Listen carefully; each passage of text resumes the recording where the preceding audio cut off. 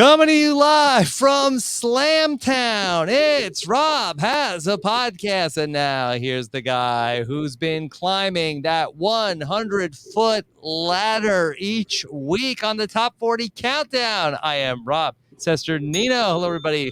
Welcome back to the number 6 best season of all time recap. It's Survivor, David versus Goliath. And we have a great panel here tonight to talk with you as we are but 5 weeks away from number 1 on the countdown. Let's welcome in my brochachos that are joining me here tonight for the podcast. First, returning, I believe, being the first 4-timer on the countdown, here is the great Chappelle. Chappelle, how are you?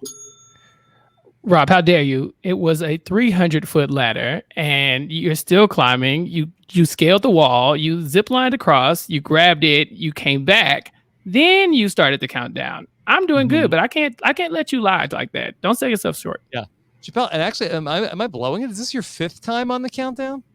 You have to count them out for me. What we got? Island of the Idols. Okay. And then Thailand. I forgot about that. Heroes versus Healers versus Hustlers. Forgot that one too. And then Australia. This is the first in the 5-timers club. Get this man a hat. To be fair, this is only my second good season, so I think it's okay. Yeah, but I'm happy, Rob. Thank you for letting me be a part of this illustrious club. It's just me and you now. Okay, welcome back here for the Chappelle. How are you doing? I'm good, bro, Chacho. I'm good. I don't know, Rob. I had a long day at work. I worked 12 hours today, and now I have to talk about this season. I think I'm ready. I think I'm up for it. This is a good one, Rob. I think I'll be okay.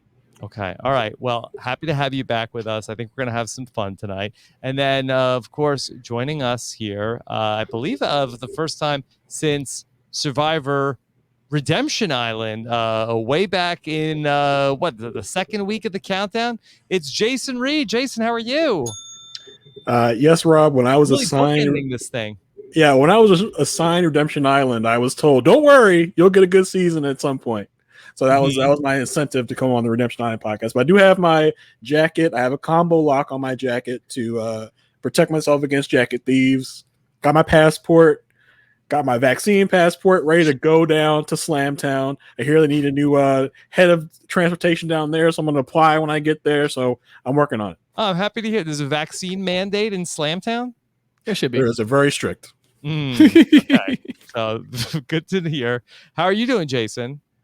I'm doing great, Rob. I'm happy to be here with you guys, ready to work on this great season. Yeah. Do you have a connection to this season that you wanted to be here to talk David versus Goliath? I'm not a huge connection. It's just one of my. I had this season ranked 4 in my countdown. So I'm pretty happy with where it landed. And after watching it, I still I'm pretty strong in my belief that it should be ranked this high. Okay. All right. Chappelle, do you have a strong connection to this season? Nah, not really. I mean, this is a good season. But like when I watched it, I think I was so ready to move on to what was coming up next. So I really didn't dwell on it. Many of the seasons that we talked about, you and I've seen multiple times, and a lot of the Survivor seasons I've seen 3-4 times, big old Survivor nerd. But this one was one that I've only watched once. And so going back and watching it again, I was pleasantly surprised. Like, had you asked me to rank them, I wouldn't have ranked it in my top 5. But now that I watched it again, I think there's a debate to happen. I think there's a conversation that be had that this is a top 5 season. Yeah. I really enjoyed this rewatch of David versus Goliath. I thought it held up really well. Really looking forward to talking about some of the things that we missed the first time through. I had never gone back and watched this again after the season was over, other than just like scrubbing through it when I did a couple of interviews after the season. So this was very fun to go back, and I think we're going to talk about some new things maybe that we weren't talking about at the time here tonight. And we will just get started tonight. We'll continue this conversation in our patron podcast feed, where we get into even more of the questions from the listeners. Annie Abrams and Shondell Lucas will join me on the patron feedback show coming up on Thursday. And then next Tuesday night, we'll be back with the number 5 best season of all time. We'll tell you at the end of this show what that season will be. We will be locked in on Tuesdays, unless Sam Moore tells me otherwise, the rest of the way after we sped things up. Last week was the number 7 on Tuesday. We got to number 6 over the weekend, talking about number 8 was the Amazon. Number 7 was Winners at War with Taryn and Shannon, and tonight number 6. Okay. Should we dive into David versus Goliath? Jason, I thought this was a lot of fun. Yeah, this was a great season. The thing I remembered about David vs. Goliath was the cast is what really stood out to me. Like before I even started rewatching, I said to myself, can I name how many cast members can I name off from the season off the top of my head? I got 17 out of 20, which for me is really good as far as seasons go. Because it just going off the top of my head, I can write down all the names, almost all the names of the people that are on the cast. So that's a really good sign for how well this cast did on this season. Yeah. I think when this is all over, I've wanted to do this really. I think since we did the evolution of strategy, Chappelle, I want to go like live on like Instagram Live or Chappelle or on a Twitch, and I want to see if I can name every single Survivor contestant. First names only. Oh, absolutely not. You won't be able to do it, and I'd put money on it. Yeah, I would like. So if you can think of like some interesting stakes, I'd like to attempt that at the end of this. Have you considered eating a snake? Eating a snake. Mike Bloom ate a snake, so now everybody has to eat a snake. You know, I stand Mike Bloom. This. Yeah. First of all, you're months late. If you don't keep up with post-show recaps, just say that, because the rest of us were enthralled in this Mike Bloom thing. I say you miss one, you eat a snake. You miss two, we start talking about cash, donations, gifts, all the good things. First, we don't have to get into all of that. You could listen. You could prepare it however you want, but you got to get everybody right, and that includes Jessica Pete. Okay. Yeah. Well, I only say Jess. I don't have to say Jessica Pete. That's it. Okay. First name's okay. We'll see. All right. We'll see. Okay. And I don't have to spell them either. All right. So this was really, really wild. Chappelle, what jumped out at you on this rewatch of David versus Goliath? Like Jason was saying, the cast is amazing, but it's also very, very diverse. I think this might have started around the time of Ghost Island, I guess. I think Ghost Island's before this one. That's a very that's a very diverse season, and so is this one. I mean, like you have Davey and Carl, and Natalie Cole and Jeremy, all Black players. You have a few Asian players and a few Hispanic players as well. So it's kind of like you had a mix. This is what they fought for, right? Like this is what people have been coming to CBS about. Like, hey, this is how we want the show to look. We want it to reflect the people who watch it, and I think that's why it's easy for everybody to relate to this show. Like this season in particular, it's like it's ranked so high. To my surprise, because I only watched it one time. It's not super nostalgic, but I can see why everybody can find a reason to like this season in particular. And so rewatching it, I was like, oh, it makes total sense. I get it. I see the vision. And also, Rob, I don't think there's more than one or two straightforward votes throughout the entire season. There's a twist, a turn, like a misdirection at every tribal council except maybe I think 2. And so, yeah, if you get bored easily, this isn't the season for you. Because this is the season for you because there's nothing to be boring about. Like in this season, everything is so exciting and fluid, and it's just a good time as well. You got some great characters, you got fluid gameplay. What else could you want? Yeah, to speak to the gameplay, it's very interesting that there is not a truly dominant player in the season where that between Mike White, between Nick, a couple of other players, that they have their day. Like they have moments where, okay, they got the best of the people that they were going up against, but it's never one person that is really controlling things over. Like it goes back and forth, and there are some days where people look great, other days where they get the wool pulled over their eyes. So it's a really fun ride, especially in the post-merge. Let's talk about the theme of David versus Goliath. Jason, how did the theme hold up? So I think the theme, much like the themes of Survivor, they kind of, you can see legitimate reasons why people are putting their theme. You can see they kind of shoehorn some people in. Like, I don't know why Alec is a Goliath. So some of those things, they kind of try and fit it into a square peg into a round hole. But overall, I think the theme is good. We kind of lose the theme, closer to the end of the game, because even after the merge, we're still talking about David and Goliath. But I think around probably the Carl boot, the it pretty much goes out the window. And it gets mentioned very vaguely. But overall, I think the theme was good. Much like these theme seasons, they knock you over the head with "I'm a David because I'm a Goliath because." But overall, I think it was a good theme. Chappelle, very easy to follow. Yes, on the theme. Yeah, I think the theme is another good reason why this is so strong. So we often will say things like, you could name this, Orange Tribe versus Purple Tribe, and we'd be okay, right? But with this particular theme, the editing, I think, plays a big part in showing exactly like the journey of a David versus a Goliath, right? Like in Millennials versus Gen X, those two like categories don't mean anything at all, right? Like they're just like, this is your ages. You're older and you're younger. And so that's not a story. That's just young versus old. But David versus Goliath in and of itself is a story. It's a very popular story. It's biblical. And so people have a connection to that. And the show leans into that by showing like, okay, we're going to like look at the Davids. They are disadvantaged. And the theme, it almost drives the season. Like you see the Davids disadvantaged almost all the time. But at the very beginning of the season, Jeff says, like, hey, there are going to be ways for you to tip the advantages back into your favor, even for a David. And we see that time and time again. And it's almost like the great equalizer between David and Goliath is that we always have like a shift. And the shift always seems to work in the favor of the Davids when they happen. I feel like had the shifts worked in the other direction, and maybe the Goliaths were getting some of these idol nullifiers and steal a votes and 2-3 idols a piece, then we'd be like, oh, this season sucks, right? It'd be a steamroll. The Goliaths would just go to the end. They'd win all the challenges. They'd have all the advantages. And the Davids would just be standing there like, what are we supposed to do? We're at the bottom. We're downtrodden. We've been like this our whole life. Nobody wants to see the little guy get kicked. But this season is the story of the little guy overcoming all the odds and beating 2 Goliaths in the end. The theme just works. It just does. And the season kind of starts off with like it starts off the Davids being disadvantaged because they lose 2 people due to injury. And then as the season goes along, the tide turns and they start getting, their things back, basically based on their ingenuity and their social skills. Yeah. I mean, the Davids do come together, and that is very satisfying, what they're able to do.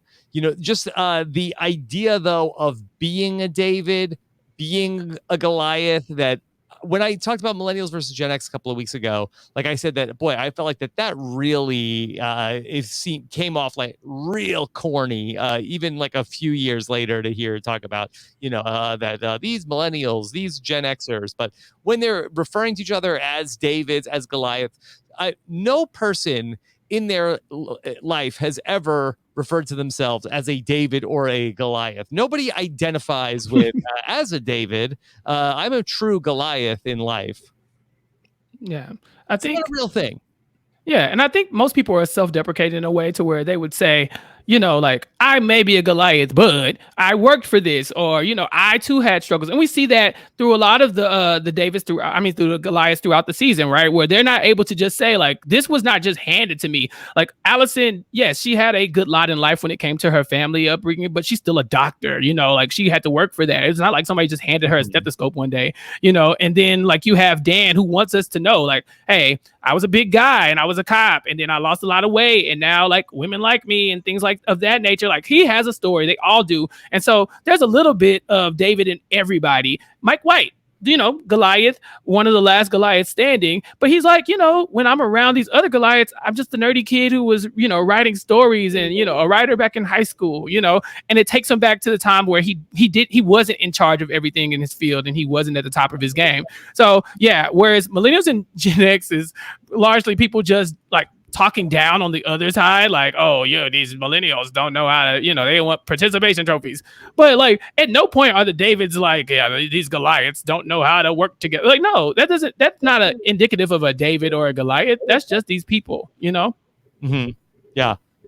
One of the things that I was really struck by was that, I hesitate to say that I think that Christian was underrated in this season, but I almost think that he was, because I think he carries so much water for the show in terms of explaining things to the audience that are going on, and him, like you see like the college professor in him, where I think that's one of the reasons why this season ends up being the best of all of the late seasons where the game has gotten now very complicated. There are times where he is like articulating to the audience, not that he's played the best game out of anybody, but he is such a superior narrator to anything else the show has to offer, that when you get to that vote where there's all these different advantages and he's explaining how they're all going to work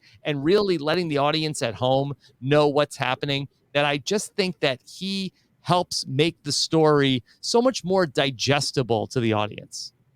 Well, you can almost kind of see him like as I'm sure he does many times lecturing and in college. He's kind of narrating for us and telling us what's happening, why it's happening, and how it's going to happen.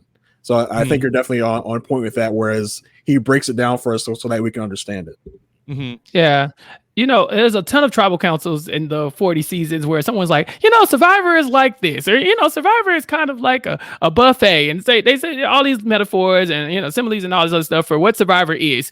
But when Christian does it, it does feel like a professor is trying to get you to understand something that's extremely complicated. It's kind of like when Jeff, what is it, that random, advantage getting where everybody has an idol and can't go, and it's like Christian does that every episode. It's like he spins the blackboard around like, okay class, here's the thing. And not only is he talking about other people's games, he's talking about himself. So there's no world where you can say, oh, Christian's playing flawlessly, because he's telling you what he's doing wrong. He's like, maybe I should have managed my threat level more. You're like, oh, he's right, maybe don't come out in the first day and say I make slide puzzles. Yes, he identifies that after the fact, but he was able to identify it and explain it to us in a way that we would explain why he's such a threat. So yeah, he does a good job. I don't think that he's underrated, but I do think that he carries the show in a way that not many other contestants have done. Yeah. Jason, what do you think of this idea? We put Christian in the Rob and Sandra booth, okay? Now in the future, I think these tribal councils get really complicated. We cut to Christian. He can explain to the audience what's going on. Yeah, we give him a telestrator, and he like a football play, he dissects it. He circles people. This person's going to play idol on this person, and this person's going to play their idol's nullifier, and this person's going to go home based off of that.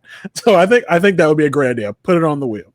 Yeah. The problem here is that, like myself, Christian is verbose and long-winded. And so this would be the longest tribal council in the history of the world. Every tribal council would be at least 3 days long. Like you'd have to take a break. Plus, probably. Yeah. It would be like the live feeds. Track. Yeah. Like an audio book where you just listen to it at night. Like they just release a separate track, because they even play with that in the editing. Sometimes they show Christian talking and then he just merges into another conversation and he's still sitting in the same spot talking about the same thing. He's just covering so much of the topic. And so once they realize they have that, they utilize him to the full extent throughout the entire season. Mm-hmm. One of the other things that I was really taken by as I rewatched the season, that in the real time, obviously did not know Nick was going to win. I went back and I was really watching with an eye on what is Nick doing versus what is Mike White doing? Because, of course, in the real time, did not know Mike White is going to get to the final three. And I feel like, Chappelle, Mike White does a really, really good job in this season. In the words of my good friend Naomi Calhoun, Mike White was robbed. Mm-hmm. Mike White is the star of this season for me in a bunch of ways. He's not the only star. There's plenty of them. But Mike White he's strategic, but he also has identified that there are people in his spot that he needs to get out of the way to get to the end to actually be a contender. And he plays from like the low end of the Goliaths in a lot of ways. Like he's not one of the strongest guys. And he's like, okay, we can take them out, but I got to get rid of Christian. I got to get rid of Davey, because they're the ones who are going to slip into that spot that I need. They're the ones that people aren't looking at. Everybody's looking at the big threats, but eventually we're going to run out of them. And then I'm going to be the rich guy, he doesn't need the money, or we can't let him get to the end. So then I got to go home. So he's always like playing, people against each other. He's also very messy, not as a game player, but as an individual. Like whenever there's drama, Mike White is in the background. Like, you see this? Is she crazy? Angelina's a lunatic. Like, get a load of this Natalie. Like she's a wild. And there's tribal councils where something is happening and he's in the background cracking up like a hyena, just dying, because for him, this is hilarious. This is theater for him. So not only does he do a good job playing the game, but he has a good time doing it, and he's a showman. I swear, when he's walking around the island with that glass of wine, I've never felt seen like that before in the 40, like in all the seasons. Like when that, I was like, because that would be me, drunk as hell, just wandering around like, why are y'all doing this? Grow up. This is not that. Like, calm down. You didn't climb that high. That would be me the whole time. Before we even really get into Mike White's game, that Jason, I really feel that Mike also helps us in the same way that Christian is able to help us narrate the game and what is going on and sort of the situations, like the plot. I feel like that Mike is really good at helping illustrate the characters in the season, where I feel like that he can explain what a person is like to us in a way that we may not just get from watching the show itself.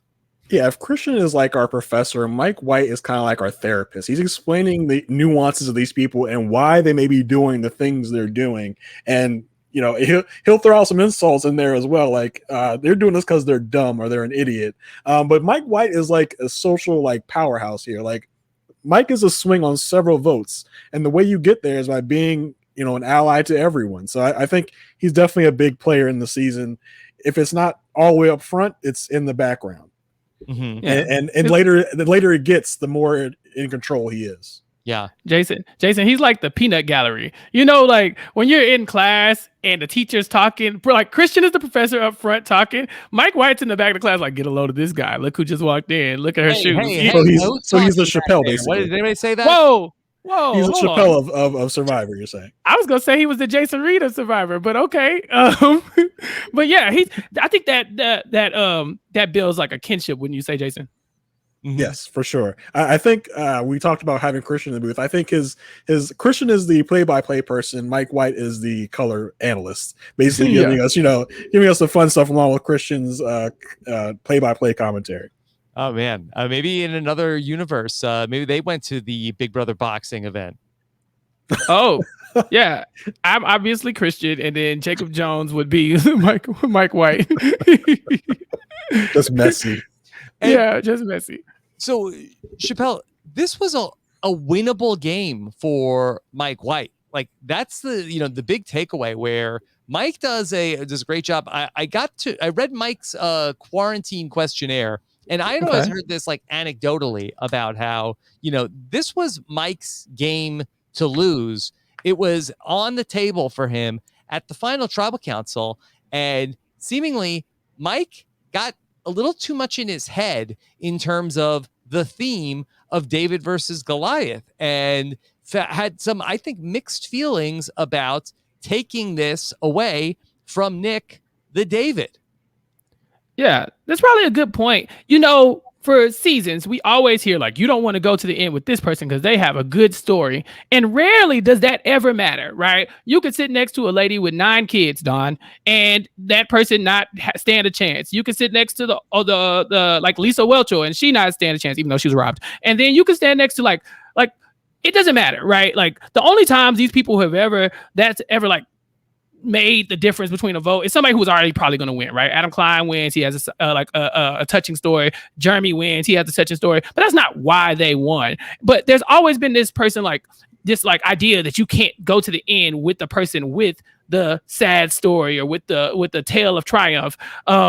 But in this situation, maybe Mike started to feel that way. Oh no, I'm going to be the guy who takes this away from somebody who deserves it, who needs it much more than me, who plans on doing with that money, changing their own life with that. Whereas my life will be fine with or without this. I definitely feel like Mike White should have came in and said, I am Littlefinger. I controlled everybody. Nobody wanted me out. Nobody was voting for me. Didn't need a bunch of idols. But that's not what he did. He got there and he kind of choked. And I think he might be okay with it. I think it's one of those situations where he got in his own head because it did matter to him. If it didn't matter, he wouldn't have gone down that train of thought. Yeah, this is from Mike White's quarantine questionnaire with Dalton Ross from May of this year, that he was asked the question about his biggest regret in the game. And he ends up saying that he...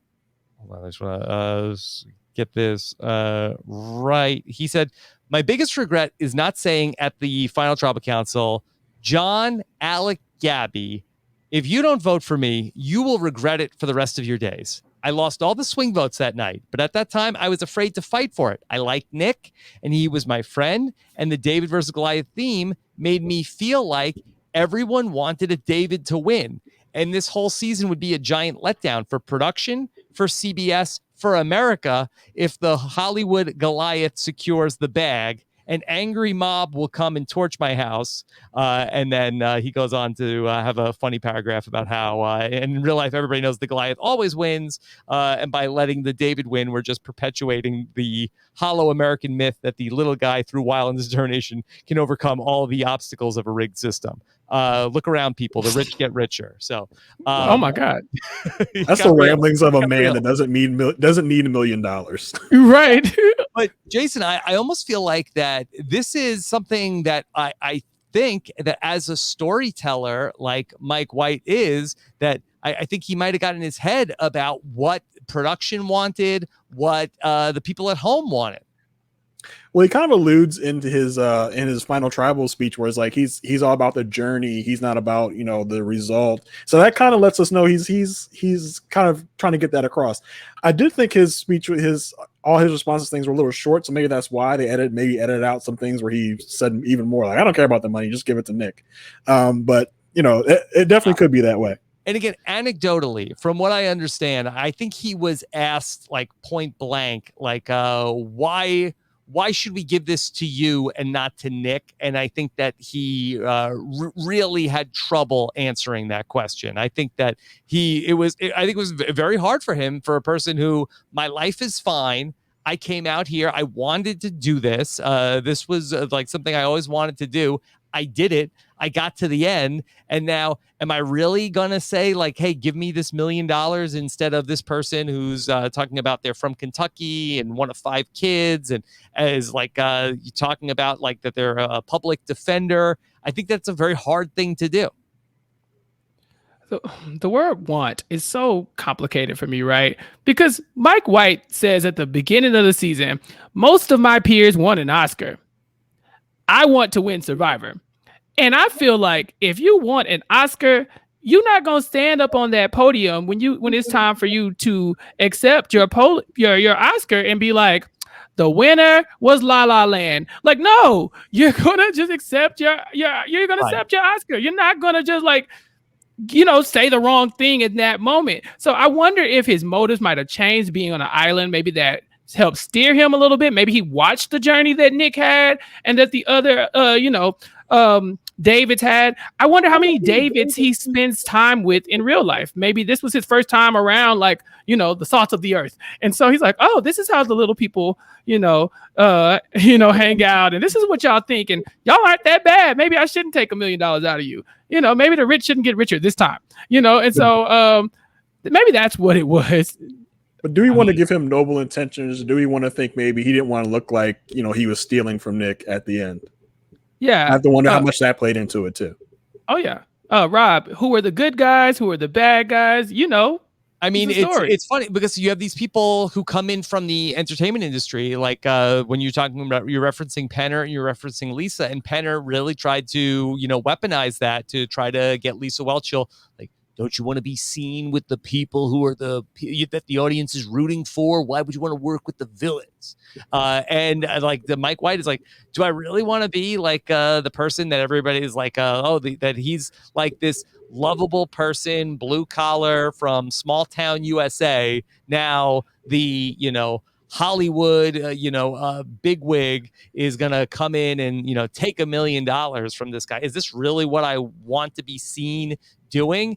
I mean, and it sounds like that in hindsight, the answer is yes, that he would have liked that. Not that Mike isn't doing incredible, by the way. Shout out to the White Lotus, which people seem to love, got renewed for season 2. Mike White is doing great.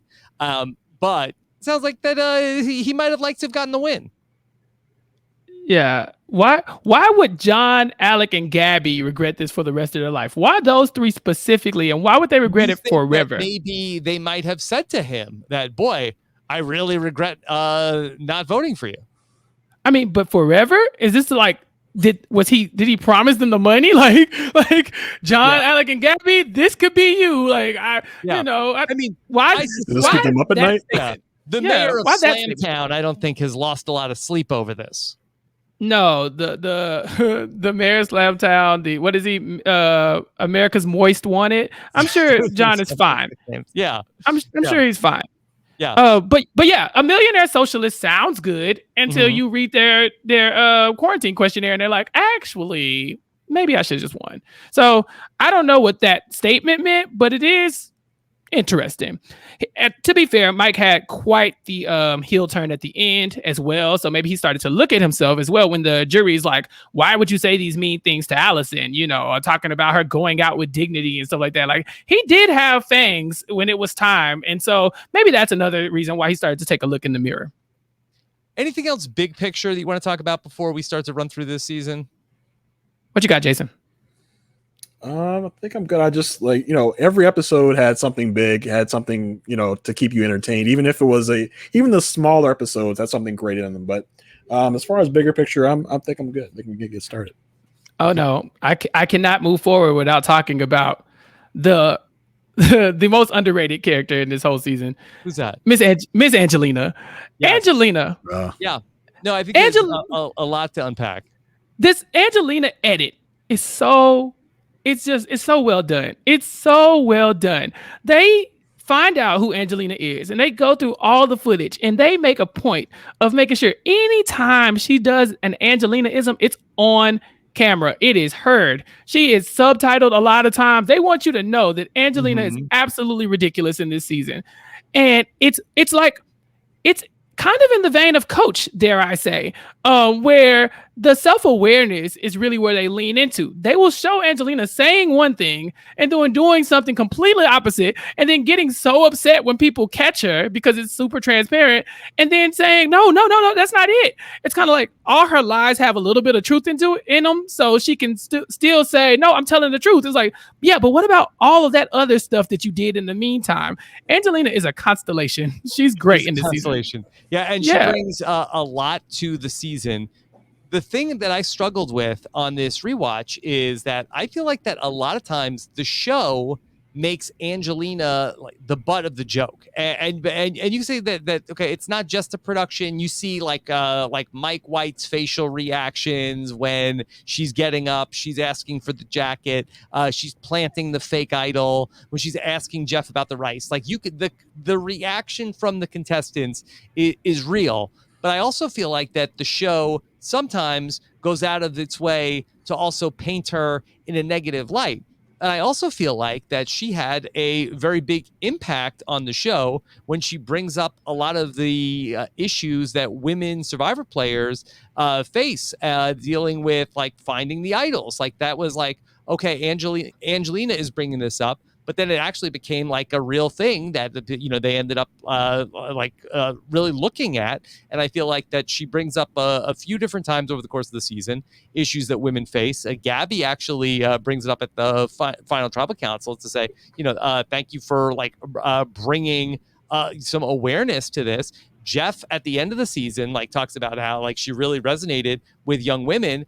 And I think it's something that is, when I'm watching the edit, I feel a little bit weird when she talks about how the plan to vote out Christian was she suggested that plan. And again, they sort of treat it like, ha, ha, ha, Angelina, classic Angelina. But I don't know, she might have had a good point.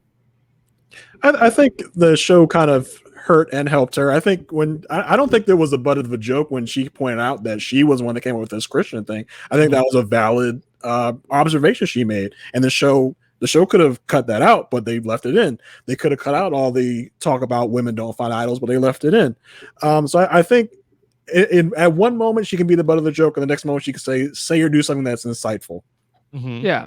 And I think that's why she's so compelling, because unlike a coach is always the butt of the joke, like the entire time. Philip is always the butt of the joke the entire time. They never go to them saying anything insightful. I mean, you might get some tears every now and then, but you don't have them calling out any social issues or anything like that. You get that from Angelina.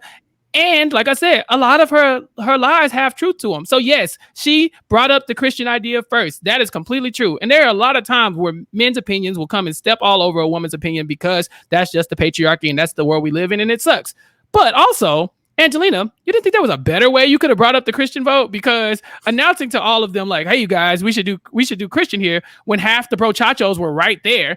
You know, Rob, you famously said before in the past, you don't want to just make a group decision. You want to pull over the lieutenant and you kind of feel it out, and then you go to them. And that's what happens when that Christian vote comes up the second time. They kind of go to the side and they say, "Okay, John, what's up? Are you good with this?" Because now John, the head brochacho, is fine with getting out Christian. So there's a little bit of this and a little bit of that. But the show did not have to show all the good things that came from Angelina. So they didn't bury her like they could have. And I appreciate that because it does make her a very compelling and fun character.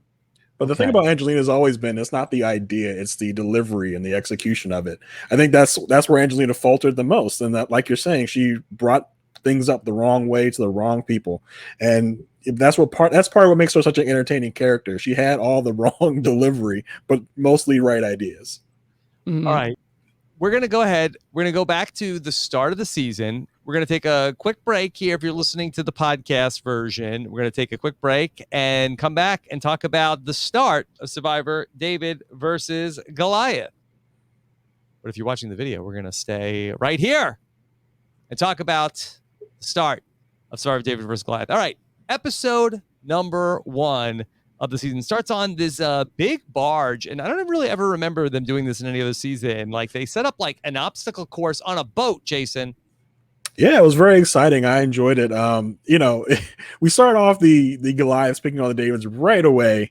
We've got Angelina talking about how pitiful these people look. It was just hilarious. But yeah, the obstacle course on the boat was fun. It was a nice new wrinkle in the game, and I enjoyed it.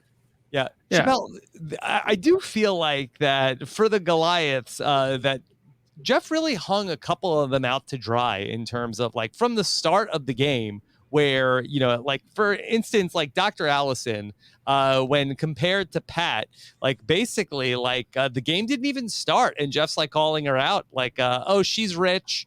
She comes from a rich family. She doesn't need the money. No way she can win now. Yeah, he goes, Dr. Allison, you know, you're a Goliath in every sense of the way. And she's like, no, I work for things and I had a hard time. And he's like, okay, let me compare you to, let's find the most broke down David over there. Pat, come on up, Pat. Pat, tell me about your life. And Pat drops like the sobbiest of sob stories on her. And she's gone to college. I have to take care of my mom. Yeah. Right. He's like, college? What is that? And she's like, I had both my parents were loving and they were professors as well. So he does. But again, I think this is another part of why the story works so well is because Jeff is very much saying like, Davids, y'all are the underdogs. And who doesn't love an underdog story? So yeah, even though you want to root for Dr. Allison, a part of you is like, no, the story needs to be told where the little guy overtakes the big guy. And it has to happen at their expense a lot of times. I do like what Jason said, though, about Angelina talking about how raggedy they all looked, because there's a moment where they cut the camera to her and she's literally like, oh, my word. Like heavens to Betsy. I can't believe that. Like, ma'am, Christian is a doctor as well. They just don't call him that because he needs to be a David. So I thought that was very entertaining. Well, I felt like Jeff in these cast interviews was like talking to Allison. He was like, oh yeah, I'm gonna get her first day. I'm gonna get her number one. Like he set this up in his mind like days before they went out there. He's like, what do your parents do first? Okay. Yeah. Oh, well, you had to work very hard. The thing that you got from your parents. Okay, great. I will set you up number one first. First day. Yeah. Can I just say, like, I really feel terrible for Allison the whole season, and not one nice thing happens to this woman the whole season. Listen, nobody's nice to her. She gets food poisoning. They're always like trying to like every vote is like that she's either like the intended target or the decoy.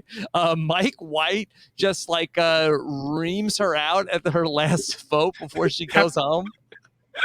I missed 3 people when I was doing the cast rundown, and Allison was one of them, and she was like 5 of 5. Yeah, like she was invisible.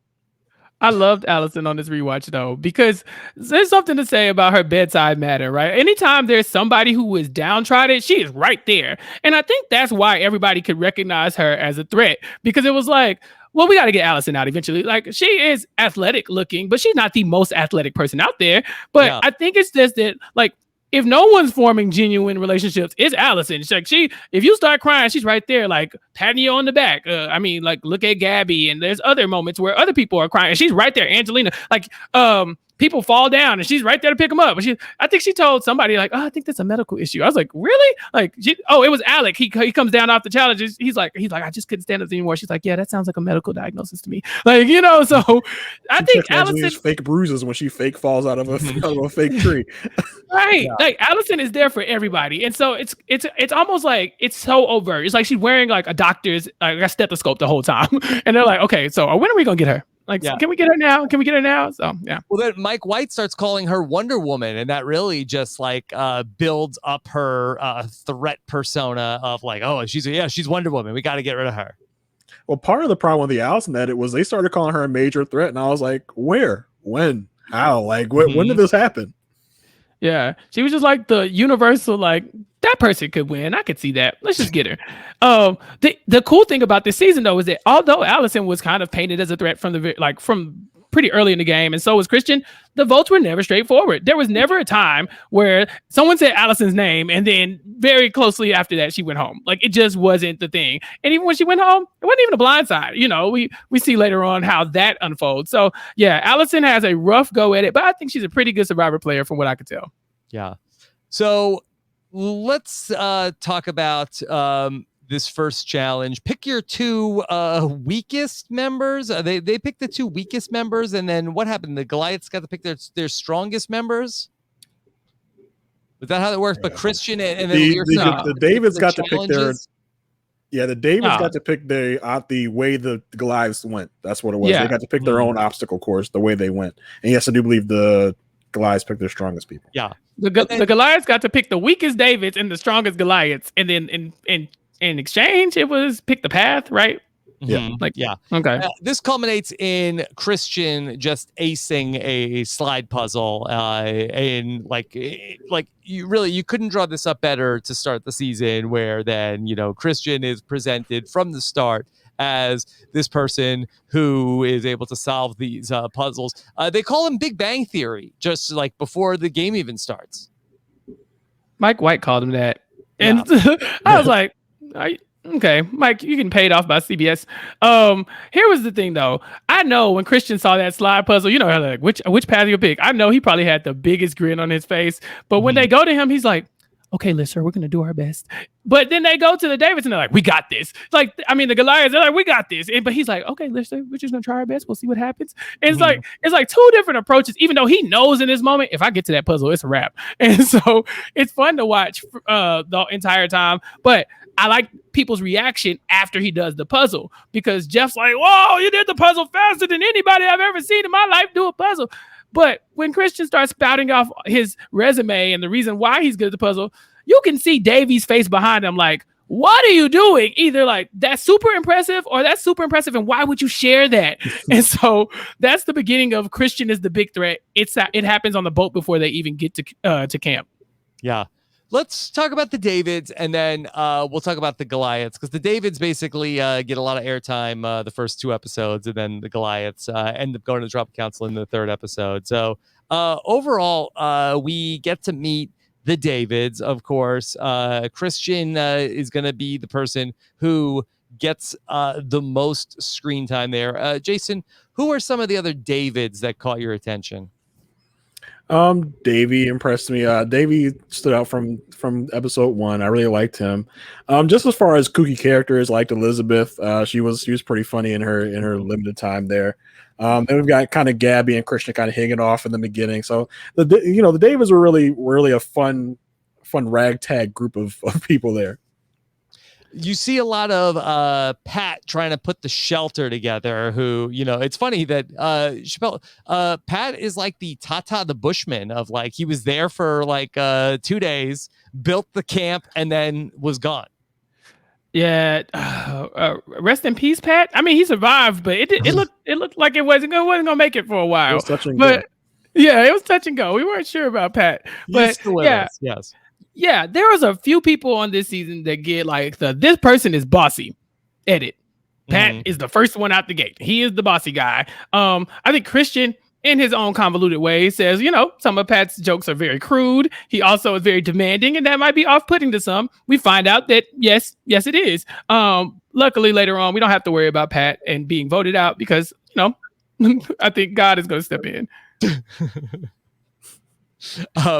In the early days, also, we see Nick Wilson, and the story always is that Nick Wilson would have been voted out first from this David Trope.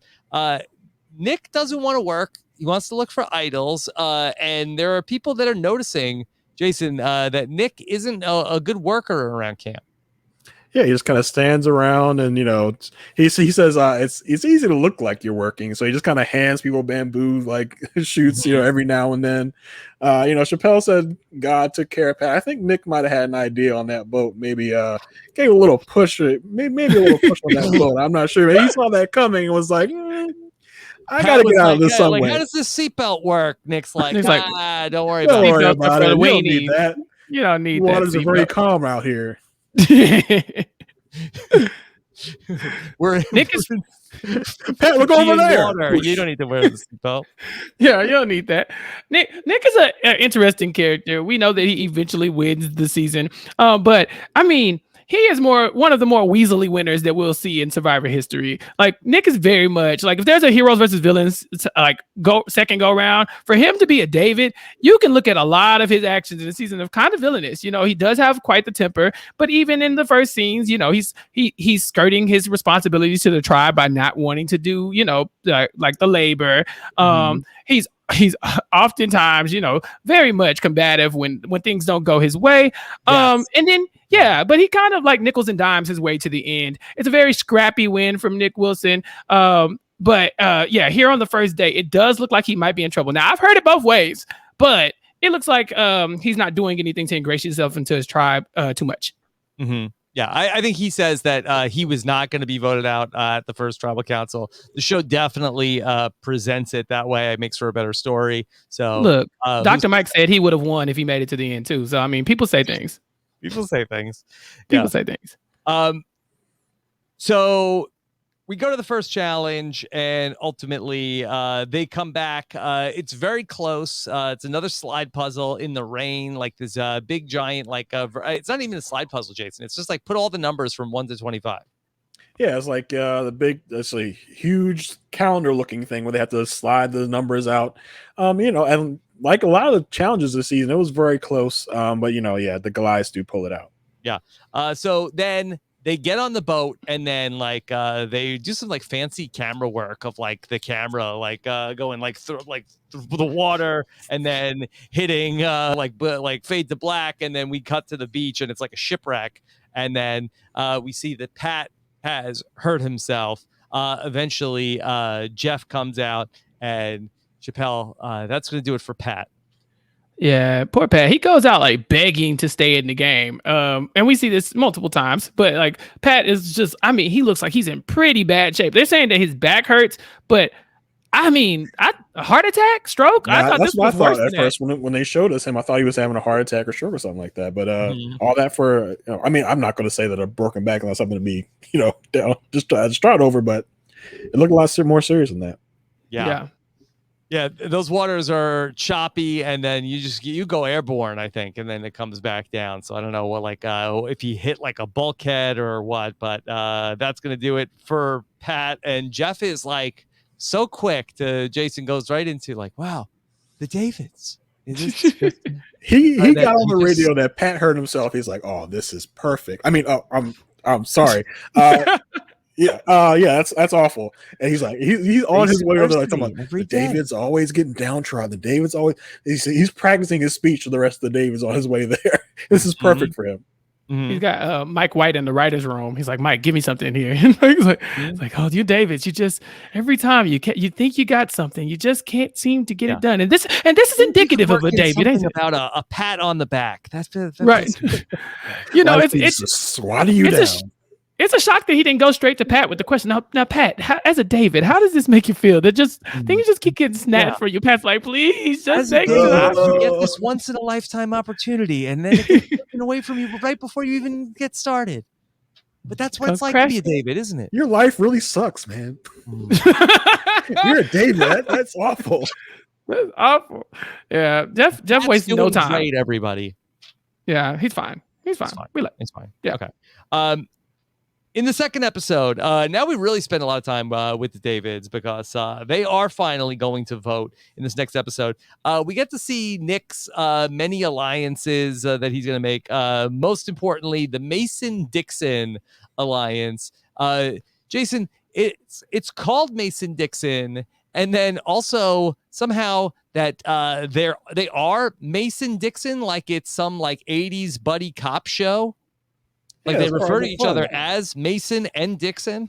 Yeah, I don't remember who was Mason, who was Dixon. But, Nick was Mason. Okay, Nick was Mason, Christian was Dixon. It refers to the Mason-Dixon line where whatever Kentucky and Baltimore. I didn't even know Christian was from Baltimore. Hey, Christian, other Baltimore guy here. I don't think he lives there now. Hey, yeah, whatever. Same thing. But yeah, so.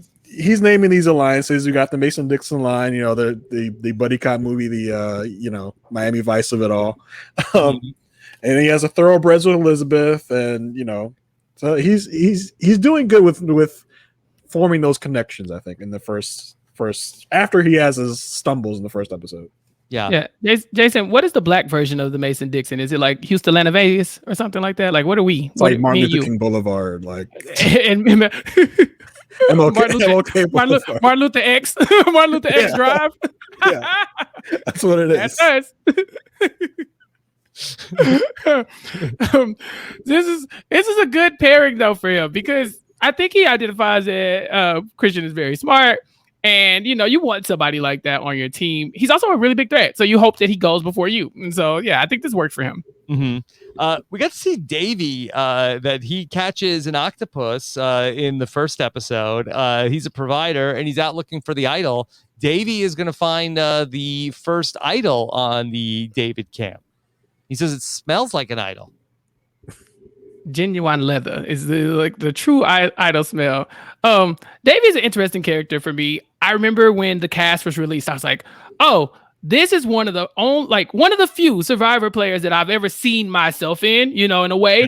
Yeah. Because I've been watching Survivor since season 1. If Jervis was not on season 1, I would not have seen season 2. He was the only black guy on there, and I was like, I like that. I could be that guy one day, or maybe this is gonna be fun. Let me watch this from his perspective.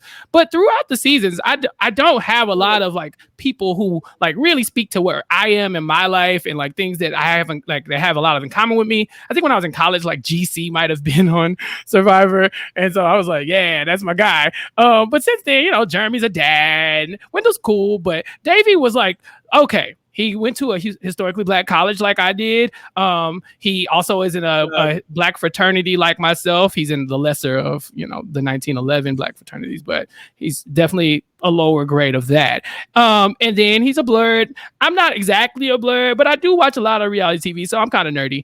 And so, I was like, this is my guy. We're about the same age. If he could do well in this, I never have to play Survivor because now I don't have to say how could I have done? I was like, well, Davey got it for me. So I was very happy to see Davey out here on the island. That's I'm sorry, Rob.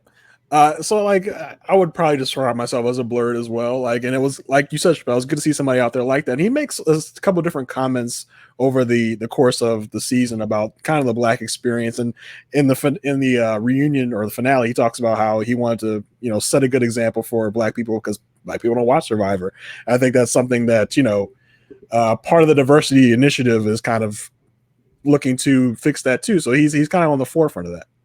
Yeah, he was intricate in that initiative in general, right? And his whole thesis for coming out on the show, so he says, is that he wanted other black folk to watch Survivor. I'm like, thank God, because, man, I don't have nobody to talk about this with. But when Davey comes on the show, I don't think he accomplishes his goal. Davey does not bring black people to Survivor, like Moses. But I think what happens is his actions after that with the initiative and, you know, the diversity campaign, the Twitter page and all that good stuff has done a lot for casting and for the fandom as well. So I have to give him his flowers where they are due.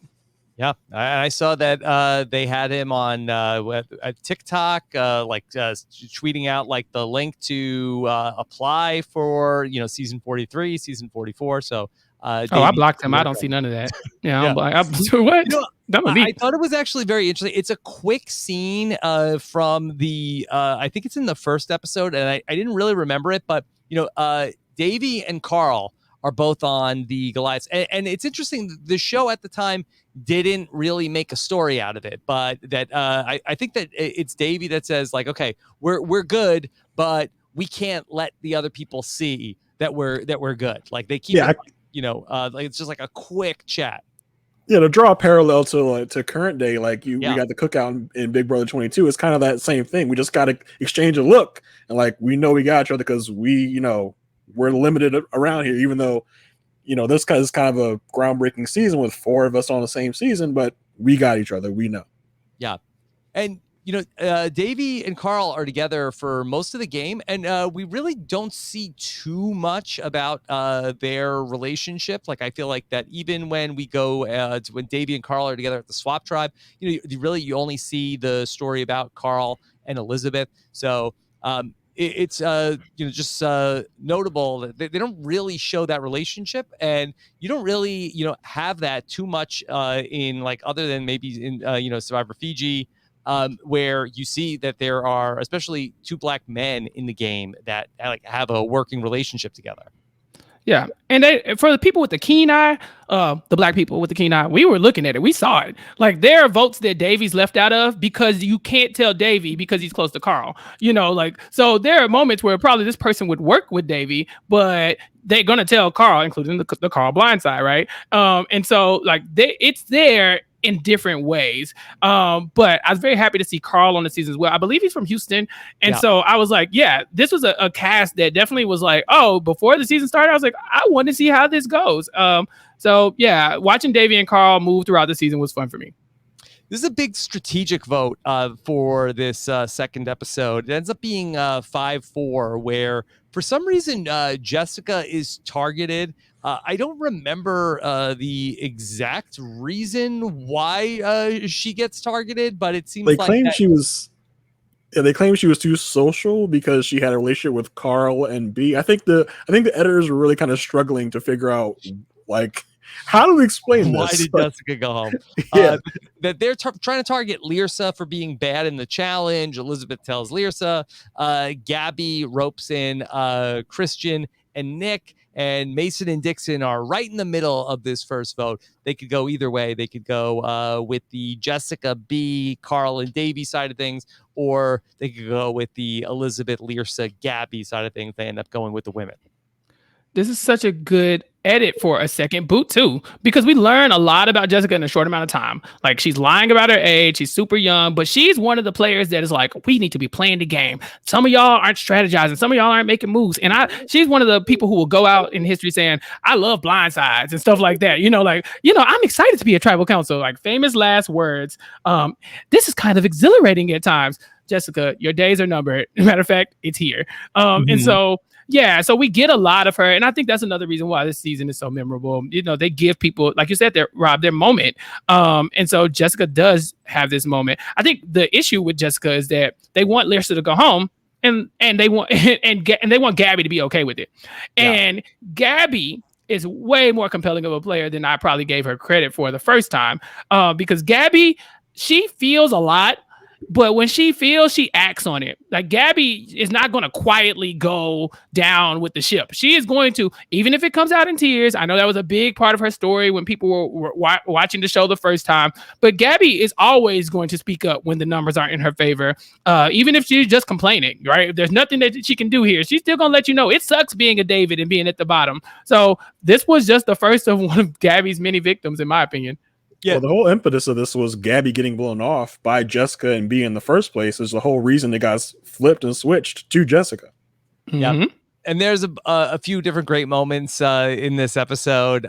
This is when Gabby is talking with Christian, and she's like moving her finger in the sand, and she's like, "Christian, will you play with me?" And he says, "Oh, you mean in the sand?" Like, Yeah. no, in the game. Yeah. And Christian gives the great confessional where he says, The chicken has flown the coop. Yeah. And let's not downplay the Gabby moment. She's like, Christian, will you play with me? Like she is completely appealing to his emotions at this point. Like completely. And it works. And I'm not saying it was strategic. She might have been really feeling those things, but that shows how a genuine connection can take you far into the game. Because Christian sees her crying. And he's like, no, I need to help her because she's the other me. She's the nerdy girl. I'm the nerdy guy. This is someone who I need to be protecting in this moment. So kudos to Gabby for making this happen. But it's definitely a funny moment where he's like, "Wait, you want me to play in the sand? Is that what you want?" Yeah. All right, let's talk some Goliaths because Jason, I had forgotten the Goliaths are like a pretty fun tribe overall. Like they end up having like it seems like that they're having like a really fun time.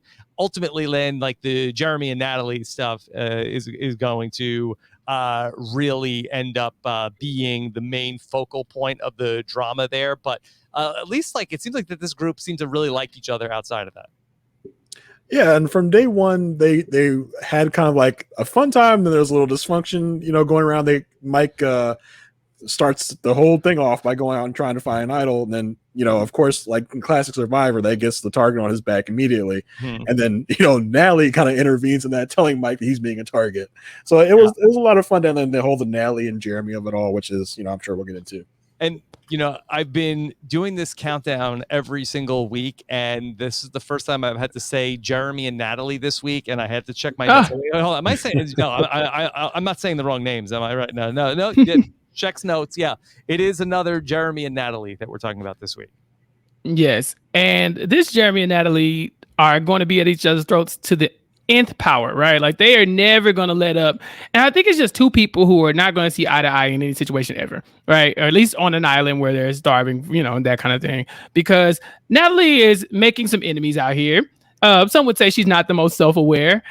She disagrees, but I think the way Jeremy approaches her about some of their differences, it doesn't do them any favors. It's kind of like he came at her kind of direct, so she met him direct, and then it was like, "Whoa, I'm trying to help you." It's like, yeah, but also calm down a little bit. And so it was a lot of that, and it went to 100 very, very fast.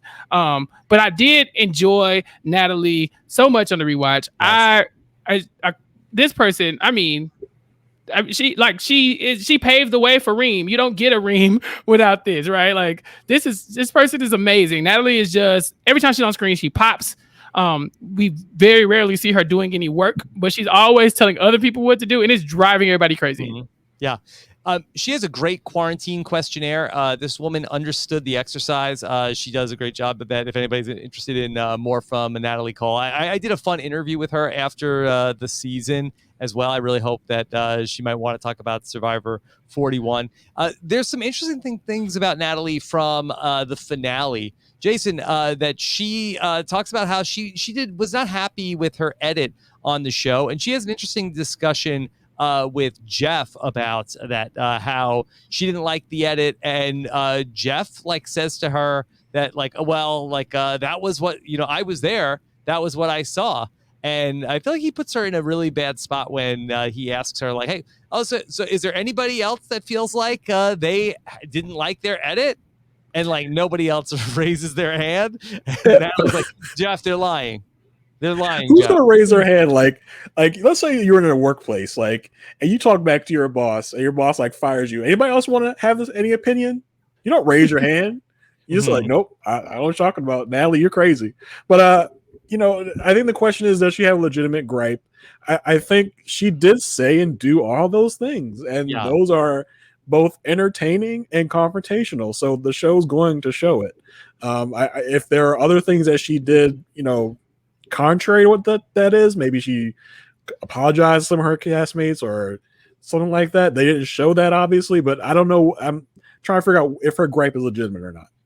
It was very much a raise your hand if you've ever been personally victimized by Regina George moment, where you would expect everybody everybody's hand to go up in that moment. Nobody can raise their hand to defend Natalie on this one because even if it wasn't kind to her, they just watched the season 2 and they watching it thinking, oh my gosh, like, whoo, she was like that to everybody. Like, I thought me and her just had a little touchy moment, but geez, I didn't know she was like that with you and you and you and you. You know, like we said she was bad, but you know, you hear about these stories anecdotally on the island, but then when you see them, you're like, wow. But I will say in her defense, she was buried, you know, like I'm sure there are other things and other dimensions to this woman other than she's bossy, but we don't know that. We don't know her. We don't know, like, other than I think the very first like episode we hear about her occupation, and she talks over and over again about how she's in charge of things. But like, what is she like? You know, what do people think about her, like personality wise, aside from being bossy? I know she's probably not that one note. Because if she was, I doubt she makes it as far in the game as she does. There are very many examples in Survivor history where people can just not deal with the annoying person in the camp. Rob voted out Ryan Aiken first, you know, in a tribe where they just lost a challenge, you know. And in the battle of the sexes season to the women, they voted out a jacked guy. And so there are people who you just can't live with. And Natalie seemed to be able to skirt past that a little bit. Mm-hmm. Yeah. Well, this season is full of those decisions that are made because we cannot just live with these people. People shoot themselves in the foot just to get rid of those people. Yeah, that's true. Let's talk about some of the other Goliaths. We've talked a little bit about Mike White so far, but you know that he is like a big force in the season from the start. He gets in a little bit of hot water in the beginning of the season, out looking for idols in the early days of the game. I have a question for you. Yes. You've seen so many seasons to this point. You got 5 left. How many times have you seen the nerdy guy go out and find the idol, go looking for the idol, and then everybody talk about him behind their back? Because I can think of probably 3 examples off the top of my head right now, and you've been watching more seasons than me. Yeah, I mean, it happens a lot, certainly like in the 30s. Like it's certainly like a trope. I feel like that, you know, Steven really gets the ball rolling in the 30s, and then it's almost like every season after that it happens. It's their go-to editing style. Like, okay, we need to go, like, this person has a growth edit. Let's make sure we throw in this part about them going to look for an idol. Newsflash, everybody goes and look for the idol. It's just that when that person is by themselves, it looks weird because they're like, his nerdy ass ain't going to get no firewood, you know? So I think I'm kind of tired of that one. though. I'd be okay with not seeing this same kind of style. Well, it's like a self-fulfilling prophecy where it's like, let me just go look for an idol for 10 minutes. And it's like, oh, wait, they know I was looking for an idol. All right, now I'm on the outs. I got to go find the idol. It's do or die. Yeah. Yep. And I think they have to show it because it's usually like has to explain why that person's on the outs in the early going. Yeah. And oftentimes they find the idol, you know, like, I mean, at least I'm thinking David Wright finds the idol and it ends up coming into play. So I guess it's fair, but man, it's tired. It's so tired to me. Like that was his thing also. Mm-hmm. Yeah. I'm telling you, Rob, this is a thing that happens over and over again. Mark my words. If I ever play Survivor again, you will not see me leave the camp. You're just going to sit at the camp the whole time? I will sit my ass in the camp the whole time. So you have a million reasons to get rid of me. Looking for the idol is not going to be one. Okay. Yeah. Then they'd be like, Rob must know something we don't know. I bet there's an idol hidden here at camp. Wait till we all go away so you can get the idol. Never leaving anymore. They call him the Survivor know-it-all. He must know there's something. Yeah. He must know. Rob. Yeah. Is there any other Goliaths that stand out to you, Rob? Yes. That I got to talk about Dan. Hot Cop Dan. Hot Cop Dan. How do we think the 2021 Hot Cop Dan calendar is selling? Not great. Not great, Jeff. Right? Not great. Right? Yeah. Not great. So Dan is interesting, isn't he? Yeah. I mean, he's just like, we talked about this in Survivor the Amazon, where we get to like, have any of you men ever met a woman before? That he's just like, oh my God, these women are beautiful. Like, did he lose all the weight like right before Survivor? Like, it's almost like what he's just like, even like going to look for the idol with like Kara and Natalia. He's like, I can't believe what it's like for me to be on this island with these beautiful women. Kara is my kryptonite. I just love her. She's like, I wonder what Kara is doing right now. Like, you just met this woman. Yeah, everything is through the lens of beautiful women after he meets Kara. Like everything, I just found this idol with these two beautiful women. I'm living the life out here. And look, okay, I know somebody is like yelling at the front, like, didn't we just watch you idiot last week talk about Heidi and you just like, and it's like, okay, I feel like that I was a kid and he's a grown up. I guess he's only 27. You're like, he's old. I don't know. How did the pickup line work of, I named my dog after you? That's going to work out well for anybody else out there? Yeah. And was that real? Yeah. Do we have any reason to suspect that was a bit? Well, it's convoluted anyway, right? He's like, oh my God, you're my kryptonite. Oh, really? Yeah, your name is Kara. Is Kara kryptonite? No, it's my dog. But wait, I thought, like the blonde lady in Superman, her name is Kara. Mm-hmm. So how am I your kryptonite again? You just I named my dog after you. Like, oh, okay, that's so sweet. It doesn't lead to anything. But when you start watching the show through Dan's eyes, start watching Kara. Watch how she moves, because about halfway through the season, she's out on the Dan, and I think it's a little less about strategy and more about, okay, he's got to go because we broke up on this island, and I'm interested in someone else now. Alec, yeah. And it's obvious. Like, I don't know. Like in the first watch, I wasn't like paying too much attention to it, but there are moments where she's like, he's just so emotional. Let's vote him out. Like, Carol, that's not a strategic move at all. Like, like it's a detriment to my game. She plays harder than I remember. I didn't think that she had done particularly too much the first time through, and sort of just like knowing that she's going to go all the way to the Final Four. Jason, that a lot of times she is trying to come up with big moves to make. Yeah, Kara is pretty much everyone's buddy on the island. I remember one of the rewards, Davey took her, and like they formed a real bond. I was like, when did they get to like? But she's everybody's buddy. She does near the end of the season try to come up with strategies and plans, but she kind of gets swatted down a little bit a couple of times. I believe was it when I think when they were trying to get out Davey, she pretty much kind of masterminded that a little bit. That's one of my complaints about the season is that like right around the end, especially like where we get to where Christian is going home, there's like a lot of like just out of nowhere, like I'm actually gunning for this person. Like since when? When did this happen? Even like in one episode, Davey is like out of nowhere, like, okay, I'm getting out Nick. Like, why? I thought he was, and then by the end of the episode, he's back. That Davey's telling us Kara is his number one ally. Kara's telling us, okay, now's the time to blindside Davey.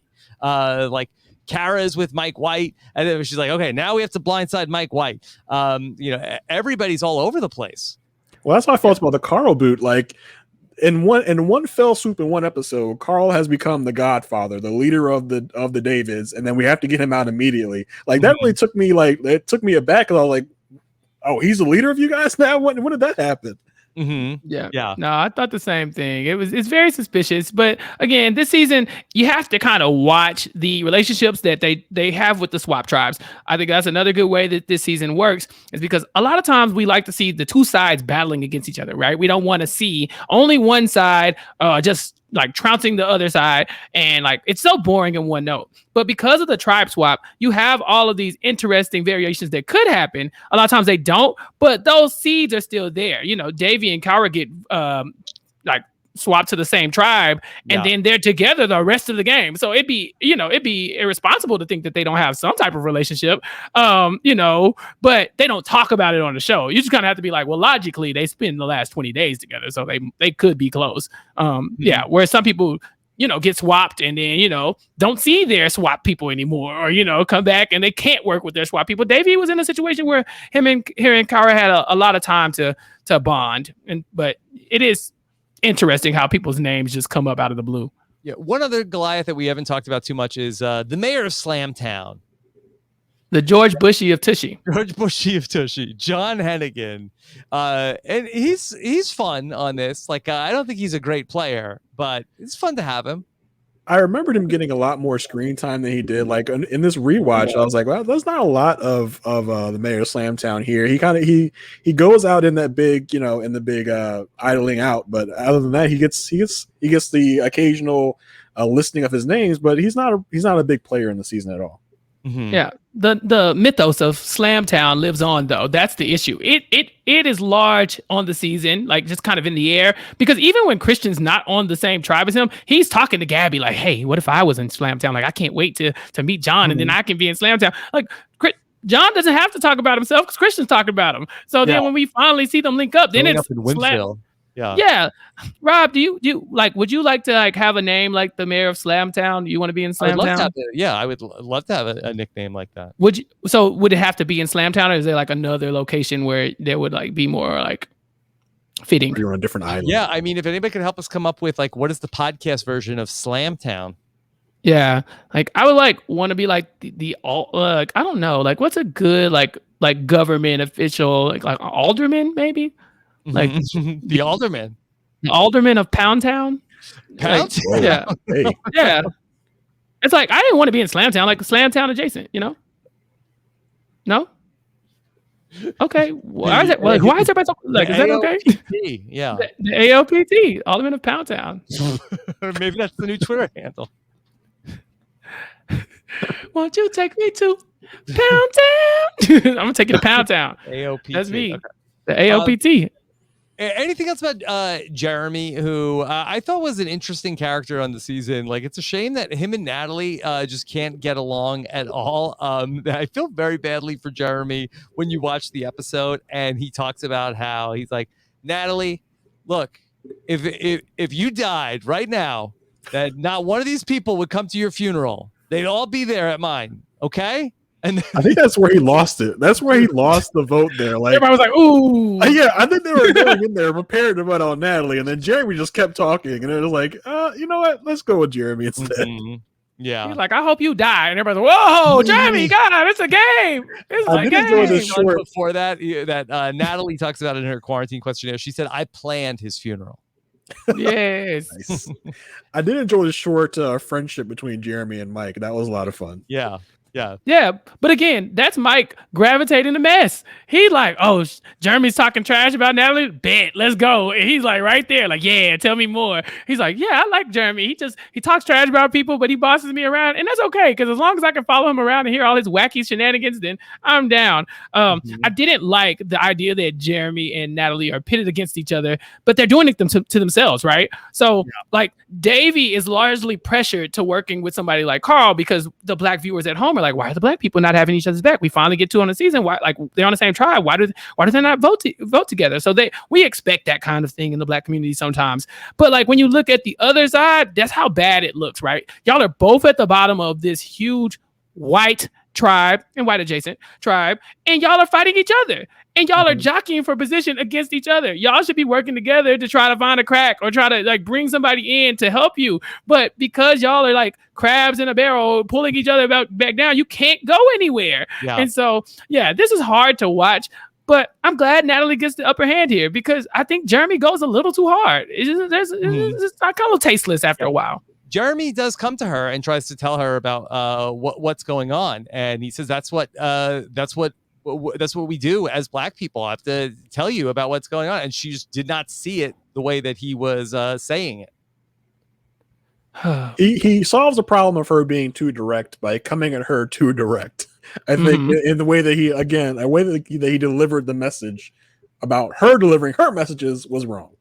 Yeah. My favorite thing he says, I think he said, like, "You said you have watched Survivor before, but I realized that you have never seen this show before." I was like, now, Jeremy, do you think that's going to help you at the tribal council or hurt you? Like, do you think this is a moment that's going to be good for you? You're saying this out loud, you know? And they're having these fights in front of everybody. Like, they're like, okay, so they're just standing there like sitting ducks. Like, okay, so which one do you want to pick off this time? Is it Natalie? Is it him? Is it Natalie? Is it him? So they did nothing for each other in this game. Then Jeremy... Well, Jeremy does the cardinal sin. If you were in Big Brother, this is the akin of calling a house meeting. He calls a tribe meeting and tells everybody to stop having side conversations. Yeah, he legit called a house meeting on the island. That's wild. He's like, "All right, you guys, it's too much whispering going around. Jeremy, you're on the outs. You don't get to do that. You are supposed to be begging and pleading somebody to work with you. You're supposed to be lying about all of y'all's relationships. Oh my God, my favorite color is orange too. I love that. Like, what? You're the mayor of Slamtown. I'm the comptroller. Like, you're supposed to be doing the same thing that we see Christian do later on, but he doesn't see it. He's just like, he only knows one way to play, and just like, you know, It doesn't work. It just doesn't work. Not in this time, at least. All right. Let's talk about the swap. We're going to get a few exciting votes here with the swap, but not before B makes a beeline out of here. She knows her knee, and this is it. This is it for B. We barely got to know you. Yeah. Yeah. Who? I think she's made a full recovery. B Nguyen. Did they give her an out a little bit? Because I'm sure medical came and looked at her knee and was like, you can still play with it. And then she's probably like, nah, I'm out. You think they gave her kind of a break there, like by not showing us the medical visit? Well, I think that she played into their hands a little bit in that she was on the Davids tribe and she left the game, and that gave Jeff, wow, another devastating blow to the Davids. You guys are awful. You guys suck. Yeah. Life sucks.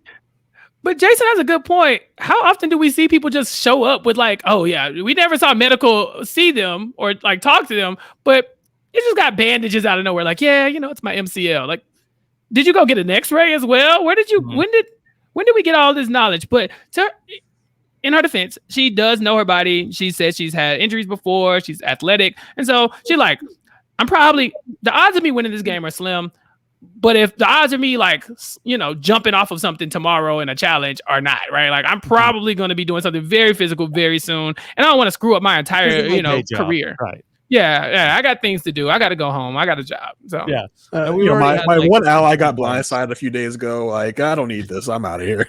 Yeah. It doesn't hurt when you're on the bottom. You're like, oh, well, I guess I can go now. You think it's psychosomatic? It's like Jessica's gone. Oh, my knee.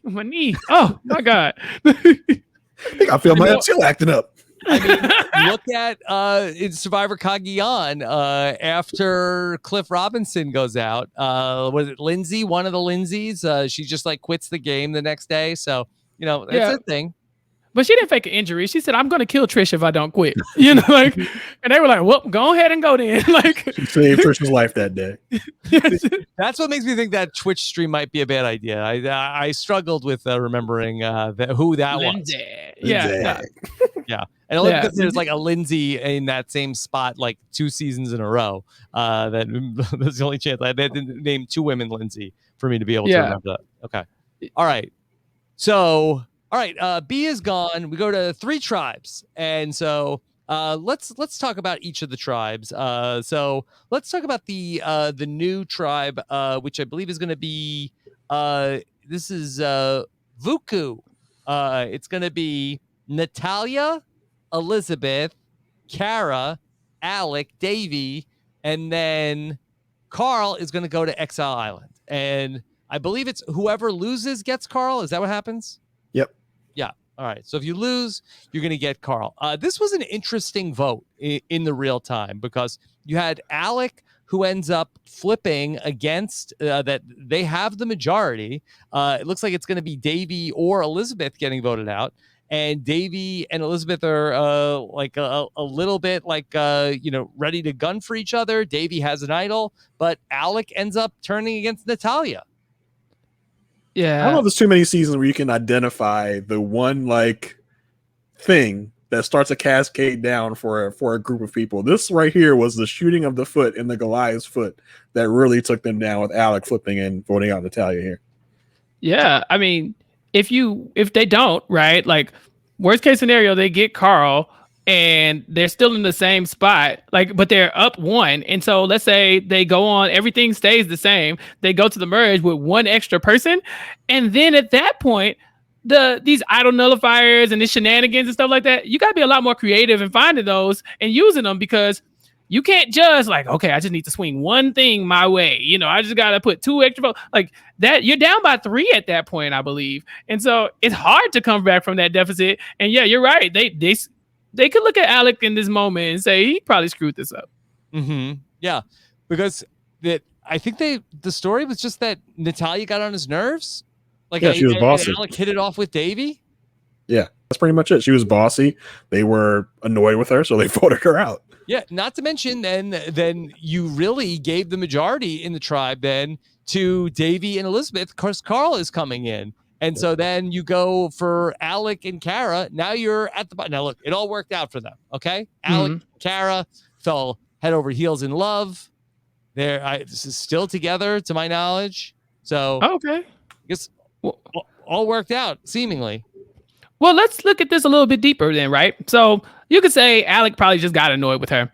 That's probably true. He had been on the tribe with her before. We have been largely distracted by how annoying Natalie is to everybody. But if Natalia is there and she's being just as bossy, you're getting it from both sides. You're like, oh my gosh, like, please stop, And so maybe he finally gets this moment and he goes and he bonds with Davy. And Davy's like, look, Alec, let's just get rid of her. And I'm with you because I do not want to work with Elizabeth. And guess who doesn't want to work with her either? Carl. He's coming back soon. Trust me on this one. Carl fell to his knees when Jessica Peak got voted out. I mean, geez, like me, oh my God. Like, and I get it. It wasn't necessarily her that he was crying about. He was crying because he missed his house, he missed his kids, that kind of thing. But he took that hard and he never lets that go. He will hate Elizabeth forever because of that little girl. Like, she like 23 and he like, I will avenge you. Like, she's 23 now, I think. She was 19. Yeah. like 7 years old out there on the island. And Carl just couldn't take it. She was lying. Yeah, she was lying about it. So, yeah, I think that's what that is. Davy's like, Alec, listen, we can get rid of it because look at Elizabeth. We're not working with her. We're just not. Carl's mad. We're lucky he's in exile because he would be throwing a fit right now. And so I think if Davy starts to work on him here, it's not that hard of a decision for him. It's not a great decision for him, but it's definitely not a hard one. Yeah. All right. Let's talk about then. Carl's going to find the idol nullifier over on Exile, which is going to be important for later on. Anything else on Carl finding the idol nullifier? It was pretty straightforward. He found they do this thing this season with the yarn, and they do the fun little colors that stick out very, very easily. But yeah, it was pretty straightforward. Yeah, he threw a bunch of coconuts out of the water and onto the land. Okay. The hot mess tribe is going to be Jabeni. Let's talk about them last because they're going to go to the two tribal councils. Let's talk about Tiva, which is going to be the Brachacho tribe. You're going to get the mayor of Slamtown, John, Dan, and Allison with Christian and Gabby, and we really make a real meal out of the Brachachos here, Chappelle. Yeah, I think one thing that could have benefited Christian's game is to be separated from Gabby at some point. It probably could have benefited her game as well, because we see this a lot through Gabby's eyes of like, look at Christian getting, like, we're Gabby in these moments, right? We're watching and like, oh my God, Christian is really getting along with them. Like, he's just hitting it off. And Christian is even acknowledging like, my social game, I am putting on the charm. What do you call it? A charm apocalypse? Charm offensive. He's like, I'm charmed out the wazoo. And so he's trying to make himself into Slamtown. He's making himself the comptroller. And Gabby's just sitting around watching like, oh my gosh. Yeah. Like, the dude bros are taking my guy. And so like, had they been separated, this might have done them some good, because then maybe they wouldn't feel so tied to each other in other votes and they could play a little bit freer. But Christian loves this. He couldn't wait to get to Slamtown. He had been talking about it on the other tribe. Yeah. He's excited. I don't know if he was too pumped up to hang out with Dan, but he was very excited to talk to the mayor of Slamtown. The thing that I did not really remember, Jason, and it ends up being a big part of the season, the one person that seems to enjoy Allison's company is Gabby. It's Gabby, yeah. So, she takes this opportunity where she feels isolated to kind of try and draw Allison in. I'm not sure if it's, kind of on purpose or not, but she ends up bonding with Allison over kind of like, look at those douche bros over there, and they've kidnapped my guy Christian and made him a douche bro chacho as well. She's like, you don't understand. He didn't used to be like this. Yeah. Like, he's got like the one friend that comes over and makes her spouse act all different. Like, I hate that guy. Every time he comes over here, you act like you don't got no sense. I think Gabby correctly identifies, and no disrespect to Allison, but the sucker. Like, she is a heart, right? Like, you come to Allison and she's going to hear you out. You come with her crying, she's got you. Like, she says it too. Like, I just feel so much for these people. So when she goes to her, this is exactly what she should be doing. It's saying like, Allison, I don't know what to do. And, it works because her and Allison they try to work together throughout the season. And I don't know if it's largely because a lot of times Gabby leans on her for emotional support.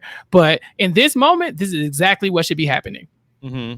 So in this one episode, she kind of draws both Allison and Christian, because later she tells Christian that she's feeling on the outs because he's, coupled up with the Rochacho. So now still has Christian, and now she has Allison. I told you, underrated. I think the thing here is that like it's overshadowed a lot of times by their tears. I know even our own Rob Sesternino once got on the Survivor Know-It-Alls and was like, "Ha! Was this theater? Are Gabby's tears fake? Dare I say she's putting this on? Like she's crying." And Stephen Fishback is like, "Rob, come on. Stop it. How many cups of coffee have you had today?" Yeah, you were wrong. It's okay. It's okay. People can feel things, but I think that's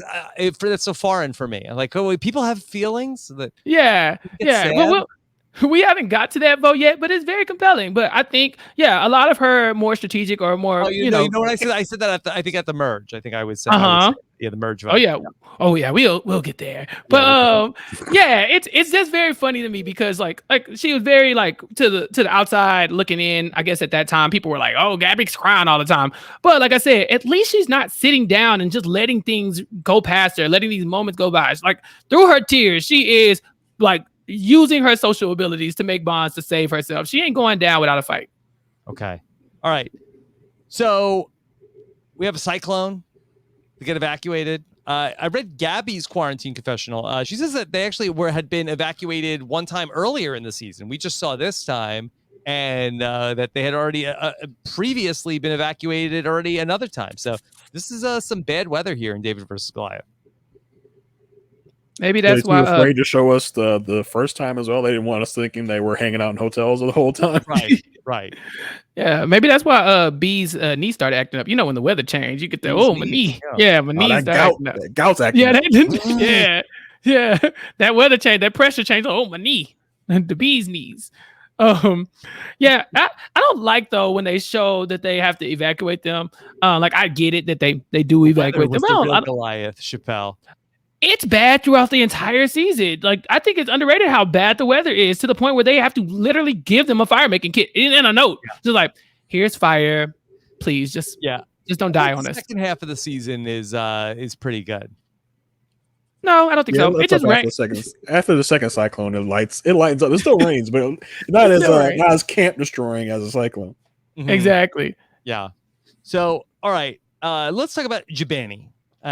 Which is going to be the Hot Mess Tribe. It is Natalie, Angelina, Mike, Nick, and Lirsa. And we have a lot of excitement here. The great Survivor episode, Jackets and Eggs, Jason. Yes, Jackets and Eggs, a iconic Survivor episode, in my opinion. It had everything you would want. Arguments about egg temperatures, people trying to steal jackets. The thing I did not remember going into the Jacketgate was that this was like Angelina's idea in the first place, and Natalie was kind of steal a jacket for Angelina. This was a long con from Angelina. Yeah. This is the first crack in Angelina's armor. This is where we start to see, okay, why Angelina lost, right? This is it. Because from this moment on, this very duplicitous thing that she tries to do, no one can ever trust her again. And so when she has moments that are up for interpretation, where you think it could be duplicitous, but maybe it's not, you think back to that moment where she did this thing right here and then laughed about it afterwards. So it's kind of like, even you'll see Mike White's opinion of her completely changes. He's like, oh, she's a lunatic, and it happens so fast. He can't believe the audacity of just like, he's like, really? We're really doing the jacket plan. We're really like buries his face in his hands as she's asking, like, why is she doing this? What is happening? Yeah. It starts off that she like calls her shot to Natalie of like, hey, I need Lirsa's jacket. Get me Lirsa's jacket. She turns Natalie into her henchman. Like, I need you to get me that jacket. Yeah. And I don't know if at that point, like the vote is locked in on Natalie. I don't know if it's just like was that all just to like plant the seed, baby, of that, oh, Angelina could really use a jacket. If I get voted out, then I guess I'll let her, like, there's no way Lirsa will give her jacket up, but maybe if I'm leaving, I'll give her my jacket. Well, I think at that moment, the vote was Lirsa at first, and then Natalie kept her shenanigans up. And, like they turned Mike and Angelina against Natalie, so that turned into let's get Natalie's jacket instead. Yeah. And we haven't really talked about Lyrsa yet, but Lyrsa is a great character. She's so funny and she's smart and she's up. Excuse me? Yeah, and she's up in like for elimination in the first little vote out with Jessica Pete goes because she's quote unquote the weakest person on the tribe, but she's shocked to hear that because in the little initial challenge when it was her and Christian, they win. So it's like, why am I the weakest? I've proven myself. But you don't let Jessica Pete like flip you on me, man. That sucks. And so in this moment, you gotta love Natalie, but I'm like, I don't really want Lyrsa to go here. It's hilarious that Natalie just hears Angelina say the words and she just springs into action. She's like, "You want a jacket? Say no more. What size? Okay, got you." And then she's on everybody about jacket. She doesn't just go to Lyrsa though. She's like on Nick about his jacket. Like, so you want $1 million or you want a jacket? Right. You want to be cold or you want to be rich? Which one is it? Yeah. Oh, okay. Yeah. Nick gets a little like hair trigger of like, Very hey, offended. you're trying to bully me. I don't stand for that. Like, all right, calm down. Get very worked up. Well, but I do love at the tribal council when the Jacketgate comes up that Natalie throws Angelina right under that bus. She's like, Angelina, you got something you want to say about this jacket? Because this was your idea in the first place. Mm-hmm. Yeah. No, I don't blame her because Angelina was letting her get run over by herself. So she's like, everybody's like, and she's such a bully, and she wanted my jacket, and it's so disrespectful, and this, that, and Natalie's trying to defend herself like, it's a jacket for $1 million. I'm saying if you give me the jacket, you can stay. We've seen worse bargains than that in Survivor. We've seen give me your idol and I won't vote you out. Like this is give me your jacket and I won't vote you out. If I'm take the jacket. And you know why what? Not? Maybe, like Natalie, like sort of like identifies like, okay, well, as long I've got Mike, as long as I keep Angelina, so if I get one of these jackets from these two Davids, then give it to Angelina. Like that's also like ensuring my Goliaths are gonna stick with me if I produce a jacket right now. Yeah. Can you imagine camp life if one of them had given her their jacket? Like you're huddled in the shelter, you're shivering, and Natalie's over there or Angelina's over there in your jacket, just all cozied up and warm. Mm-hmm. Angelina would be the worst person to ever accomplish something like this because she would be so proud of herself. Yeah. That's the thing with Angelina. There's not a move in this game that she doesn't have to tell you that she made. You're going to give her credit because she's going to give it to herself first. So if she had got that jacket, she probably would have stood up and said, yes, it was I did it. I voted you out. It was me. And they were like, she'd be modeling the jacket every day. This jacket is so warm. Yeah. Right. It's got great pockets. At the final tribal council, she's like swinging it over her head like Petey Pablo, North Carolina. Like he needs you to know they're like, I did it. Look at my trophy. You know, you don't want Angelina to have that kind of power over you. We see several moments in this season where someone literally is like, I'll go home before I let Angelina get away with something like this. And so this is the first of many. Yeah. The jacket scene is incredible. Watching it back, I have to shout out Lauren Ashley Beck, who on her TikTok, she does a lot of Survivor videos. She did a shot-for-shot reenactment of this, which I think she got posted today. So very fortuitous timing here during David versus Goliath week, where she plays all of the parts in the scene, and it has it like side by side with the real scene, and it's really, really well done.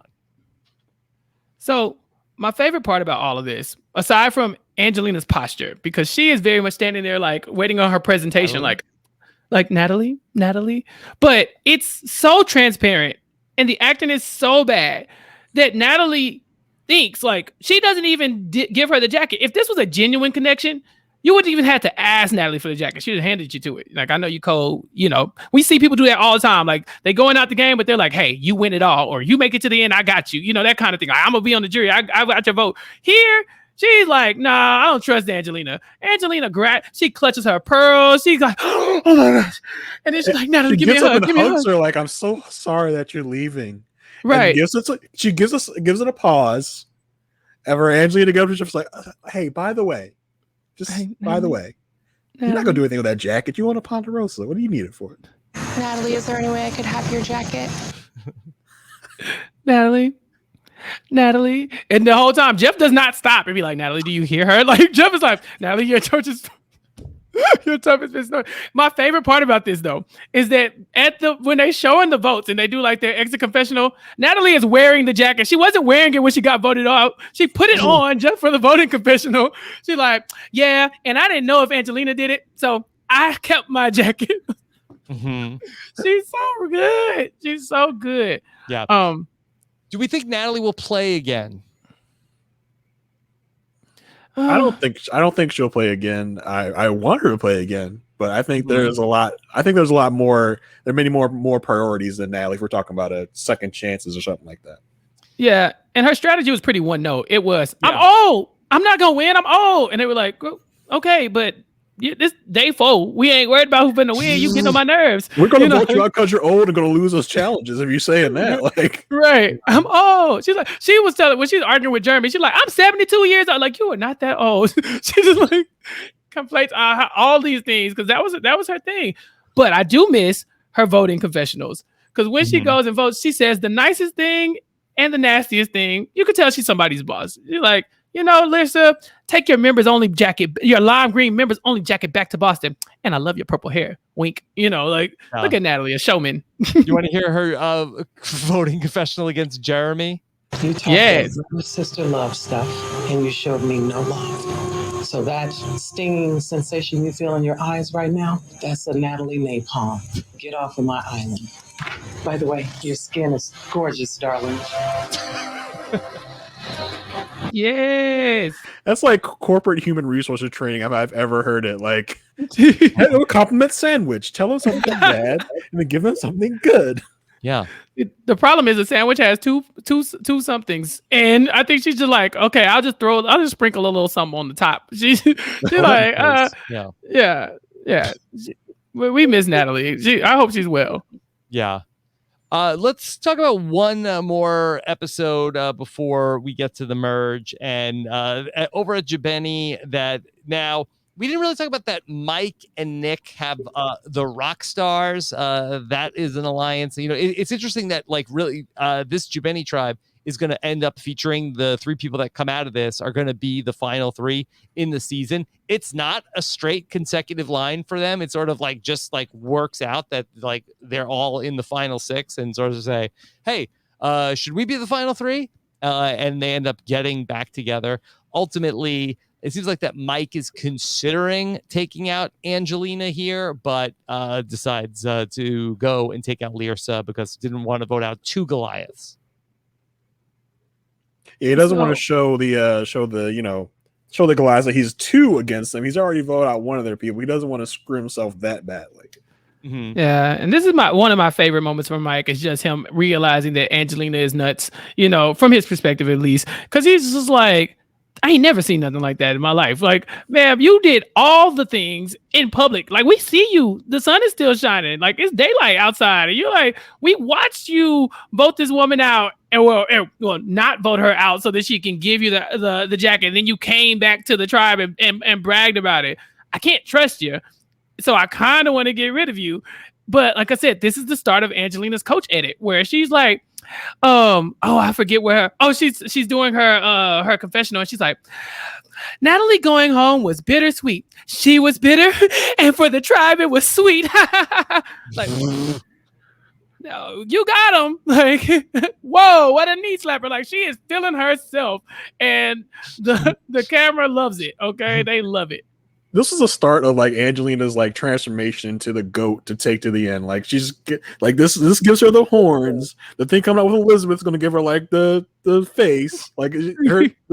Her mishaps over the season transform her into the goat by the end. Mm-hmm. Yeah. Sad to see Lyrsa go. It seems like everybody really liked her, but they end up not even being able to compete in this saucer challenge, which ends up being a big blowout. 2 weeks in a row between Survivor Winners at War and Survivor David versus Goliath that we see Nick be a part of the tribe that loses this challenge, but this one ends up being one of the biggest blowouts in Survivor history. They just drop the thing and just are watching the other 2 teams put the puzzles together at the end of this. I think Mike White says that all the Goliaths on their tribe, including the Davids, the whole tribe is Davids. Like we are the Davids of the Goliaths, and we are with the Davids of the Davids, and so they're physically outmatched anyway. Like they don't have one big strong guy. Nick. Like no offense to Nick and Mike, but like they're the smaller of the guys from the other tribes, and like you got John Hennigan on another tribe, and you got Alec and Dan on another tribe. Like they don't have it. So I mean, honestly, I would have put that saucer down a long time ago. Like the way they got blown out, you would have just seen me make one trip, and I'd have to sit down. A couple other things that happen in the pre-merge from the other two tribes that happened by this point. We get Bedgate, splitting bamboo gate, and Jason, we hear about that Elizabeth has a bad back. She wants to split the bamboo.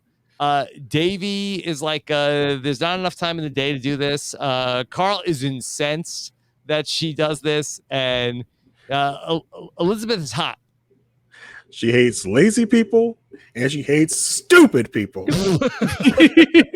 It's such a good quote. It's such a good one. So yeah, she just starts like loudly splitting bamboo in the middle of the day. I believe waking Carl up from a nap, maybe. So it's bad tribe etiquette. Bad compromising skills. We can do this tomorrow, in the early morning, but not right now when the sun's about to go down. She can't wait. Her back's so bad. And she tells him her sob story. Like, well, it would have helped if you had said something about your bad back like 3 days ago. We could have done this been already, but she wanted to suffer. So that's going to be a big deal when we get to the merge. And then I think I forgot about everything about Dan because I most certainly did not recall. I really didn't remember him having one idol, but I definitely didn't remember him having a second idol that he ends up getting in a challenge where this was like, this happened. I have no recollection of this. Dan finds a second idol while he's at Tiva in the immunity challenge. There are certainly some greatest hits that are put into this season in particular. And one of those things is this go find the idol at the challenge. We see it in other seasons and it plays really well. And I think that's why this season is ranked so high because it has little tidbits of other seasons that we really like. And so, yeah, Dan finding his idol largely doesn't really amount to anything in the grand scheme of things for Dan. But for us, yeah, it's like, oh, that happened. I'm sorry. So, yeah, I had forgotten about the second idol. I think the first one I remember, I just didn't know that he found it at the challenge. But I do want to say about Elizabeth. Don't y'all think it's weird that like Carl obviously hates her. He's been hating her since the Jessica thing. Like let's just call it what it is. But when she's starting to throw her fit about her back, she's bumping into everybody with the bamboo and everything to the point where Davy, who hasn't said a bad word about anybody at this point, is like, hold on, what is the problem? What is you got going on? She's like, okay, just hear me out. My back hurt. 2 weeks before I came out here, I couldn't even walk. Now, pause. You got 2 weeks before you came out here that you couldn't walk, and you were like, "I'm gonna go play Survivor." They would have to put me on injured reserve. Like, I just feel like that's how you end up like Pat. Wow, that might have been an embellishment, just a wee As one. David, this is just incredible. Then you had a back injury, also. This is just another blow for the Davids. Yeah, I get it. It's $1 million, but you could, if you couldn't walk, could you foresee death in your future if you went out on this island? Like, look at Pat. He can walk. Yeah. Yeah. It sounds like an embellishment. Jason, you think this is shenanigans? Is she lying? Just a wee bit. I mean, maybe she didn't like to walk, but she could walk. It didn't feel great when she walked, but she could walk. Okay. I had to hitch her to giddy up, but she could walk. That's all I have for the pre-merge. Anything else from the pre-merge? One thing that stands out to me here is that we get a lot of Mike White saying like, oh my gosh, how are we going to vote out Lyrsa here? Like, we all love each other so much. I believe his direct quote is, I don't like the idea of dashing dreams. Okay, well, Mike, what happened? because you begin from that moment on, you start dashing dreams left and right. There's not a dream in sight that you don't want to dash until you get to the final tribal council and you nut up. So I really want to know, is this a turning point? Is this the moment we see Mike White like start to grow, like put his conscience to the side and be the Heisenberg that we know him to be before he later on cracks at the end? He says in his quarantine questionnaire that once he got to the merge, he got like a sudden jolt of confidence. You can tell. Mm-hmm. You can tell. And that's a like trope in Survivor as well, right? Like the less physical people, when they get to the merge, they got a little wiggle room. You know, like, oh, no one's looking at me because there are all these big people. And so that allows you to kind of move in the shadows, probably the way a Mike White would like to. So I don't blame him, because in a swap tribe, if it's not Lyrsa, it's Mike. You know, so, just in a typical tribe, not saying for their relationship, but I'm saying if we're trying to win a challenge, somebody got to go. And I might start looking at Mike White as one of those people. So I don't blame him. I just hate that he kind of lost that killer instinct later on once he got to the end. Okay. All right. We're at the merge. We're going to take a break. When we come back, we'll talk through what's going on with the final 13. 7 Goliaths, 6 Davids. How's it all going to play out? And your questions coming up here when we come back here, talking about the number 6 season of all time, David versus Goliath.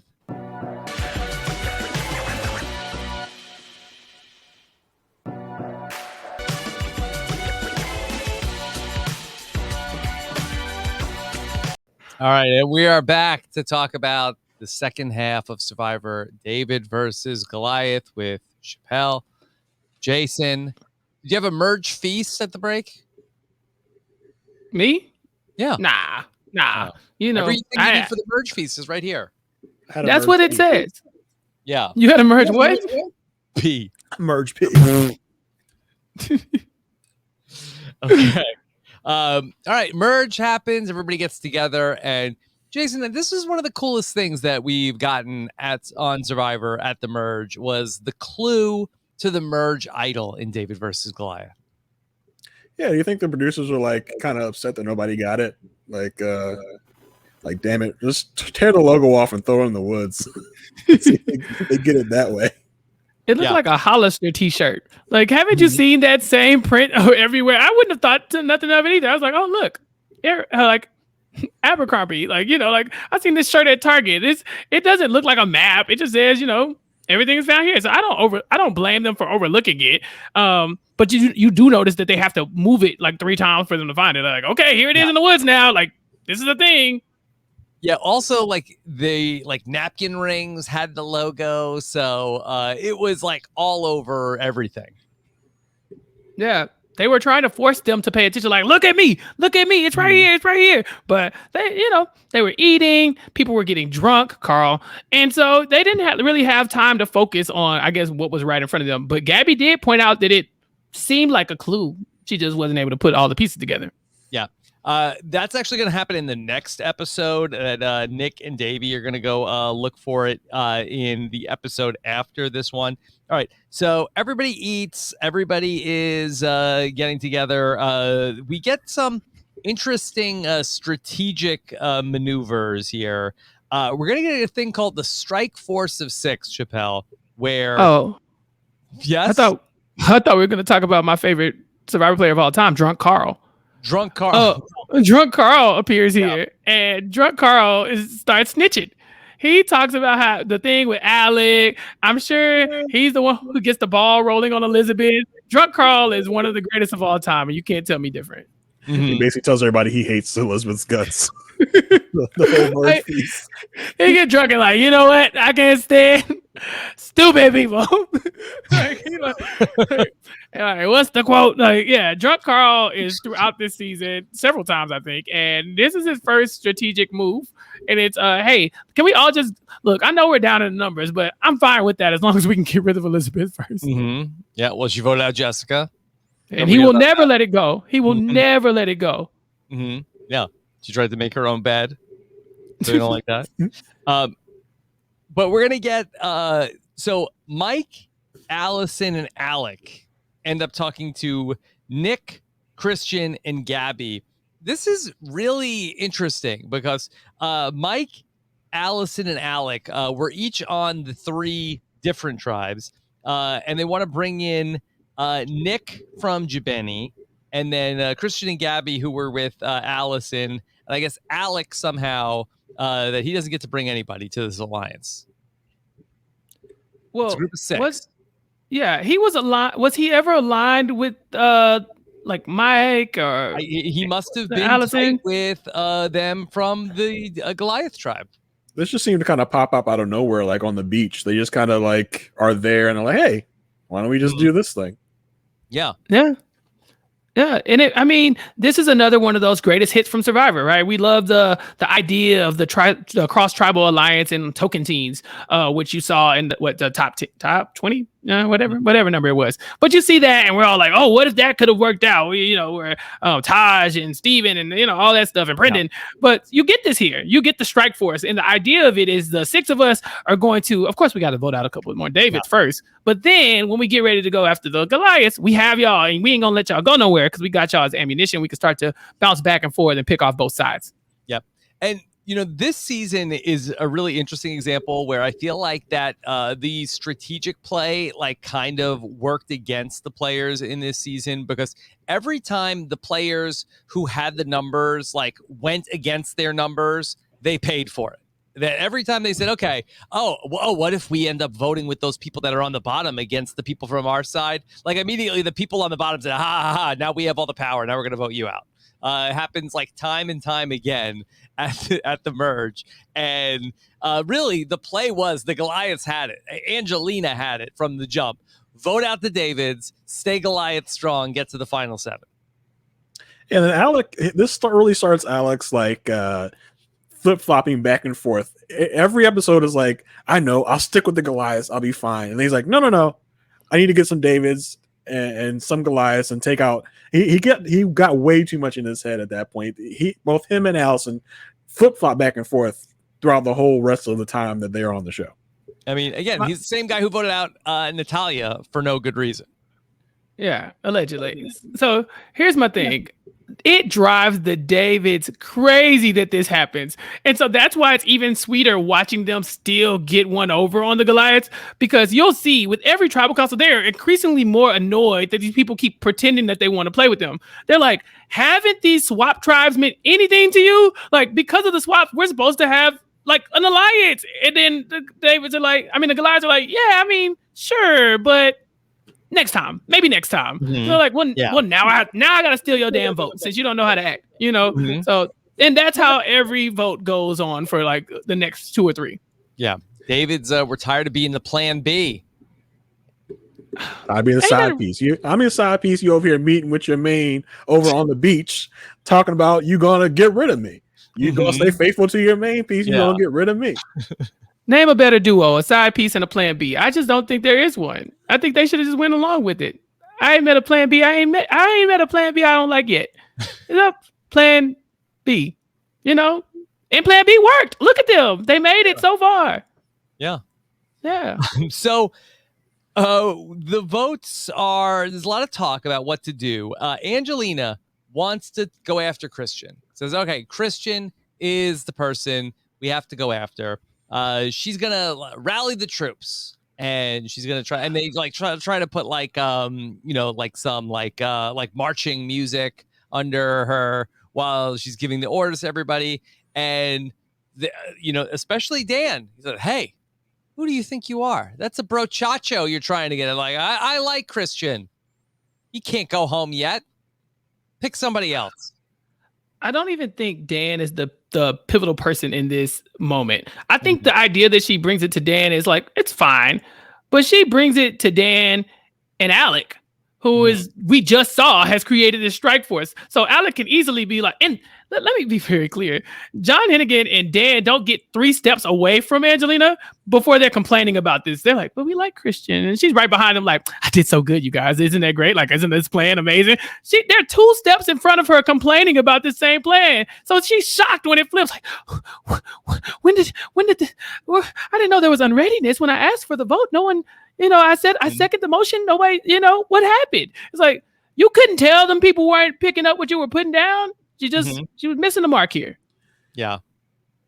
The switch flip when they tell her like, "Oh no, we changed it. It's not gonna be Christian anymore." She's like, "Oh, okay, I get it," and then she runs off. And Yeah. snitches her own people out. Yeah. They're gonna Jason. Elizabeth. Yeah. Keep going, Jason. What happened? She snitches her own people out. She lures Elizabeth away from camp. Yeah. And snitches on her own people. And the great thing about it was after all this, and after the vote, and we'll talk about that, but she's basically like, Elizabeth chased me down and made me tell her name. She cornered me. I had no choice. I had such a long day. Yeah. I just couldn't lie anymore. Well, she was in that waterfall trail going, Elizabeth, come here. Hey, Hugh, come here. Liz, come here. Liz. Yeah. She was stalking the path. Yeah. This is such a cool editing. Here. I got a new bed over with a mattress. Now I got a new mattress. So it's such a cool editing trip they do too, because rarely in Survivor do we hear the sound just cut out, and you hear silence as Angelina sitting there like, Elizabeth, come here. I'm sorry, I just can't lie to you anymore. I can't. It's gonna be you, and I just really wish that it could be you. And I tried to fight so hard for you, but I just couldn't. And then the music comes back, but they make sure it's like a documentary now. Like, we are not editing this. This is exactly what happened. And so Elizabeth, to her credit, goes, "Okay, thank you so much, kind soul. I'm just gonna go now." Yeah. And then she rats her out. It's so good. She's like, I gotta save myself. I gotta blow up the plan. We love this. We like to see people fighting. You don't want to see people just going down. Like, she could have said, I guess it's me, you guys. We see that all the time. Well, you guys, I just want to have a good, solid day at camp. I just want to have a peaceful time, blah, blah. She went back and was like, it's got to be her. It's got to be Angelina. This is so good. Yeah. And she's trying to get everybody wound up and go after Angelina. This is going to extend into the tribal council when ultimately that she's going to say like, and Angelina told me today that it was going to be me. And some of the Goliaths are going to say like, wait, what happened? It sounds like you're trying to get her jury vote. And Angelina's like, no. Me? I have never heard of anything so duplicitous in my life. How dare you? I like how they get to the tribal council though, because Elizabeth goes to Gabby, who, as I said, is fed up with being at the bottom. She reminds us every episode that it sucks being a David. And Elizabeth's like, hey, they told me it was me. Should I blow this up? And Gabby's like, yeah, but wait till tribal council. Because you would think the play here would be, while we have time to strategize, why don't I take this to them and they can think about it and they can make this move? Rarely are decisions made at tribal council that matter. But Gabby's like, look, I might be next. So maybe if we get Gabby to we get Elizabeth to blow this up, that might put some smoke on Angelina for next round. So we lose Elizabeth this round, but I got a little cover to play with next round. And so while all of this is going on, they're like, you are pandering for jury votes and stuff like that. Gabby's like, it's so hard being a David. And somewhere poor Allison is like, oh my God, I understand. So it was a good move for me. Yeah. I mean, I think Gabby was legitimately upset, and it's going to end up shaking things up in the next vote, because Mike White is going to be like, but we're working with you. Why is Gabby freaking out at tribal council? Like it seems like she doesn't feel like that this group of 6 is working. She can't hold it together enough for Mike White. But Rob, and that's where I said to Steven on the know-it-alls, I'm like, I think that Gabby is faking because she's trying to throw everybody off from this group of 6. Yeah, and Steven almost hung up in your face. He was trying so hard. He was trying to reel you back in. You're like, hear me out. I got a plan. And you're like, you just start putting the pieces together. And I think Gabby even tweeted like, no, I'm not faking. So like somebody had to clear the record, Yeah. So it's okay, Rob. You gave her the strategic, the strategic chops that we might not have been able to see in her edit. Yeah. Okay. Anything else about Elizabeth? No, she was fun while she was there. I enjoyed her. It's wild she's on the jury. Why do you say that? The jury's too big. Elizabeth was not part of the story enough to be on the jury. With all due respect, I'm sure she's a great person. Yeah, she's the one who calls out that Dan and Kara are still like flirting and playing footsie and stuff all night. So she has a couple good moments. She's not like a character we see a lot in Survivor history, so I do like that. I talked about how diverse the cast is, but a lot of these don't fit into like your normal archetypes. We don't get cowgirls often, if that's her like archetype. So I like to from Toy Story.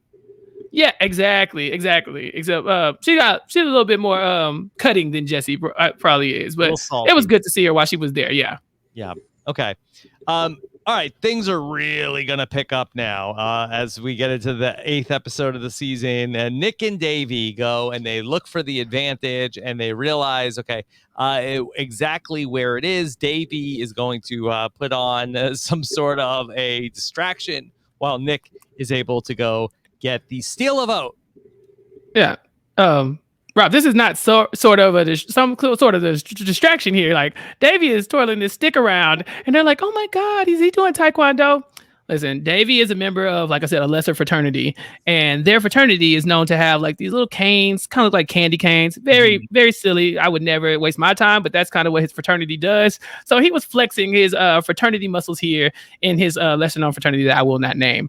So yeah, that's what happens when you don't have Black people telling Black stories, because that's overlooked. I actually had Wendell on the podcast that week that this episode was on, and Wendell had explained it to me in the real time when the episodes were on. But Chappelle, this could be practice for you. You said when we did the Simple Life on the RHAP Rewind this week with Lavina that your dream is to be a person who flips the signs. Yeah. No, I want to be a mask guy outside. Like, I want to be the Liberty Mutual like person who's like flipping the thing. Yeah, that like the one who's outside on the street corner, like flipping the thing. Well, at least that's what I wanted to do when I was little. Now, Rob, I have bills now, and so that's not appropriate for me. But in a past life, yeah, I just wanted to be outside in a big Sonic costume, like dressed like a slushie or something. Okay. Mike White has a conversation with Christian, and he tells Christian about how what's with Gabby. I didn't like how she was at that tribal council, and Christian has the confessional where he says, "That's a very unusual thing to say." It's like, but is he wrong though for saying this, Jason? Like, I mean, Mike has every reason to be concerned, right? I think that it's weird because I would chalk it up to Gabby being performative. Like she was so performative in that tribal council. Where I kind of agree with Rob, where she may have been faking a little bit. But that's kind of tribal council theatrics, right? Like why she's trying to throw everybody off the center of their alliance. Yeah, but he seemed very paranoid about it.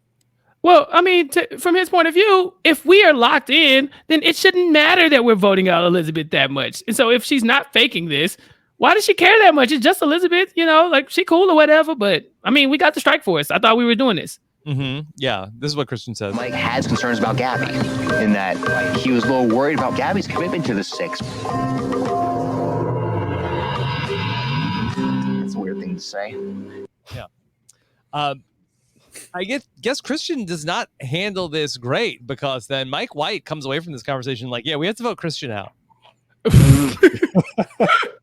Like, the vote is Christian.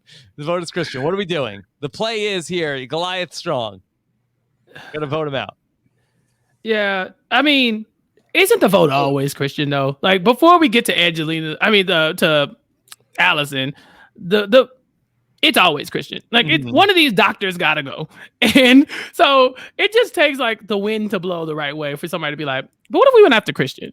And I mean, to be fair, this is a good time to get Christian. Like, you have the numbers. Like, what are you gonna do when we're looking at the big threats and we're saying, okay, well, they have to go, and then you're doing slide puzzles against Christian in the final 5. You don't want that. So I don't blame them. Yeah. All right. So the Goliaths are gonna all stick together. This is when Angelina says, this was my idea. It's got a point. Yeah. Yeah. Oh. She's so duplicitous though. So maybe at this, like Jason said, the horns have grown a little bit. The Elizabeth thing has now turned her into somebody that they don't even want to listen to anymore. So even though in this moment she could even say that, she probably could pull somebody to the side and say, I just said that. But they're like, girl, get out of my face. You the decoy boot. Like, we're putting the votes on you just in case. Like, so at this point, what can she do? Yeah. So here comes Alec again. A man who, on further review, has kind of screwed this up for the Goliaths on a number of occasions. Comes to Nick. Says, Nick, I like you so much, I have to tell you. It's going to be Christian tonight. This is where Nick kind of comes out of like, this is where his boss game kind of starts, because he's made this connection with Alec, gets Alec his helmet, and he talks to Christian, and he's just like, you know what? Forget about it. I'm going to take care of it. Mm-hmm. And it's kind of works his magic. Yeah. It's weird too, because like you could say, oh, because Nick has a stellar social game, but when you go back and look at the previous votes, Alex has been the swing in. You're like, or maybe Alex is just not that good at this. Maybe he don't know what he's doing, because this does not benefit. This doesn't necessarily always benefit Alec. This could have been Alec. This very well could have been Alec, the one going out here. Mm-hmm. So he, they were aiming for Dan. They hit John, but it could have been Alec. Alec and Nick really had no relationship in the game other than, I guess, they had mutual friends with Mike White. They must have really hit it off in the first couple of days of the merge. I think it kind of reminds me of the Angelina thing again, though, right? Like, I want this to happen. It's not happening, so let me go complain about it and tell, right? So that way, if it don't happen, I can be like, well, I ain't want it to happen. No way, whatever. But also, maybe I buy me some good grace here.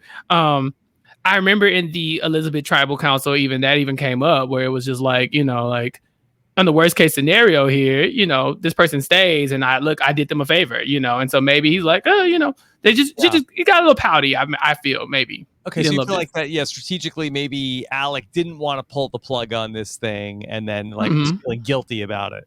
Yeah, you're like, I wouldn't hate if Christian was still here. Because you got to remember, Alec is the biggest threat after Christian as far as the men go from a lot of people's point of view. Like, no one's saying John Hennigan is a threat. I mean, maybe it comes up, but like, Alec knows that like his days are numbered too. And so as long as he can keep saying like, hey, go after Christian, then maybe it benefits him to be in there. Also, it's the strike force, remember? He likes the strike force. This is a part of his strike force. So he just kind of ratted him out a little bit. Mm-hmm. All right. So we're going to start to see Nick and Davey try to figure out what to do. Now, Davey has an idol. Nick has the vote steal. Christian is on the chopping block, and they're talking about like, well, what's the move here? How do we save Christian? What should we do? Well, I think Davey's mulling over, like, because I don't think he's even told Nick about his idol at this point. And the steal a vote, I think, won't really help him at this point. So Davey's kind of like, well, I guess I gotta do it myself, and makes the move to save Christian. Yeah, it's funny that Davey and Christian have almost no scenes together in the entire show. I think they have one conversation that we see on camera. That's just the two of them. But Davey is like, I must protect this man at all costs. Davey is like Davey's Mr. Saver, bro. He's like, this gentleman is going nowhere. Not on my watch. I think in this moment he kind of has to, though. They need the numbers in their favor, but yeah, he loves him some Christian in this season apparently, because like, yeah, for no reason we're like, well, why would Davey care that much? I mean, he kind of took one for the team here, I think. But yeah, I didn't even notice that until you said it. There's not a lot of Davey Christian interaction throughout the season. You kind of wonder if they were allies at all. Maybe Davey never gets fully on board with the Gabby thing either, like Carl. Because remember, Davey and Carl can't work with Gabby. Christian can't not work with Gabby. So it's like, well, we're torn. I can't come over there. I can't play with you because Carl gonna be like, why can't we just get out like Gabby? So anybody who was in on the Jessica Pete, they gotta go. And Davey, he was blindsided there too, so he has reason not to trust her, and she's tied to Christian. Yeah. All right. Anything else before we go to this tribal council? Yeah. So Jason, do you remember when Angelina is doing her pouting as usual? And because, this time in particular, she's the decoy boo. There's really nothing she can do here. And then Dan does the most curious thing that I've ever heard. Well, listen, if they play an idol or something, I'll just save you. Why? Jason, why? Why would Dan give up his idol to save Angelina in this moment when they have a definitive lead right now? Dan's feeling himself because he now has 2 idols. Mm-hmm. And I think he also feels like, what's the odds that Christian's going to have an idol? I'll just tell Angelina this and, to make her feel calm. He did not foresee Davey playing an idol for Christian. Yeah. And then, because you can see at that tribal council when Angelina turns to him and he's just like, I don't know. It takes a lot of like stern looks from Angelina to get Dan to pull his idol out of his pocket. Yeah. He was not expecting that. It's the jacket energy all over again. It's like, Dan, can I have your idol? Dan, yeah, please. He says yes. And he has the immunity necklace in this episode. I wouldn't have given it to her. Like, I understand the numbers would have been close. I would not have done it. I wouldn't have. Because you have the immunity necklace and an idol that no one knows about. Like, you giving that up for Angelina? She will betray you. She's going to betray you. Yeah. Yeah. And it also ended up being a waste of an idol when we get to the tribal council. So at tribal council, all of the Goliaths, I guess they don't have enough votes to split against the 5 Davids that are left. So they go all in on Christian. He plays his idol, or Davey plays the idol for Christian. And then, this was ingenious at the time. The Davids split their vote, knowing that Dan had the idols from getting the information that I believe that who tells them? Mike tells Nick and Nick tells Christian. They split the votes. This was like a big deal that the side that has less numbers actually split the vote against the side that has more numbers. They put 3 votes on John, 2 votes in Angelina. Angelina's votes are nullified, and the mayor of Slamtown goes home. Dan lost his partner in crime here for Angelina, and you hate to see it. Yeah, again, that there were 3 votes on John that he could have saved John, but that playing the idol on Angelina wouldn't have done anything. Even if Angelina got her 2 votes, John still was going to go home. Mm-hmm. Should have played it for your friend. Mm-hmm. But yeah, this is a fun tribal council. I believe AJ Mass referred to Nick as the mad scientist that season. And so because of things like this, right? Like, they're gonna figure out whatever way you can finagle a vote, they're gonna figure it out or something like that. I don't know the mass types off the top of my head. It's been a couple seasons. It's been a minute. I've watched both of Nick's seasons in the last 4 days from doing these podcasts. And so that, Nick is a little bit of he doesn't really have the reputation of being the survivor nerd, but he does tend to know what to do with the advantages.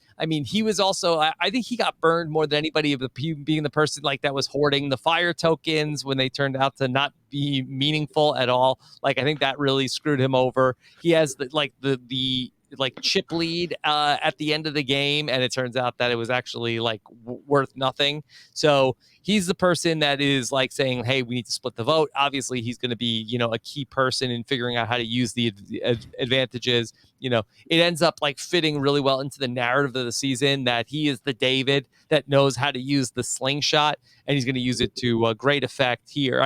This episode and the next episode, other than Nick winning immunities down the stretch, this is Nick's highest points in the game. 100%. And down the stretch of the season, he talks about how big of a fan he is. And I don't think we really knew how big a fan he was until then, but he definitely knows what he's doing with the different things he's given.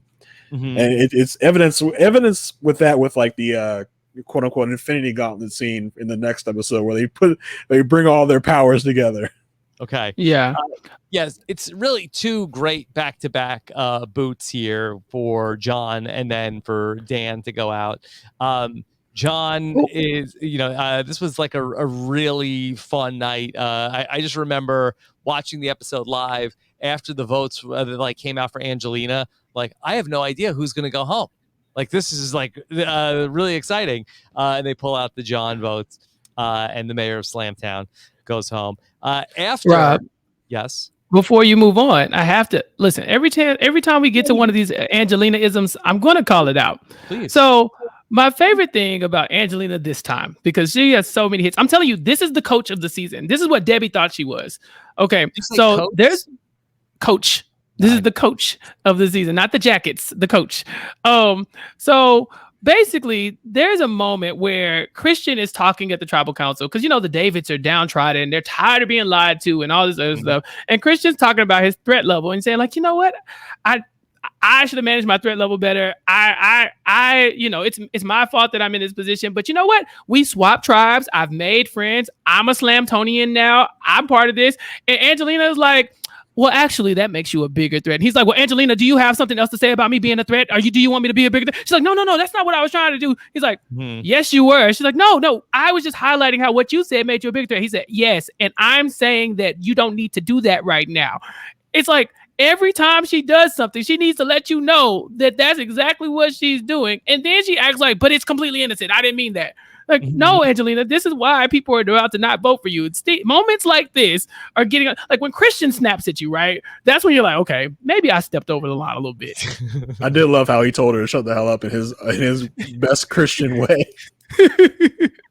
He spoke robotics to her and told her to shut up. Natalia told him to shut up in the real way. Christian, said it in like JavaScript or something.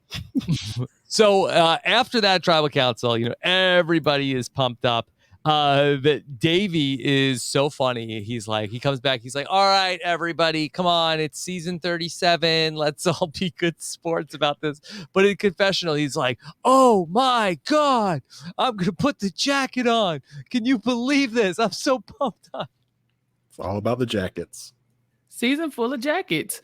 And Davey's been walking around wearing Pat's shirt and nobody said nothing. Davey's just been collecting all it. You want to talk about Infinity Gauntlet? Davey's collecting these Infinity Stones from everybody. Every time he don't tell nobody he wants to steal it. He just steals it. Like, who's going home today? Okay. Yeah. Pat on the stretcher, he's like, Pat?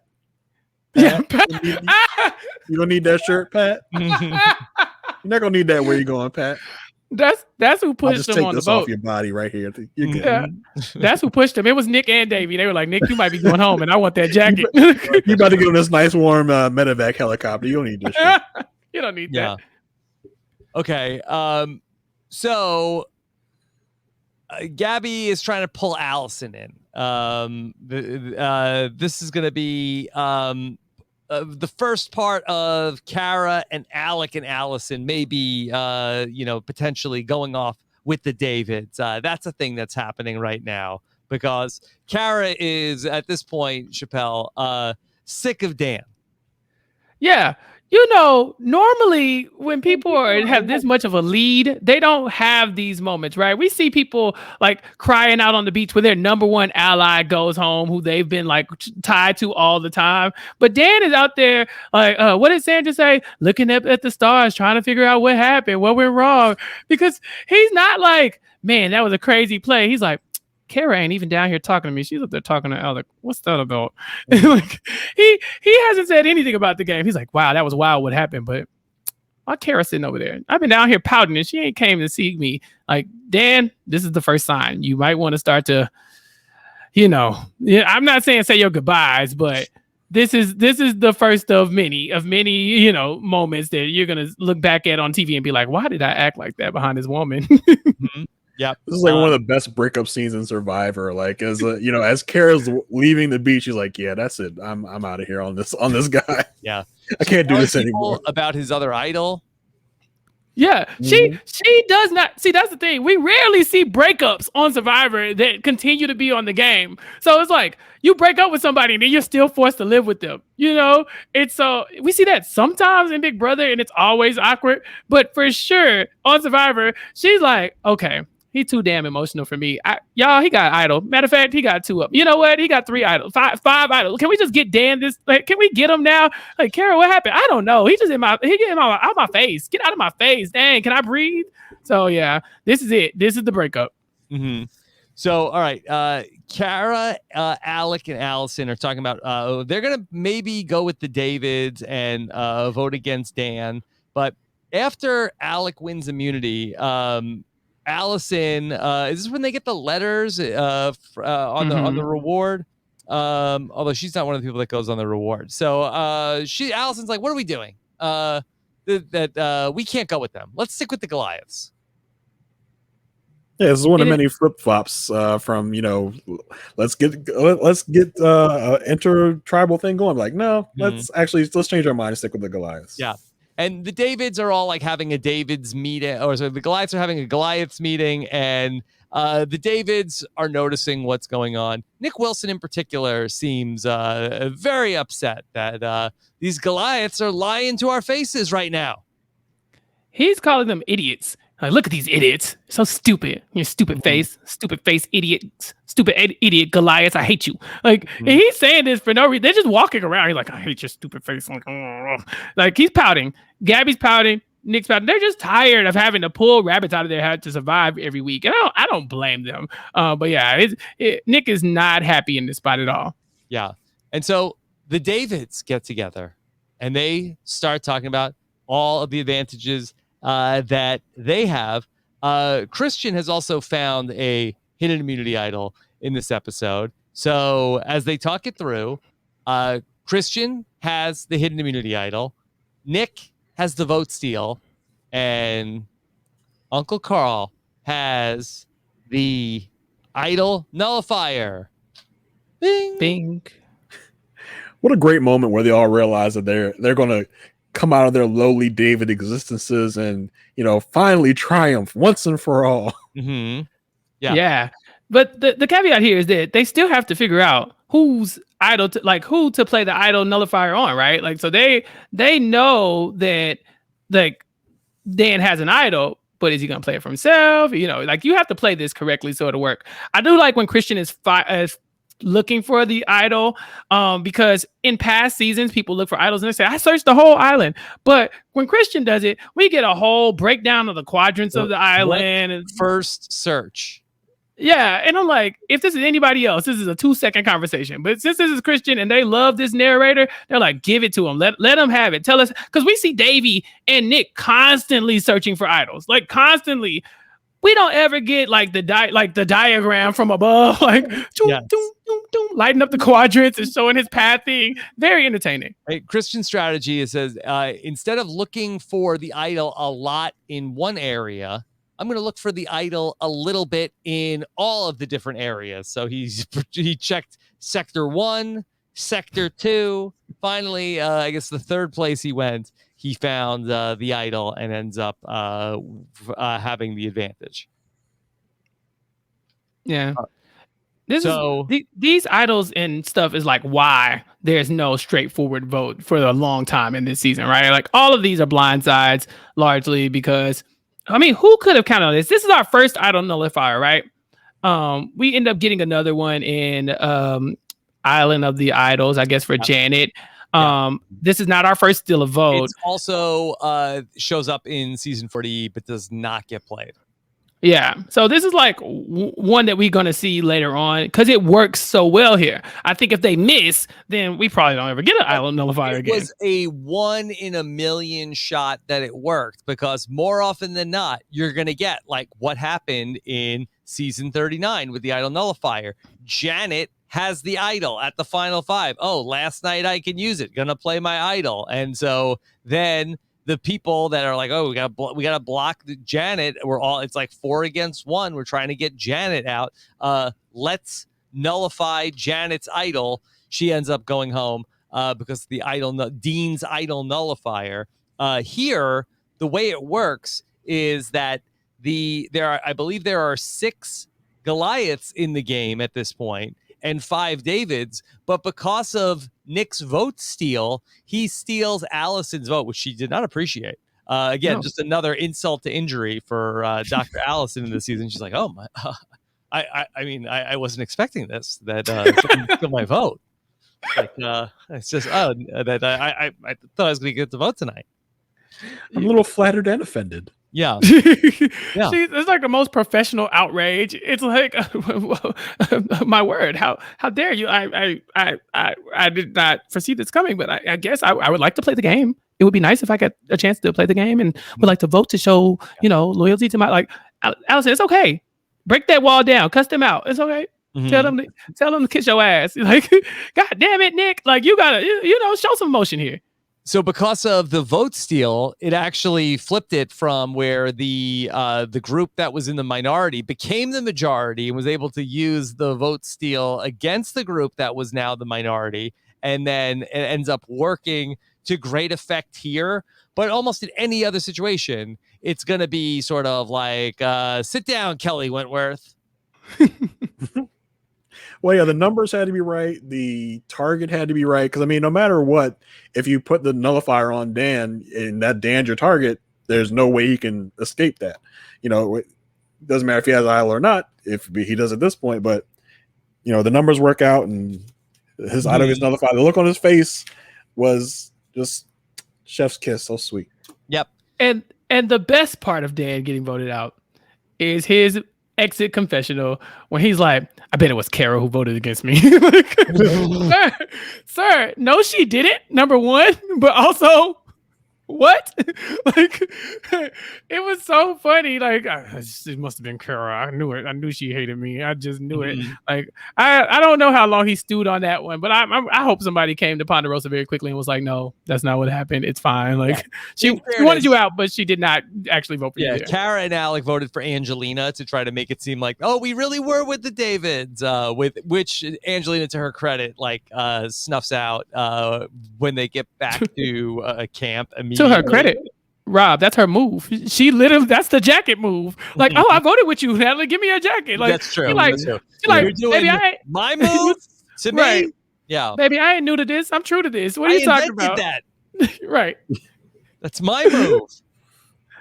Doing me is what got me here. Yeah, she don't play no games. Angelina knew she know what's up. Yeah.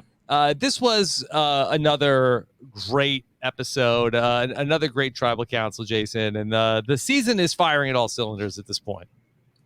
Oh, 100%. We got flips, flops, blindsides, advantages being used correctly. Like, we wait all, the whole Survivor season to get advantages working well, working all at the same time, not wasted. Like steal a vote, aka Steven Fishback. But we wait all this time for these things to be used correctly, and they were used greatly here. All right. We get to our 2-hour episode, and it's another classic, another really good one. We get back with Angelina is mad at Alec and Kara trying to do her move. She's don't let them in. Okay, she's like gonna work with this. She's ready to jump ship, work with the Davids. Rob, the sun don't even come up. Yeah, she go to Christian in the nighttime. She does the same thing again. Like, Christian, I'm so sorry. I can't. This is exactly what I was like. Angelina, dang, the body ain't even cold yet. Like, she does. That's one of her moves. She will run to you and just be like, listen, I'm so sorry. I just like that's Angelina. She can't help herself. And she knows it. She definitely says that throughout the season. Like, I know I'm a little over enthusiastic sometimes, like this is one of those moments. Yeah. Nick is going to find a clue to go to the idol. Him and Davey, again, working together. He has a thing where he has to go at nighttime. Jason, I feel like this is like the worst way that they have people go look for idols. Like, nobody ever gets caught. I mean, Jeremy had to do this in Survivor Second Chance. Somebody else had to do it too, right? Noble? Who? Chris Noble? Yeah. Well, he had to go to like a whole separate idol, like island. Yeah. He had to, like, leave the island. But it's just like, oh, go for a walk at nighttime. Like, who's looking for Nick in the middle of the night? Davy's like, he assigns Davy to cover him. Like, what's Davy going to say? Like, he went to pee? I don't know. But I do like one of the things I really like about this season. Like, I think Chappelle said earlier, like, they're doing a lot of different things with the idols. Like, they're making you find out challenges, making you go different spots, and making you get a big ass ladder to go 80 feet. So that's one of the definite good things about this season is they're not just, look down, there's an idol. They're making you work for it a little bit. I like a world where Alec gets up and is like, hey, where's Nick? And Davy's like, go back to sleep, you're dreaming. And he's like, no, I think I'll go to that island. He's like, no, wait. And he just Nick went home. He's not coming back. Yeah, like who is Nick? I don't understand. He like starts twirling that stick Let me again. show Like, you this look, trick. Yeah. I got Taekwondo. Don't you want to see it? Like, there was nothing you could do here, like except run and tackle him. Had he just actually gone looking for him. Yeah. All right. So here we get our reward challenge where I believe that we get letters from home here in the reward. Yeah, but this is not the most notable thing about this reward.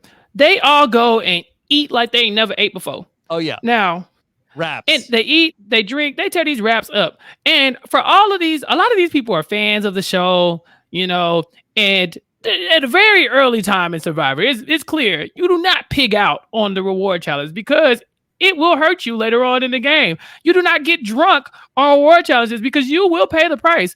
Rob, you famously got drunk and then woke up the next day and said, Jenna, I want to take you to the end because I can beat you. It's like, because you're hungover. You don't do things that are going to affect you later on. So they go from pigging out to throwing up in the very next scene. So in fairness, that I think that there might have also been like a food poisoning element to this also. And I think that like, especially in the case of Dr. Allison, I don't think this was the traditional, like, because like on Survivor, you overeat, you might get sick. You might not be able to keep it down. You don't keep getting sick from I overate. You're not throwing up for like a day. You know, I think wraps of the Virginia sun too long. Yeah, I think that it might have been some bad mayo. I think it's my gosh.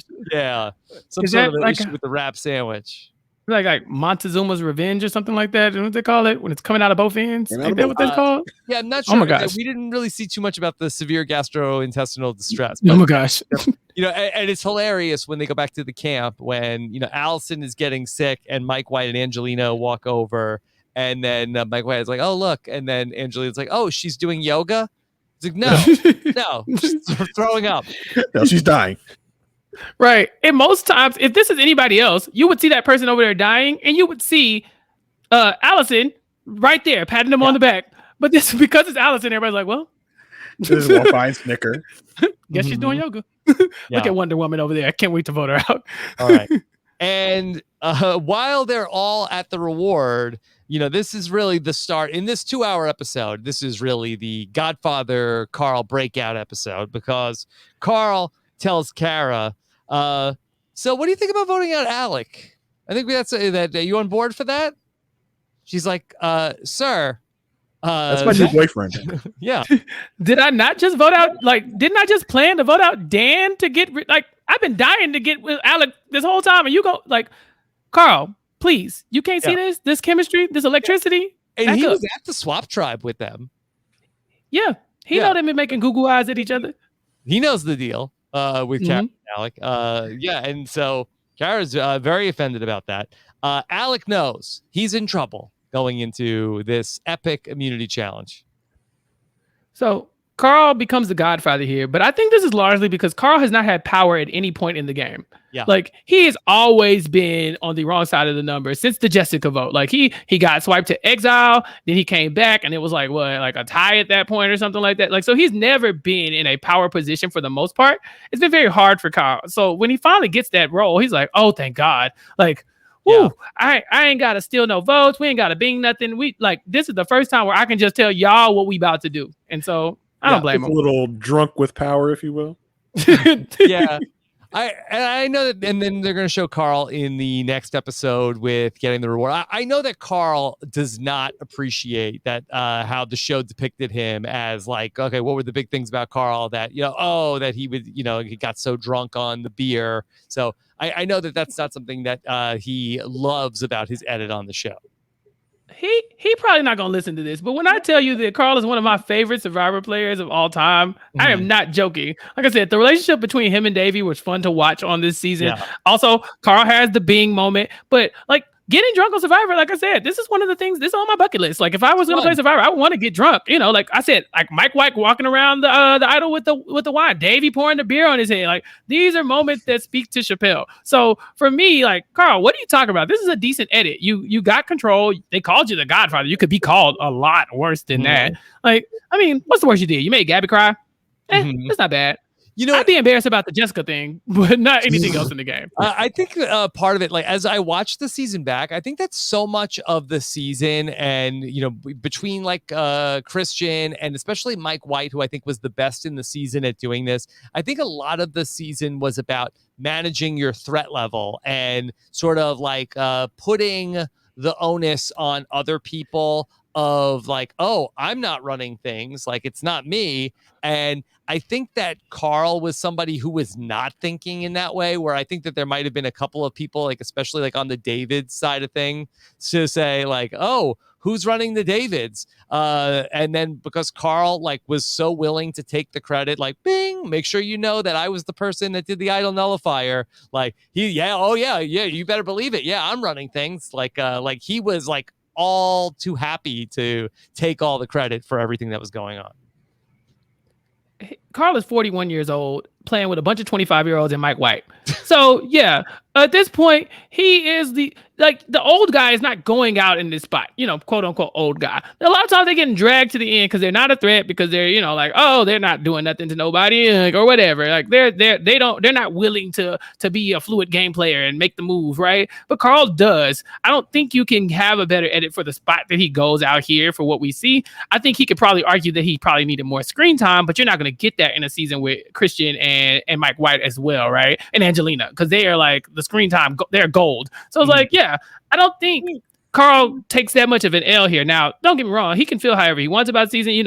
His feelings are very valid no matter what they are. What I'm saying, for me as a viewer, I enjoyed Carl here, and I think there are worse ways to go out of Survivor, and we've seen it time and time again. Darnell went out because he was taking a dump in the ocean from everybody's standpoint.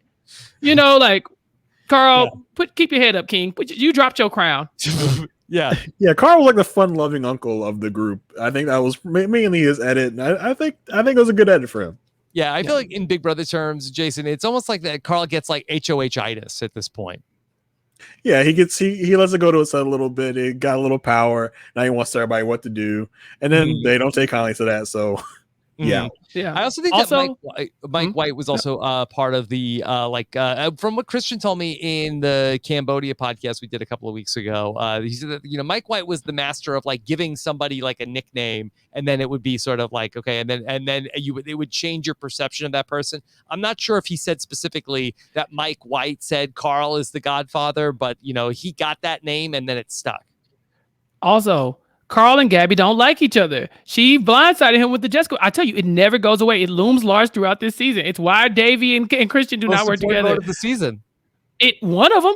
And so here you see Gabby can't wait to get rid of Carl, because now that Carl has the upper hand on her, he hasn't been playing with her this whole season. Mm-hmm. Like this is his moment to be like, the Goliaths are next. Then Gabby is you, so she knows her days are numbered if Carl is going to be in control of this tribe. Carl and Davey and probably Nick are going to just steamroll everybody. And so I got to get one of them out of the way right now. All right. In the meantime, let's talk about this immunity challenge. And we are going to have this endurance challenge. This is the one that's going to go for 5.5 hours. It's an epic immunity challenge. First off, Nick and Carl and Angelina are going to opt out of the challenge. They're going to go and eat some nachos. They didn't learn from seeing their compatriots puking out RHAPs. Food safety is not number one priority of Survivor production. Mm-hmm. Yeah. And so a bunch of people are going to fall off. It's going to be Gabby, Christian, and Alec are going to be the only people left. Gabby is going to be upset because she feels like this is the challenge she can win. This was the challenge that was put out here for her, but she's fading. Yeah, I mean, she's thinking, like, why can't y'all just go eat the nachos? Dang, like, this was mine. Like, if you stand up there for that long, you expect to win. Recently in the Olympics, we saw a guy break the world record and get second place. That's gotta hurt, And so for Gabby here, she's like, I've outlasted all these men, all these women, and now you two want to be Superman? Like, both of you? 2 Supermen? And so, yeah, I don't blame her at this moment, because she's like, I'm doing all I can do. Like, physically, I'm going to fall apart if I stand up here any longer. Why won't y'all just let me have this, please? But, they can't. And she goes down. But it's a valiant effort for sure. the challenge really hasn't even started yet at the time that Gabby goes out, because it is going to go. She goes out at 2 hours and 30 minutes. It is going to go another 3 hours. But it's really after Gabby goes. This is when Christian says, Jeff, do you mind if I tell a story? And that I love this part where Godfather Carl is like, oh, Christian, concentrate on what you're doing. It's like, actually, this helps me concentrate. Like, okay, got you, babe. I got this, Carl. Thank you. Yeah. Yeah. I love it. It actually helps me concentrate. I mean, as a talker, I see what he's saying. I feel seen here because, like I be talking, I get on a podcast and talk, get on the phone and talk. It's just like, hey, you get energy for something like this. I think it might be an educator thing too. We like to lecture. Yeah. You think it's a comfortable position that we're in doing these like super long podcasts and not moving? No. Time goes by. But Christian gets super G here. Like, Alec turns to him. He's like, you're safe, and I'm not. And Christian just turns to him and goes, I know. Yeah. Yeah. It's like when Jay gets Michaela out. It's like, yeah, it was me. I did it. Yeah. Yeah. You like that? I know. I'm about to vote your ass out. I know. Right. And Alec is legit like, well, I'm never coming down. And Christian's like, that's fine, because I'm just gonna talk until you just want to kill yourself. And I think, and I don't know if this actually drives him crazy, but the edit definitely make it look like it is taking a toll on Alec. Because Christian editing is super great here, because he just looks like he's tortured the whole time. Yeah, he's like, oh my god, bro. Yeah, that Christian is talking about. Jeff, have you ever had a Reuben sandwich? Do you know what a macaron is? He tells Jeff, like, I realize that actually you're kind of a captive audience right now. That's the moment when you're held hostage, and the hostage you're being told you're held hostage, right? Like, I just realized you can't go nowhere. You're all mine. Strap in, buddy. Yeah, strap in, buddy. We got a long time out here. I'm really surprised Jeff wasn't like, all right, now, okay, you can only hold the thing with one hand. Okay, all right, speed this up. Can we get some temptation for Christian out here? Can you bring a robot out here? Let's see if you'll sit down for a robot. Christian, I got a robot. Yeah. That's a good point. I didn't even think about that. In the normal season of Survivor, he's like, okay, do it with one leg. Like we've seen people standing out in the middle of the ocean on a little doghouse thing, and they can barely balance, and he's like, okay, one leg with your finger on your nose, and then, oh god, and then they fall off. But this time he's like, no, let's just keep the party rolling. Don't miss anything. Yeah. As Jeff's expertise, he saw what was going on. He was like, nah, this is good. Alex looks awfully tortured. But Alec, the thing about Alec was he was trash talking the whole challenge. He's like, I don't know if it was like he was trying to talk up his positivity, or he's like, you're gonna fall. You're gonna fall. You're not gonna stay up there much longer. I'm gonna win. Yeah. Chappelle, to go back to what you were saying about it like going so long, that I wonder if it was also like that the production, especially Jeff, was like, he says like, and it all comes down to we've got a David versus a Goliath, where I think it's like, oh no, don't mess this up. This is story. Like, if this was like, if it was, Angelina and Allison up there, I think it might turn like, all right, now let's hold on with one finger. Okay. But if they had Christian up there, Christian versus Alec, the challenge beast, and it looked like that Christian like had a shot to outlast him, I think they knew, like, all right, don't screw this up. Yeah. It worked out. I don't know if Christian has a shot to outlast him in this, but you're very pleasant for the story. You're very pleasantly surprised that it happens. And that's what I'm saying with this whole theme in general, is that it just perfectly lines up with the theme. This would have been a perfect moment for Goliath to beat a David. There could have, the idol, what is it? What do you call it? The Infinity Idol War Gauntlet thing. That could have failed a little bit. There was so much margin for error there. And all the things are just saying, look at the Davids just still making away, just chugging along little by little. And the most unsuspecting person is winning in these moments. Like, who could have foreseen Christian outlasting? And it's not even outlasting Alec. It's lasting for 5-6 hours standing up. I'm not doing that standing up in a comfortable position. So I know standing up like in an uncomfortable position, like you must have really wanted it. Christian wanted it. Yeah. Okay. Christian will win the immunity. Wait, yes? Rob. Christian wins the immunity, but would he have won the immunity had Alec not been food poisoned? Had he? Because Alec was like, "I'm so dizzy. I just." Yeah. Was he at full strength? That's a good question. Did the RHAP? Do you think that they poisoned Alec at the? Although Christian, I think, was on that same reward, so maybe it was just he got the unlucky RHAP. No, Allison got the unlucky RHAP. Yeah. Do you want to know about if there was food poisoning involved with the RHAPs? Should I text Christian? Yeah, you want me to text Davey? Yeah, was he there? I don't think he was on that reward, was he? No, but they ain't gonna let it go. Like, I only lost because I was food poisoned. Alec probably taking that to the grave. Like, put it on my headstone. I would have won that challenge if it wasn't for that expired mayonnaise. Yeah. Okay. Let's see. Was there any food poisoning?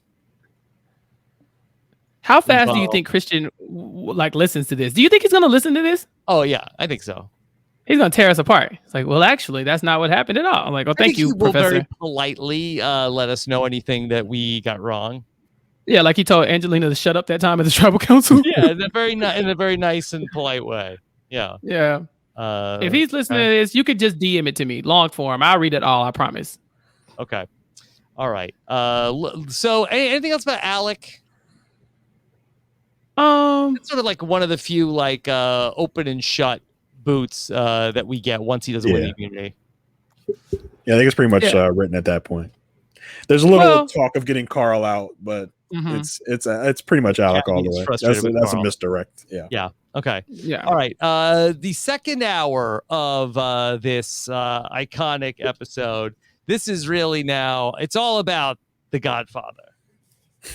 Yes, Carl is drunk on the reward, drunk with power, all the drunkenness.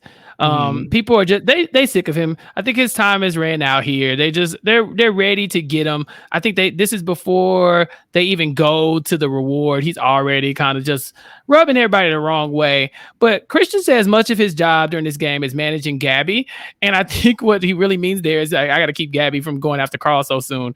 But when Gabby feels strongly about something, she tells Christian like, "Hey, this is what I feel we should be doing here." And so. Yeah, this is another moment where we just have to, prepare for what is it, a swan song here for Carl? Like he's on the way out. Well, okay, so we have the reward here, and the reward is with 2 teams of 4. This is Carl, Davey, Kara, and Mike win the reward. This is when Davey has to he sinks the basketball shots, and then Davey. This is like a really proud accomplishment for him. He ducks like Shaquille O'Neal on that basket. Yeah, and he thinks his black card would have got revoked if he had not won that challenge. And let me be the first to say, yes, it would have. I tweeted it before. I remember tweeting this in the moment, saying like, Davey, you better not lose this damn challenge. We did not come this far. we all my life we had to fight for this. Davey is a fan of Survivor, and I'm a super fan of Survivor. I was there day one. I have waited way too long for you to get your black ass on here and lose the basketball challenge. I refuse. We got to take we had to sit through the Jervis stereotype. Jervis got a baby out of wedlock. He a pervert. We have to listen to years and years of black folk getting called lazy and they too Christian and all this other stuff. Boy, if you don't win this basketball challenge, I'm going to lose my mind. Woo! Y'all would have seen a different side of me. Y'all would have seen a different side of me. David would have me blocked to this day. Yeah. Yes. What? How dare you? All right, so they go on the reward and they have a few drinks, having a nice feast. Everybody's celebrating. I think you get the gif here of Davey pouring the beer on his head. Iconic.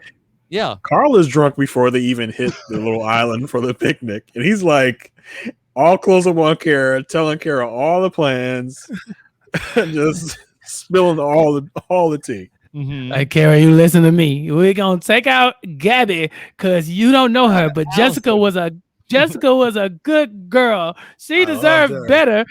Kara's like, "What? Who's Jessica? She was my friend. Like a daughter to me." Yeah, I got a daughter. David, give me another beer, damn it! Hey, your little buddy Allison, she's gone too. She's next. Well, they come back, and that's the plan. All right, it's going to be Allison. And don't tell Gabby what the plan is because she's friends with Allison. Yeah. And I mean, not wrong here. I mean, she is, but like I said, at this point, they're sick of Carl. You tell Christian that we voted out Allison without Gabby. It's not a smart move here because Christian and Gabby are attached at the hip. So it's like he's going to tell her, like, just because you are okay with blindsiding Gabby doesn't mean everybody is. Yeah, and it's the final 9. I think what they're planning on. So it's Davey, Nick, Carl, Angelina's with them at this point. They feel like they have. I think they have Christian, but they're not going to tell Gabby. And I guess they feel like they're going to tell Mike White and Kara also because they were on the reward. Yeah, because they already told them. Like, that's the thing. Maybe before they had a chance to devise a plan, Drunk Carl was like, hey, this is what we doing next. There's too many people involved with this plan, Jason. Yeah, they get a little wiggly with their plans, and it's kind of plans inside of plans inside of plans. So they get a little sloppy with it, about as sloppy as Carl was on the reward. Mm-hmm. Yeah.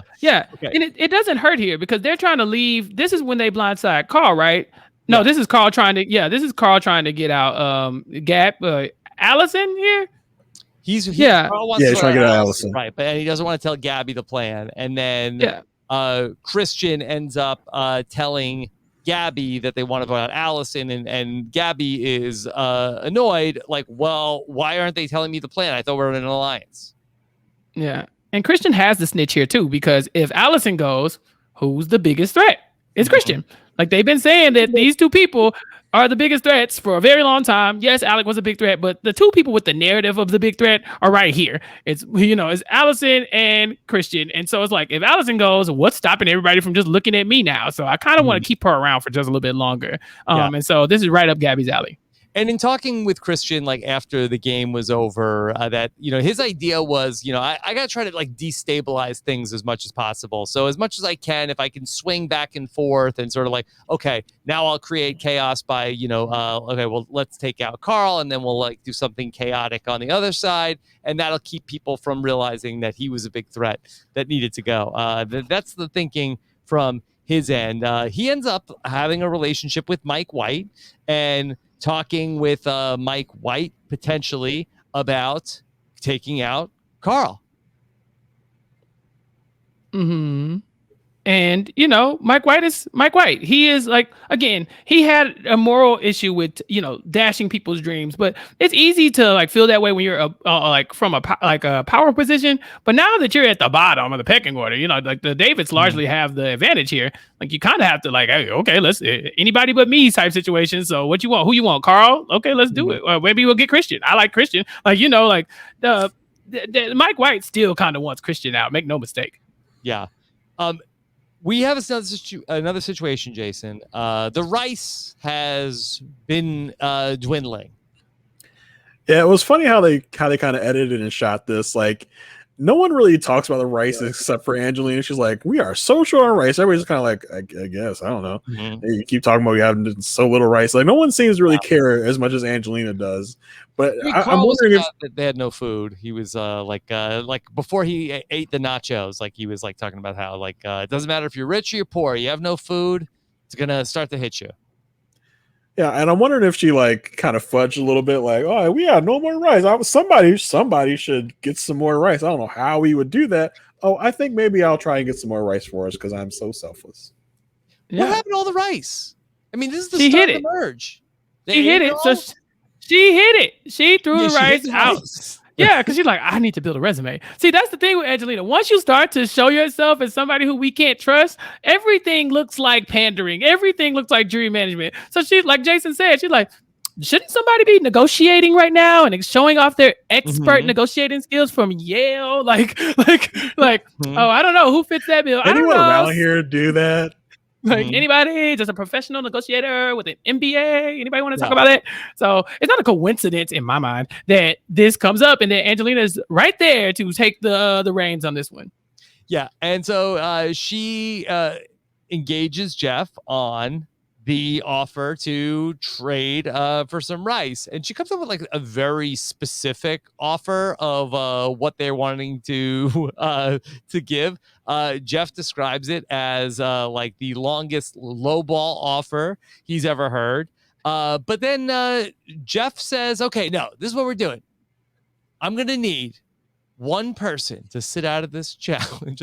Like 3 people just sat out of the last challenge, Jeff, for some nachos. You only want one person to sit out for the rice? What is this?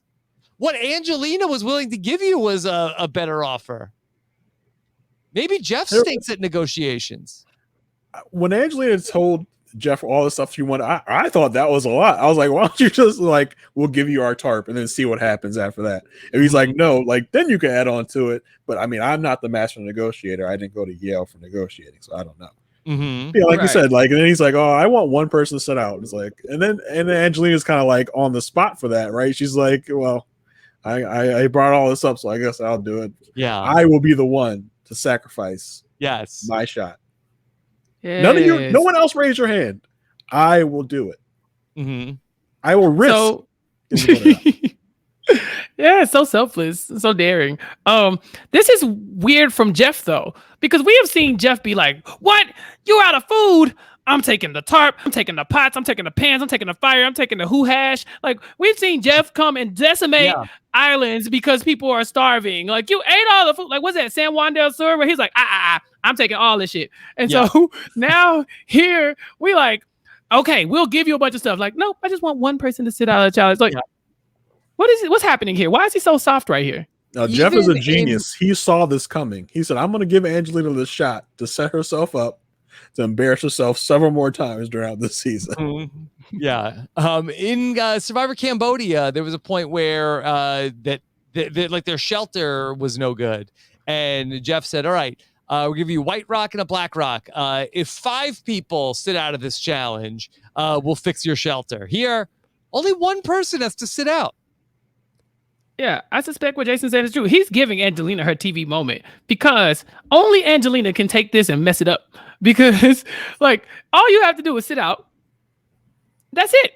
Look at this thing I did. Everybody is going to look at it as this is jury management. Everybody's already going to look at it like that. Whenever you give up on an award after the merge or something like that, there's nothing you can do to shake the idea that this is jury management. But Angelina is going to go one step further and tell you that it's jury management by saying, remember the rice I gave you. I sacrificed. I threw myself at the feet of Jeff, and I gave my life here for this rice, and y'all shall praise me. Like, okay, Angelina, we get it. But that's just not how she rolls. She got to make sure she's getting the credit that she deserves. Not mad at it. It's just the execution. She brings it up every episode the rest of the way. Literally every day. Yeah. You know, like, it's the type of thing where you get a scoop full of rice and she's like, yeah, doesn't that rice I gave you taste good? Hey, could you pass me a scoop of the rice I got for us? How about that rice? Was it good? I know. You're welcome. You know, so remember it's probably come up more times. Oh, my God. Are you hungry? No, you're not, because I got you rice. Right?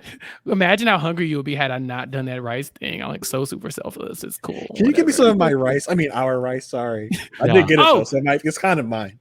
Oh, she slips up and does that several times throughout the season, too. She's like, I just need the Goliath to get in on our plan. Like, okay, we get it. We know, Angelina. Just calm down just a little bit. But she's enthusiastic. I like it. Jason, I think still that Carl got hosed here in this immunity challenge where it's a word scramble and you had to spell the word, and Carl spells perceptions, which is they gave them no clue onto what the word is. So the man comes up with a 13-letter word that is correct, spelled correctly. Give the man his immunity. That was definitely a hosing. That is a word. That is a 13-letter word, but that wasn't the word I was thinking of. Like what? That whatever. Give it to him. Question: if this is Christian, does Jeff say, Oh, Christian, you're so smart, man. How did you do that? You Wow, broke the challenge. that You get wasn't another even one. the word we were thinking of. Your power, your mind, like you know, Hmm. Jeff has his favorites. I'd have to argue that Christian's probably in that list of people, and so yeah, there's moments where we're like, if that was anybody but Boston Rob, would this be okay? In this moment, I'm like, this is anybody else. Don't you just let them have it? Maybe you split immunity. Maybe you give it to 2 people this round. Maybe something like that. But you definitely don't just be like, wrong word. Sorry. Yeah, and Davey ends up getting the immunity. The word is perception. Or perspective. I thought it was perspective. Perspective. Sorry, Carl Perspective. gave Carl him said perceptions. perceptions. Yeah. Davey got it right. I mean, it's very similar words. Very. It's very Give the close. man his immunity.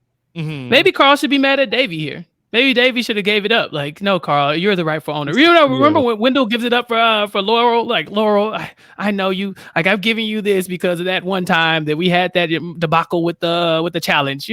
Maybe that's what this moment is. Carl, justice for Carl. Boo, Davey. Yeah.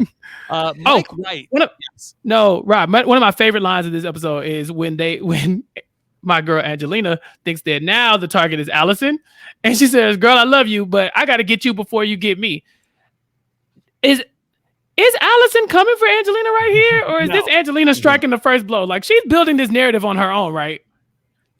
Talk about perception. You don't hear at all. Yeah. She's receiving that Angie's coming after her wrongly. All right, so Mike White really is squarely in the middle here. He's telling us that he is the swing vote, that he could take out Carl, or he could take out Allison. So why do you think he goes with Carl here? What's the reasoning? Just his proximity to who's all in this? Well, he does work with Allison. They've been aligned for a while, so maybe he doesn't want to just burn her here. What's the thought process here? Mike White gets a question like this in the final tribal council, and he talks about how I'd rather keep in the big threats who at least wanted to work with me, as opposed to the people that thought I was a big threat that didn't want to work with me. And I think that Davey and Carl didn't really have like a tight relationship with Mike. Yeah, and he's got Allison and Kara on that side where he can easily work with them. He wants to work with Christian. I think it's kind of a no-brainer at that point for him to go with the Carl vote out there. It also makes sense for him because that his allies Nick and Angelina are all of a sudden very tight with Carl, and they sort of left him for dead after the Dan vote, and now all of a sudden with Carl not around anymore on that site, now Angelina is sort of back in play. Nick ends up hanging out with Mike White again after it seems like that Mike White was sort of him and Nick aren't really talking that much. So I think this was definitely the better move for Mike White. Yeah. And it does cause that rift between Christian and Nick as well, because, Christian and Nick have been Mason Dixon since the beginning. But now that Nick was not in on this play here, Mike White can come in and say, "Oh, yeah, Nick, what if we get rid of Christian here?" Or, or maybe you can go to Gabby, because Carl is gone, so there's a little wiggle room here. So I'm not mad at the move at all. Yeah. Jason, it all comes back down to eggs in this season where Nick says there was so much scrambling going on. If they were eggs, they'd be scrambled. And Chris said, actually, I think it'd be more like an egg that was poached. He goes over the top on the egg analogy. This whole tribal here is analogy heavy. I think Kara tries her hand in an analogy. She's like, "I'm a real estate agent. This is kind of like writing a contract." And I forgot who else says, but I think Angelina tries to throw an analogy in there. Everyone's trying to get on the Christian act there, but no one can do it like our boy Christian. No. Okay. Carl ends up getting voted out. Yeah. And Christian does a good job with these random correction moments, with the scrambled egg or whatever, poached egg. When do we get to the factorial moment at the tribal council? I think at the was it the first vote? Yeah. At the maybe the merge exponents and variables and factorials. Yeah. What a flex, being a doctor correcting a doctor. Haha, I've doctored you. Now I'm supreme doctor. All right. After this, Nick is mad. Big mad, Nick. I've watched both of Nick's seasons. Nick is with all due respect, a bit of a front runner in my mind, watching his 2 seasons. When things are going good for Nick, he's like, yeah, that's right. Like, he's like, but if things did not go Nick's way, he is super salty. Like, that, how dare anybody, not do what he wanted to do? Like, he is not a good sport at all. Like, if the vote doesn't go his way. It's here, and then the Davy boot later, where he just turns into a huge, just like crybaby. Like, it's in Winners I can't win now. I'm not going to win. Yeah. It's bad. It's bad because it happens in front of everybody. It's not like he's like having these moments off to himself.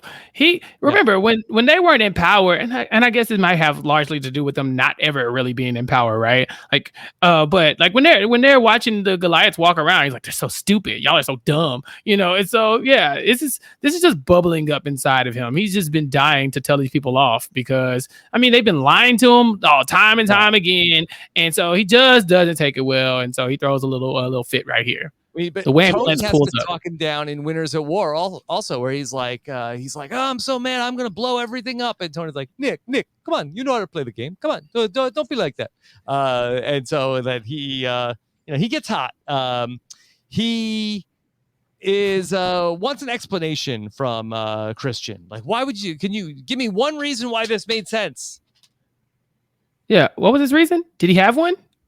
He's like, it was not against you. It was just a thing about Carl. That was it. Nick wants to blindside Christian. Yeah. Mason Dixon officially done. That's it. That's it. Isn't this always the excuse though? When you take out somebody's ally, you're like, I just couldn't work with that person, or I heard they was coming for me. Like, that's so cookie cutter of an excuse. So Nick had to see through that. Like, okay, that's what you have to say in this moment. What can you really say? Like, I don't want to work with you, and you're next. Like, you can't do that. So you kind of have to go with this answer here, whether it's true or not. Mm-hmm. Get the loved ones visit. Where's Davy? I know you got the clip. Where is Davy? Yes. Yeah. Hazel. Yes. Yeah. Let's see. Let me find my Where is Davy? Yes. Look, so many iconic moments come from this season that even in the loved ones visit, we get one of the bigger quotes from Survivor history from Miss Hazel. She seems like a very nice lady. And, they had a lot of good, interesting loved ones. I like seeing, of course, Davy's mom, but also Christian's girlfriend. She seemed pretty cool too. Emily. Yeah. I set it up and you spiked it. I think that go ahead. I think that the family visit sets up an interesting thing, because before this, I don't think we had ever heard of Christian's girlfriend, and they were really editing us to believe that Christian and Gabby could be a thing. And then after this, it seems as if Gabby is they portray her to be jealous. Yeah, Gabby gets a raw deal in the edit that then they try to make it seem like, what Gabby wanted to vote out Christian because, and then she saw that, Christian's girlfriend showed up, and that's not the case of how it was. They did Gabby dirty in the edit on this one. Yeah, they're like, Christian loves Emily. Christian loves Emily, and it's just like playing in Gabby's head. She's like, no, my nerd. Like, this is stupid. This is not how Gabby is supposed to go out here. Like I said, I think Christian called them a platonic couple threat at one point. So like they've never even alluded to, like that this was a relationship. But when you get here, it definitely does give Gabby like a dirty deal here. Yep. Because Emily comes out and they shoot the Gabby right away, and Gabby was like, oh, that looks like true love, I guess. I guess he really loves his girlfriend. Christian, you want to play with me in the sand? Play with Going right back now. to the Angelina of it all. So when her mom comes, she tells Mom, I gave up. I got rice for the tribe. You'd be so proud of me. I gave up rice for the tribe, right, guys? Like, she turns back to them, like, right, guys? I gave up my immunity for you guys. Remember that, right? Do you see it? And her mom's like, she's really loved. Like, yeah. This don't give y'all coach. This ain't give y'all coach energy. Coach coming back from exile and being like, Oh, I'm so selfless. I took the monastic approach. Look at me. I'm so powerful. And then like Steven running to his side, like, Coach, oh my God, you made it. I'm so proud of you. Like, this is the same. This is just Angelina patting herself on the back instead of everybody like the edit patting Coach on the back. But this is the moment where they showed us everybody. Like, as soon as she says that, everybody rolls their eyes. It's like, oh, here we go again. Here we go again. With the rice. Yeah. Okay. Yeah. Even on the jury, whenever she's talking to tribal cause they always cut to somebody like, oh, here she go, talking about the dang rice. Here she go, pointing out the things that we know, Angelina, we know. Well, Davey calls her out at the final tribal council. He's like, the point of a selfless act is that you don't talk about it all the time. Yeah. Well, Davey gives it to her a couple of times because when he has to pick me for rewards, and she's like, "Hey, do you remember? Like, I don't know if you've heard. I haven't mentioned it a lot, but I gave you rice at one point. I mean, you could like return the favor." And Dave's like, "I'll pick Allison or whoever you pick. I'll skip right over you. I'll pick the other person." Yeah. Kara, I think that's at the one of the future rewards where Jeff like gives like Angelina, like Jeff knows what he's doing in that spot where it's like, all right, like, well, let's see if anybody wants to make a case why they should get picked. Like, he's never in the history of the show have we like turned it over. Well, let's just hear if any of the contestants have a pitch on why they should be taken on the reward. And Angelina can't help herself. Like, all right, I'll bite. I got the rice for the tribe. Any expert negotiators out there with an MBA? Anybody want to? He just stares Angelina down like anybody. Yeah. Anyone want to step up and maybe say why they should go on the reward? Anyone with the first name beginning with A? Yeah. Anybody with super ending with Angelina? Rhymes with Angelina. At some point he's just like, Angelina, do you have something to say for yourself? She's like, well, I mean, since you ask, guess I'll try. All right, so Nick and Angelina win the reward. They pick Davey.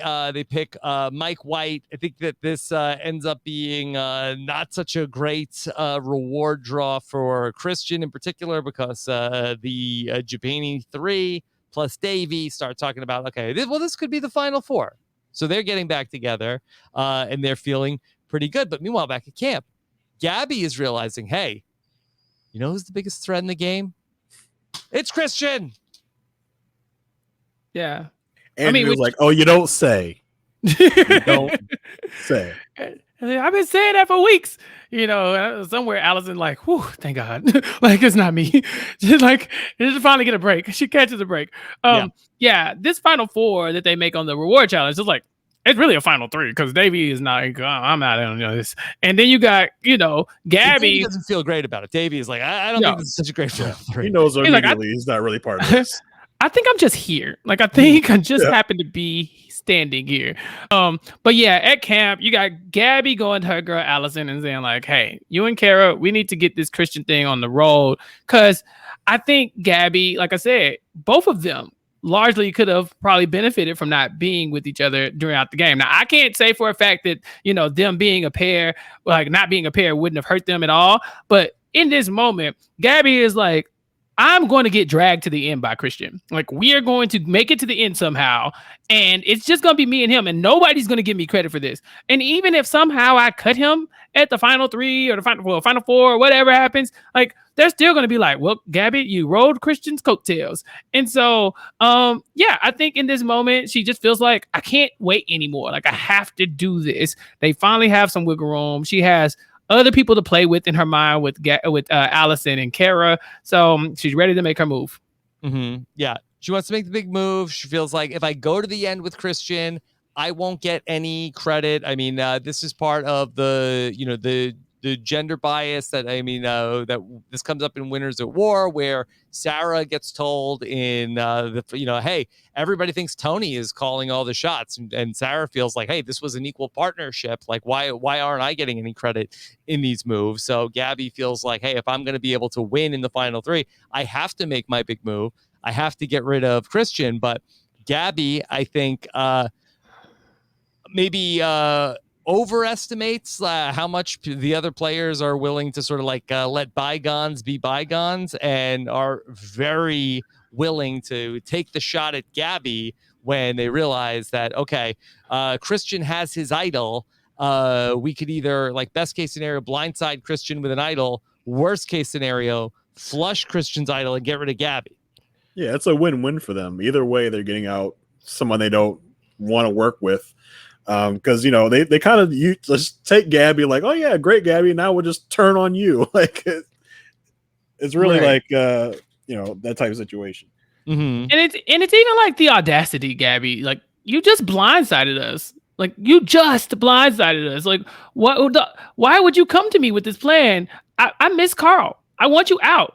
Mm-hmm. Carl wanted you out. We should have just got you out a long time ago. Why are you still here? So I was like, yeah, Gabby, I understand you have to make a move here, but like, even the petty part of you might just be like, nah, I might not even win, but I need Gabby out of here. So yeah, I don't think this doesn't fly with Davey.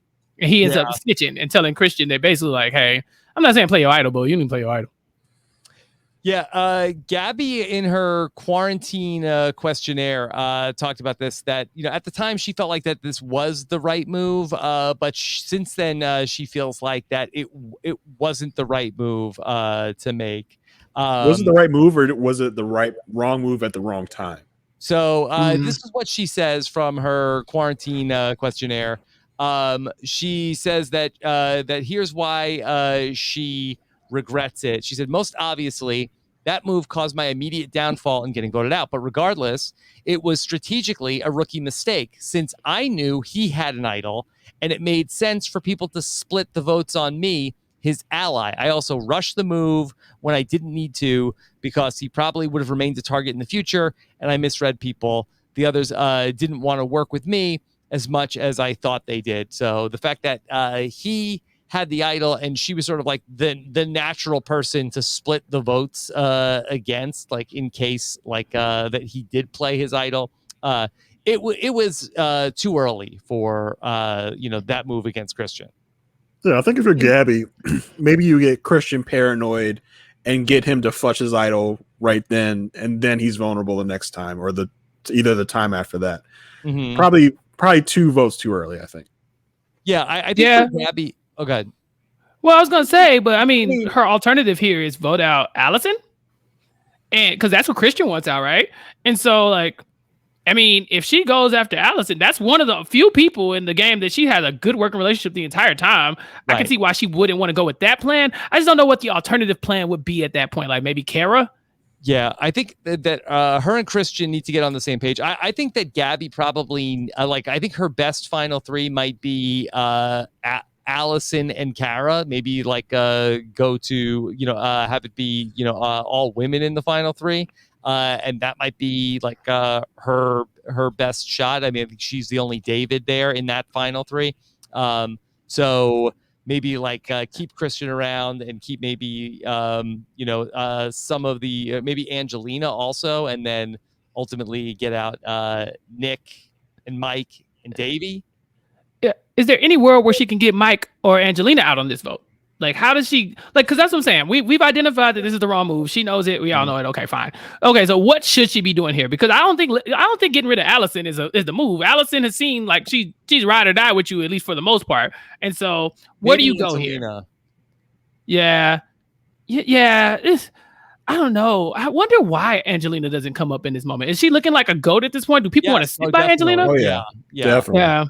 Yeah, so that's not even attractive for people. The problem, and I used to talk about this all the time on the podcast, where it's like you figure out somebody's the goat, vote that person out. They end up screwing up everything. They're taking your spot. They're taking your spot.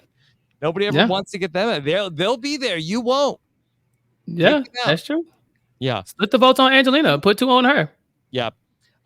So I think this is Nick that actually comes up with the idea of like, oh, what if we, split the votes and put the votes on Gabby? So he ultimately is the one who I think gets the credit for taking out Gabby. Christian ends up trying to suss out if he should play his idol or not.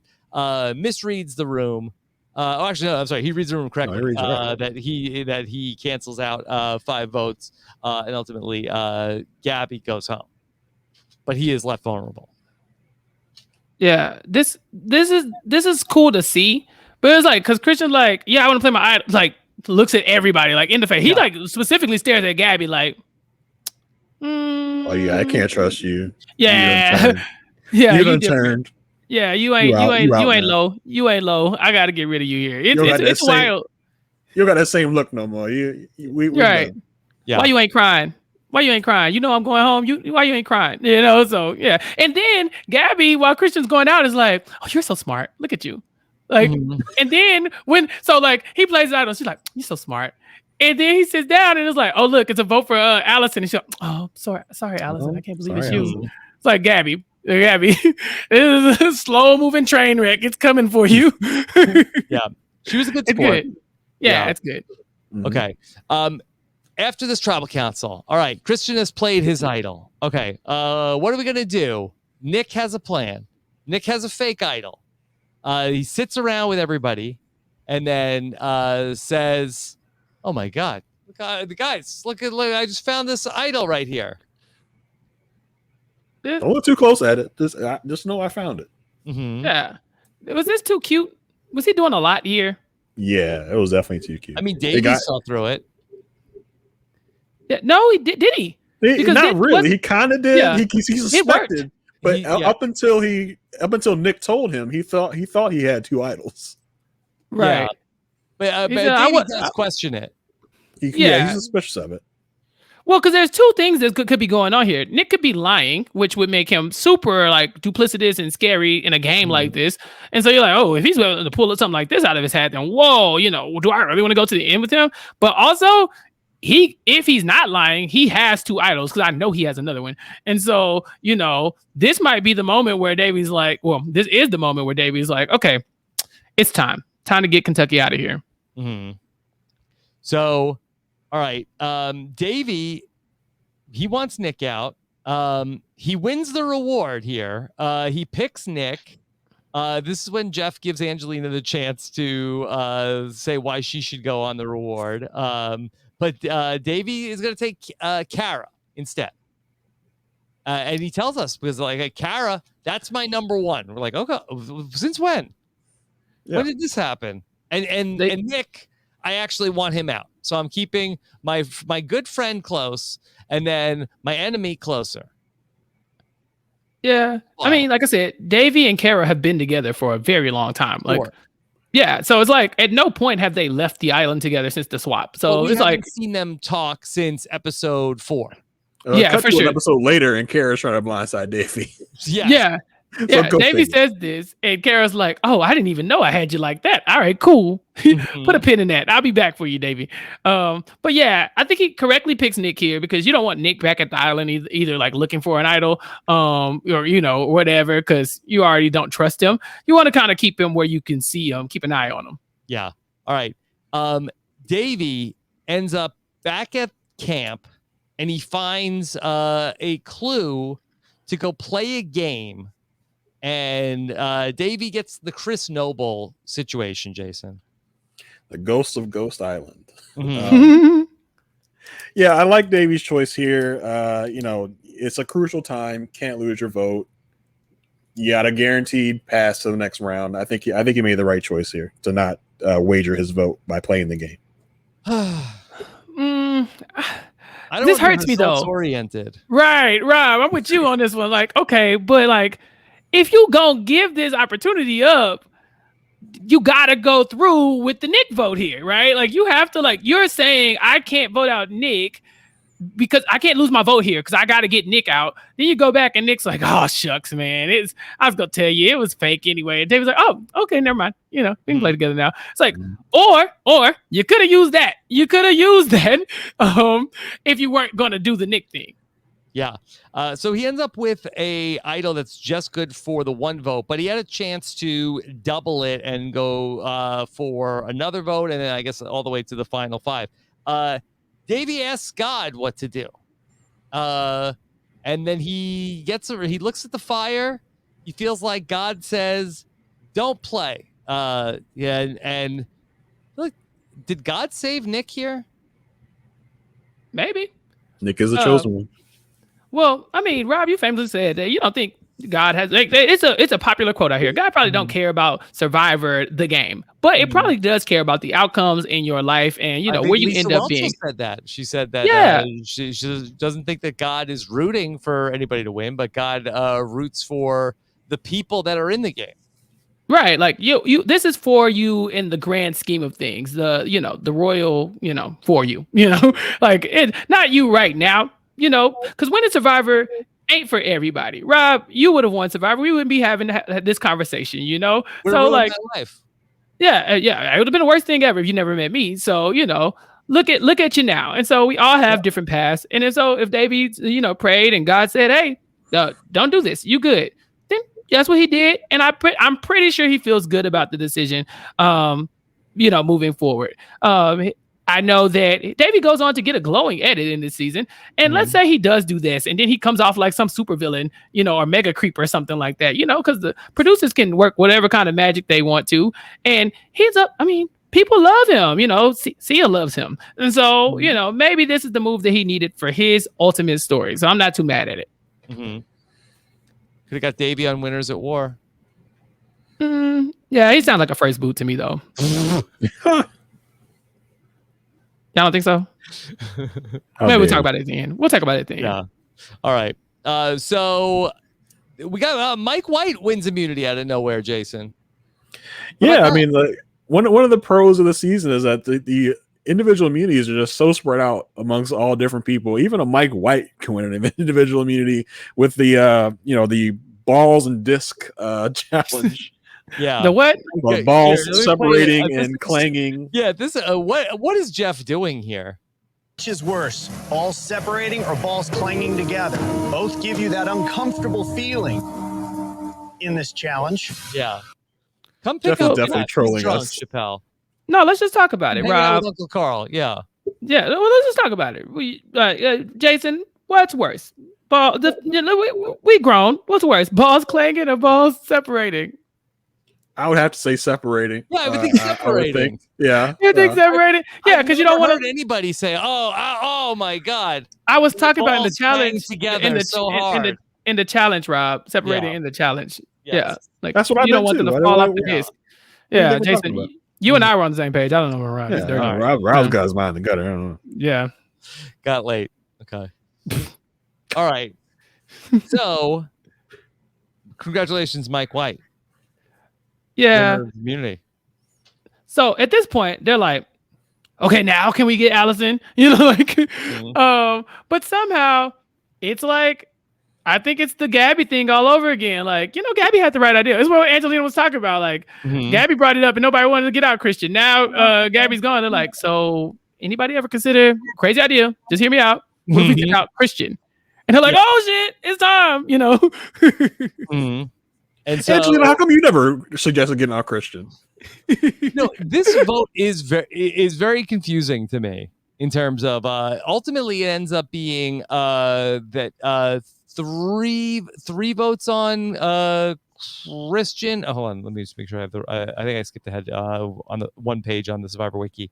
3 votes on Christian, 2 votes on Allison, 2 votes on Davey.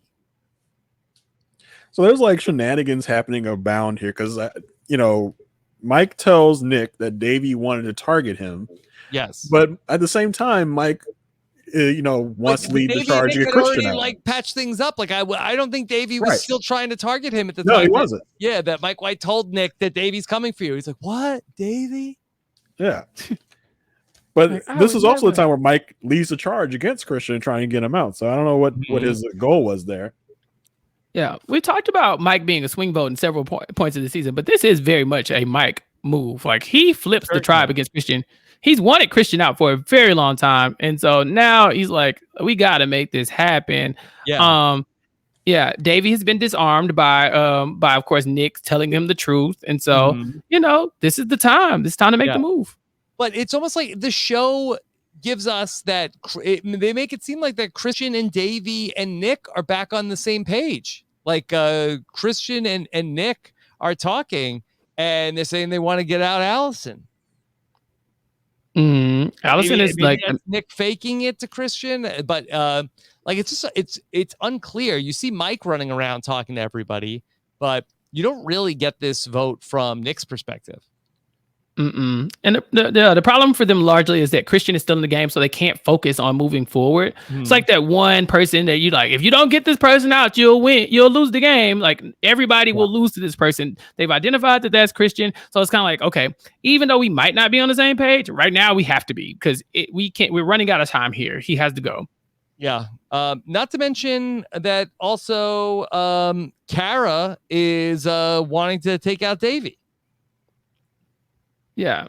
And she does this. Now, this is where it was weird to me. Was it just that like Mike got in her head about Davey being a threat? Where is this coming from? Did we have any scene of what Kara was saying that led her to want? I might be skipping ahead. That might be coming up in the final 6. Oh, okay. Because I was like, I know what ends up happening here is that he plays his idol, right? Which of course raises his profile.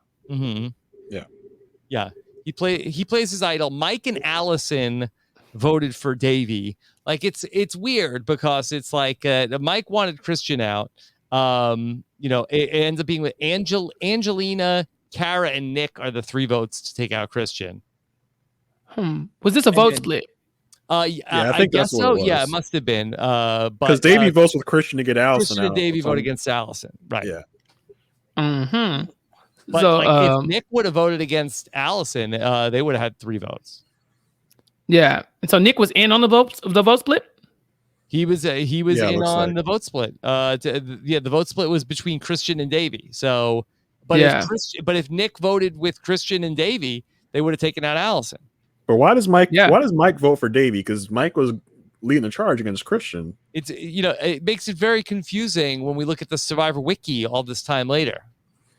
Well, that, and because Christian is the one who gets voted out, no one was here to explain it to us, like all the rest of the votes. When Christian was in, this one gets so confusing because Christian. Right, everybody voted me out because. Right, exactly. Christian doesn't. He's not here to tell us. Another interesting thing that happens is isn't this where Nick plays the fake idol, and then backdoors and plays the real idol because Davey plays his real idol. Yeah, he wastes his real idol. Is this one? Yeah, Davey plays the idol. Yeah, so then Nick. That's the other part that's confusing about this. It's like that Nick is like in on the plan, but then he burns his idol. Paranoid. Well, maybe he's thinking this. Maybe it's okay. Let me work this out. I'm not Christian, so maybe that Nick is like, if this split works, then Christian plays his idol, Davey goes home. But if Christian plays an idol and then Davey plays an idol, whoever Davey voted for will go home. And I heard from Mike that Davey wanted me. So maybe at that point I have to play my idol because if Davey's vote goes through, it's me. Yeah. But he's like, all right. He stands up and he's like, all right, Jeff, here's the thing. And Davey's like, you got to say who you're playing it for. And he's like, reading. Like, all right, that was a fake idol. All right, I'm playing the real one. And then Davey talks to him, and Davey knows this is the fake idol. He's like, oh, yeah, you got to tell him who you're playing your fake idol for. Which is wild. A production out of it. Well, again, my girl Angelina, way back when that idol was played on her and Dan plays the idol, she's like, Dan, did you say who you played it for? And it hits different because Angelina's like, make sure you say louder that it was Angelina, please. Thank you. You played it for me. People in the back. Yeah. Just in case you forgot, I'm safe, right? So here, this is very different. Yeah. Okay. So, Christian goes out. What a great job by Christian. Again, game was good. But just the character and just what he brought to the season as a narrator, I really think that, I don't know if this is any sort of groundbreaking thought that I had today, but I think that there is a great correlation when there is a narrator who can explain the strategy on the season versus when a season does not have that person. Yeah. In terms of the overall enjoyment of the season. Well, not too long ago, you talked about millennials versus Gen X, and I think in a large way, you had a lot of narrators on that season who could kind of push the story. You had Hannah, you had Zeke, you had David Wright, who are all good storytellers in a way, and so they could kind of make sure that everybody knows what's going on in all these convoluted moments. And this time, that was largely Christian. Maybe if he played again, he would probably go down as a legend of the game if he gets very far. I mean, look at Jonathan Penner. He's another good storyteller, right? He can explain to you exactly what's going on, whether his move is wrong or right. That's up to interpretation. But what you won't forget is that he was there walking you through the show, reading you the book. And so we have to appreciate Christian for his contribution to this season for sure. Mm-hmm. Okay. All right. Let's go to the finale. Jam-packed finale, Jason. Huge finale. A lot of ups and downs, a lot of Nick winning. That was kind of the theme of this finale. It's like Nick all over the place winning here. But it's not without memorable moments, the finale. And a lot of times the finales are a ho-hum. This is the 35th season of Survivor that we're talking about this season. Like, a lot of these finales are sort of just like, forgettable. And to be honest, like Nick's 3 immunity wins, I think are like probably like the least interesting thing about the finale. We get everything with Angelina's ladder. We get the Mike White drinking the wine, Angelina's fake idol. Yeah. The destruction of Allison. Yeah, Angelina. Allison. We talk about how bad Allison gets treated all season. Allison gets treated the worst in this finale. Like, she just gets destroyed by Mike. Angelina, she gets destroyed by Jeff at one point during the reward. Yeah. She can't stand on the post during the immunity challenge. Good God, woman, your legs, they're shaking. Like, stand up. She's like, I'm trying. Damn, it's water. Yeah, there's a lot here, right? The ladder. Give me Angelina's ladder over Tony's ladder. You got the wine, drunk Mike White. I mean, iconic moment. Yeah. This is a rich person who's saying, I don't want to be like the rich guy taking from the poor in this finale, after he's like gallivanting across the island with a glass of wine, knowing he's not going anywhere anytime soon. It's very like poetic. This guy is like, oh yeah, like I don't want to come off like a millionaire as I walk around the island where everybody is starving, drinking my wine and watching Angelina struggle for her life in the game. I haven't seen his show, The White Lotus, but I feel like that's a scene pretty much straight out of that show from what I've heard about the show. Yeah, I heard it's very, very good. I haven't gotten a chance to watch it yet, but I'd like to check it out. And again, going to come back for season number 2.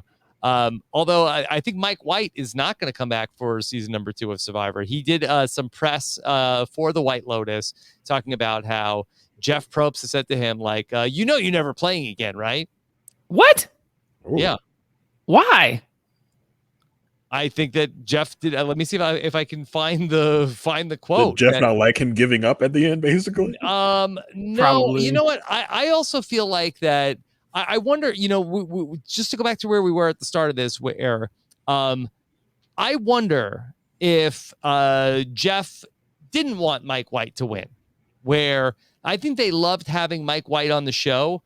But I think that it might have occurred, like Mike White might have been perceptive enough to realize, like, oh yeah, that this is not a great look for the show potentially if me, Jeff's friend, comes out here and wins the show and ruins their theme of David versus Goliath, and then they've got this guy from southeastern Kentucky here in the final 3. Talking about his family situation, and here I am with, going to win this $1 million. Like I don't think Mike White may not have had the wrong read on like what the show wanted. Jeff's like, look, Mike, I brought you out here to tell a few jokes, have a few laughs, throw a few insults. I didn't want you to win. Just bow out gracefully. I don't know why you think you can get yourself to the final 3 here, but I didn't really want you to get here. Yeah. That's probably a good point. I mean, think back to some of these other, stunt casting, I guess you would call it, right? I mean, Mike White is a big fan, but look at Jimmy Johnson, right? Imagine Jimmy Johnson making it to the final 3 and with like Jan and like and Fabio and being like, yep, I don't need the money. Jan, I understand that you live on a ranch and you blah, blah, blah, blah. You can't afford your rent. I don't care. I'm finna win this money. Like, so maybe he's like, hey, Mike, you've seen the season before. You're supposed to bow out. You're supposed to, you knew your time was up. Also, I'm sure they're asking them questions in the like confessional area where they're like, So I mean, if you won this, what do you think that would say about you as a player? Or what is what is the story that you're trying to tell? And Mike's like, I just want to win. He's like, yeah, but if you frame it in David and Goliath terms, like what do we learn from a Goliath just trouncing a David in the final three? And he's like, yeah, I don't know. It's almost like that shouldn't happen, right? You wouldn't say that, would you? Like the diary room in Big Brother. Mm-hmm. Chappelle, I actually think that if Jimmy Johnson got to the end in Survivor Nicaragua, I think that they would actually love it if that was the case. But just like this theme, and again, like Survivor always roots for the theme. Like Survivor Nicaragua had no theme. It would be like, oh, this is going to be huge ratings.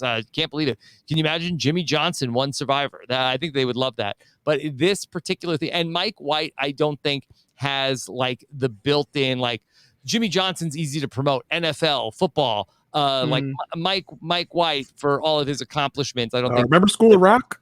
Yes, of course. Yes, incredible movie, and people should check it out. I don't think he comes with like a portable fan base though that watched Survivor this season because they love all of Mike White's works. And so the theme I think was going to win out. This is from an interview Mike White did with the New Yorker that they asked Mike White, will you come back as a returning player in a future season? Mike White said, Probst is like, let's be real. You're never going to go on the show again. I was like, really? Why? We're friends. We've become more than friends since I was on the show. And he's an impressive guy. I think the fact that we've become close is probably why he says that. I don't know. I don't think they want I don't think they want the Hollywood Goliath who knows Probst to win a season. Now that Probst knows I can get to the end, I don't think he wants there to be a chance of that happening again. So, I think that Mike is onto something. I don't think that they would have loved it had Mike had won the season. I mean, he's the older guy. I think Jeff probably put him on there like, you're probably going to vote out pre-merge because you're holding the tribe back. And Mike White comes out there and he actually, I don't think they contributes to the challenges. Yeah. Yeah. So Jeff's like, oh, crap. What the hell? Mike, you're supposed to be out of here by now. I think there's a lot of credence to that theory that Jeff does not want him winning because that would not be a good look for him or the show. And honestly, I suspect it was probably like I know we're not at the live reunion show. I bet it was awkward for Mike to sit there and like have the votes read and then like, oh, give me the money. I think he loved the experience of probably going out there, but I think that was probably like a weird moment. Yeah. It's one of those things where you hope that like the experience is enough, right? But now that we stepped away from the experience several years ago, like several years later, Mike White is like, nah, I should have won, because ultimately that was his dream. He said, this is like an Oscar for me, like that's what I want. I want the title. Like I'll give Nick the money, hell, but I want the title, Russell Hands famously was going to pay for the title. Like it's something about that name that he was just like, I can't believe I gave that up. Me and Jeff, we cool or whatever, but dang, I ain't even gonna get a chance to play again or nothing. Do you think if Mike spends it like, I can do so much with this money, I can help so many unfortunate people in the world, like if he spun it that way, would it still be a bad look? Well, whatever. No, I don't think so at all. I think that if he would have sat there and said, look, I don't even care about the money. Like this win is so important to me. I'm going to give this $1 million to whatever, XYZ charity. Like the money, it's not about the money for me. Like I'm going to do like as a Goliath, I'm going to show what I can do with this money. Jury, you'll you see. pick your charities. I'll give this money to whatever charities you choose. He probably can't say that like outright. I think he can. Oh, I don't know. Because it's a contract thing, like a quid pro quo of like you tell me the charity and I'll and write my name down. But I also think he can imply it. Like had like an affinity for Nick also, and was like, it wasn't just like I feel weird about taking the money, but also I feel weird about taking the money from Nick, who I have like a personal relationship with. I think that was part of it too. That's tough too, because man, what a flex that would have been, and to be like, you know what, and just like to tear up and like. I don't need this money. I came here to play the game. I got to play the game. I won the game. And every dime of this money, when I win it, is going to go to blank. And like, if people at home are screaming, Mike White, and the crowd, love him. Yeah. Hoisting up in the air. Like, this is the best moment ever. Like, we have to vote for him here because look, he's going to give $1 million to blank research, or whatever, the blank foundation. So who wouldn't vote for him in that moment? Was there a low-key conversation between Jeff and Mike, like out there on the island? Like, Mike, come over here for a second. What do you think you're doing? Like, what the hell do you think you're doing? I'm gonna need you to get out of here. I'm gonna need you to get this country boy his money. He pulled him to the side like Angelina did Elizabeth. Like, hey, Mike, come here. Being on the waterfall trail. Yeah.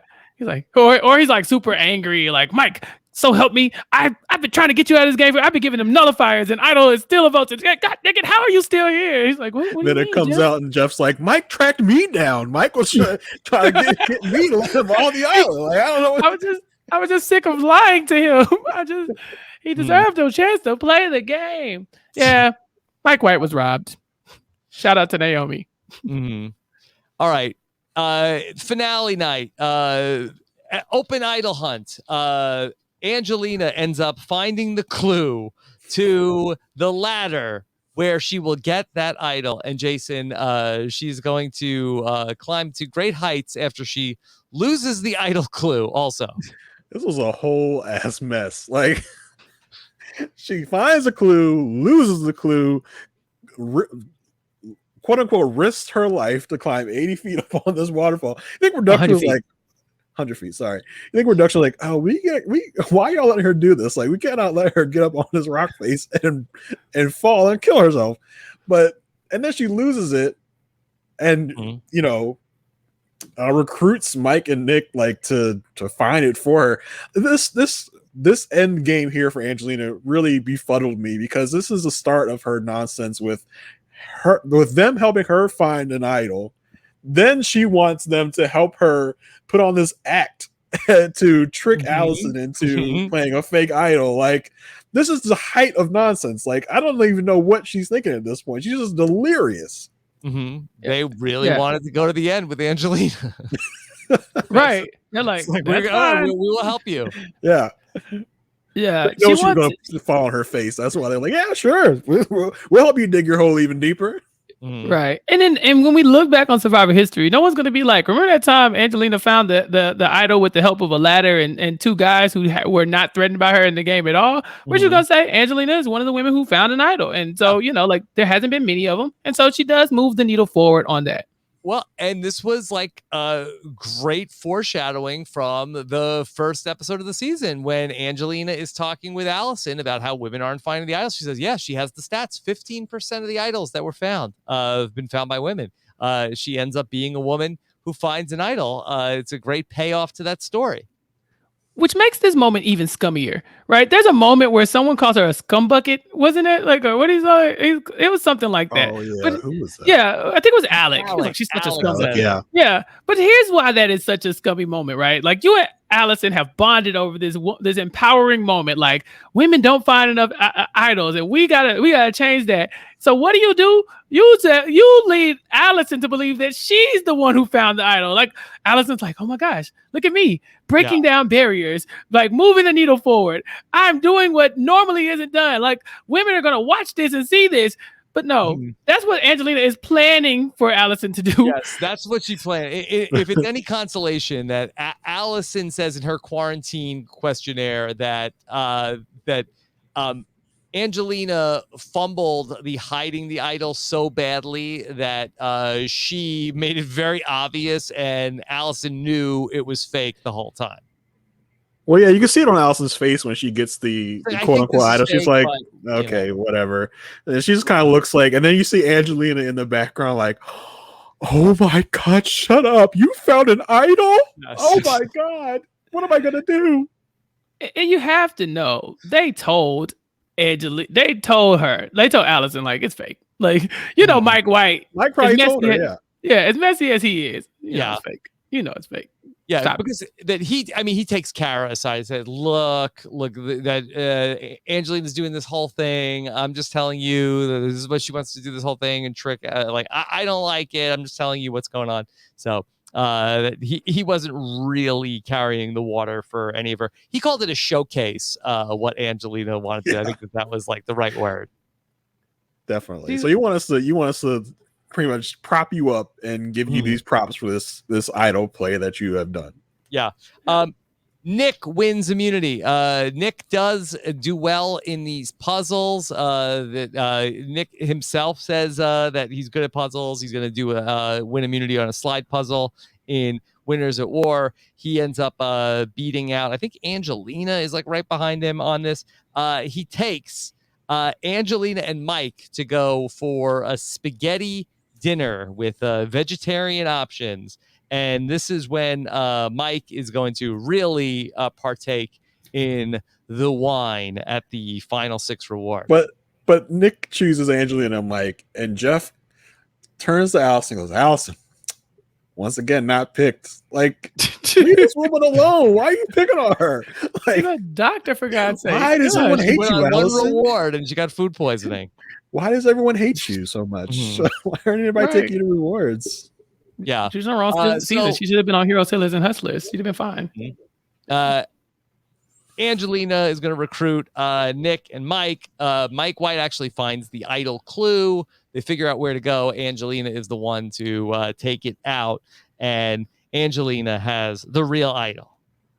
After she stops Nick from getting up the ladder, Nick, let me get up the ladder. Can I go get it so I can say that I found it? Yeah. She needs this for her resume. No, the word resume comes up so much in this season. Like she's saying it. I thought at first it was Allison saying it because she's a doctor, and so she knows about like having to make herself look good and in order to get into like med school and things of that nature. But Angelina is like, no, I don't just need a resume. I need a spectacle. Like y'all have to see the amazing move. Like she wants her like, what is it, a hold up bro moment, even though it's not bro. Like she wants that moment. She wants to go down in history for her iconic moment. And guess what? She does. This ladder, that jacket, Angelina is a legend. Yeah, she's got a incredible highlight reel for this season. Okay, she deserves. All right, so this is we're gonna get that. Oh, all of a sudden, Kara wants to turn on Davy. I mean, is she wrong? She's not wrong. You can't. It's a good move. I mean, Nick is immune. Would Nick have been voted out here? I guess not, because he's that. I think that looks like that. Nick and Angelina and Mike are back together. So Davy's probably on the outside. But I mean, if you're Kara, like, do you have the final 3 locked down? Like if there's a chance that Davy is going to take Kara, like Davy's saying Kara is my number 1. Why in the world does Kara want? I mean, Kara doesn't get to the final 3. She's on the outside looking in. But what's Kara's dream final 3 here? Like her and who else? Mike and Allison? No, Angelina and Allison. Oh, Angelina. She knows she can't beat Davy, so she might as well take Davy out and maybe claim credit for it, and to get something on her resume. Then she's got to win that a challenge there to get that matchup. Yeah, and honestly, I don't know if she should be going with Allison. Normally when Survivor narrative has become that you are a big threat, you don't go to the end with the big threat, because people will say you should have taken him out. You should have took Allison out when you had the chance. So maybe Allison isn't who she should be going with to the end with. Angelina is for sure who she should be going with. Maybe it's Nick. Maybe if she gets to the end with Nick and Angelina, she might squeak out the win here where Mike could not. Yeah, because her and Mike have played very similar games. They're very well liked. They're very social. But Mike fumbles the bag at the end because Jeff tells him that he can't win the game. And so Kara goes down there. If it's Kara sitting next to Nick, maybe Davy doesn't give Nick his vote. Maybe he gives it to Kara. Who knows? Yeah, is Davy an automatic win if he gets to the final 3? I know he probably has good relationships with everybody. I don't think I've ever really like crunched the numbers of what it looks like with Davy in the final 3. I mean, it would depend who's there. I mean, like if it's Davy, Allison, Kara, Davy takes it. I mean, unless Allison takes it, right? Well, I feel like Allison and Kara split the vote. Is anyone voting for who's voting for Allison? Like, from what we saw, who was voting for Allison? They hate her. Yeah, they all hate Allison. Gabby's gonna vote for Allison. They don't even have to hate her. Like, but what did you do? You won one immunity. What did you do? You didn't lead any votes. Like, what did you do? You're gonna get Gabby, but that's it. Maybe, well, we have to assume he goes to Angelina. We have to assume Yes. everybody plans on sitting with Angelina. So it's really Angelina and who else? So the question is, I does think David beat Nick? David does not beat Nick in my mind. Mhm. I think Nick has too many connections. And see, I feel like Davey has not betrayed anybody where Nick has. Yeah, it's going to come That's down true. to what do the Davids want to do, and then you know, I think Davey gets Christian's vote, right? He I saved think him. Davey would get Christian's vote. He I think saved that, him, yeah. Yeah, I think Elizabeth. I don't know that she was with Davey, but I think Davey has Carl's vote on that. Mm-hmm. He got it. Davey gets rid of Kara. Like what? Yeah, what did the Goliaths want to do? It really comes down to. If Davey gets rid of Kara, then maybe Davey gets Kara's vote. So it just depends on the makeup because if Kara's not on the jury.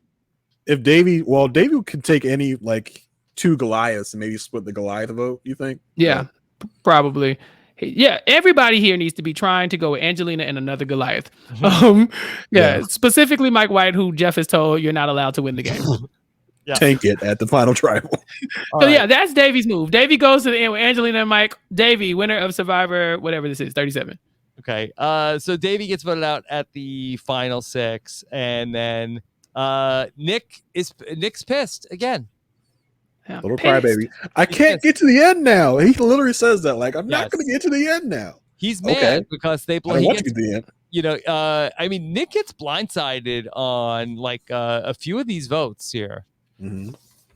Yeah, he's not somebody who everybody's eager to work with all the time.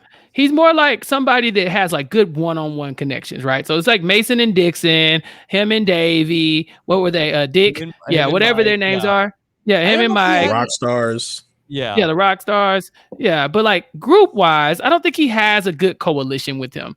And it might just be because he's kind of smarmy. He's able to kind of wiggle around to where he doesn't have like a one person. He's kind of a one-man show in a way. Like, he's just kind of floating. Mm-hmm. Yeah, I think in the one-on-one he gets like really hyped up. It's like hey, oh my god, Jason, like I'm so excited. Like let's do this. It's like me and you. And I think that like that plays like well in like the one-on-one, but not as great in like the group setting. Can't be like that with everybody. Makes in sense. The group chat. Yeah. And we see that as well in Winners at War, right? Like he doesn't have a strong number 2 in that season either. Like, well, you just watched it. I mean, you tell me. Yeah, I mean, he has good one-on-ones with Michelle at times, like even like with Wendell, and then Tony, I think, uses him for his bidding a bunch of times throughout the season. Yeah. But see, there's never like an alliance full of him, alliance where he's in the nucleus of it. It's kind of like, and I think that's more of his game play, right? It's not like they don't want him in it. It's more that he can't sit still. He's always kind of looking for other inroads. And so maybe like in an Adam Klein sense. I think he gets like a little squirrely about like seeing like what else is going on. Mm-hmm. Okay. All right. So Mike White says, look, we're still in an alliance. I just had to get rid of your plan B. That's it. It's never great when you get rid of the plan B. We talked about this earlier. You always want to keep the plan B. But I mean, what can Nick really do here except win? Yeah. That's all he can do. Yeah. All he can do is win. Kara's complaining about Nick. She's like, he is a child. Yeah. I mean, and Kara ends up voting for Mike White in the end, and so that's the other thing about Nick making it further is that Nick is, when he is scorned, he's going to burn some bridges. So, that's why I think depending on like Davey might have made it to the end with Nick, maybe he does squeak out the win because maybe he's not as, as volatile as Nick can be, and we know Kara has an affinity for Davey as well. Yeah. All right. Nick is going to win another immunity challenge here at the final 5. And so here in the final 5, he is going to be safe. And so it's coming down to Allison. Although Kara is like, hey, let's vote out Mike. And should Nick have done this? I think he should have. I mean, he beats Mike anyway, so it's hard to really poo-poo it. But, Mike could have won if Mike, was able to was allowed to. if he was allowed to win, if he was able to push the right buttons at the final tribal council, Mike could have won. Could Kara have beaten Nick and Angelina?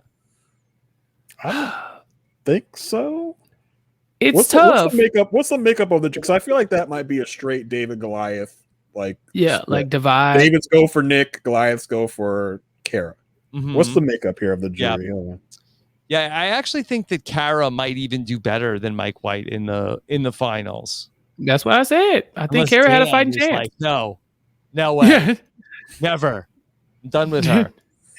Yeah, I mean, we know she gets Alec for sure. Yeah, I think she has Alec, the mayor of Slamtown, Mike White, Allison.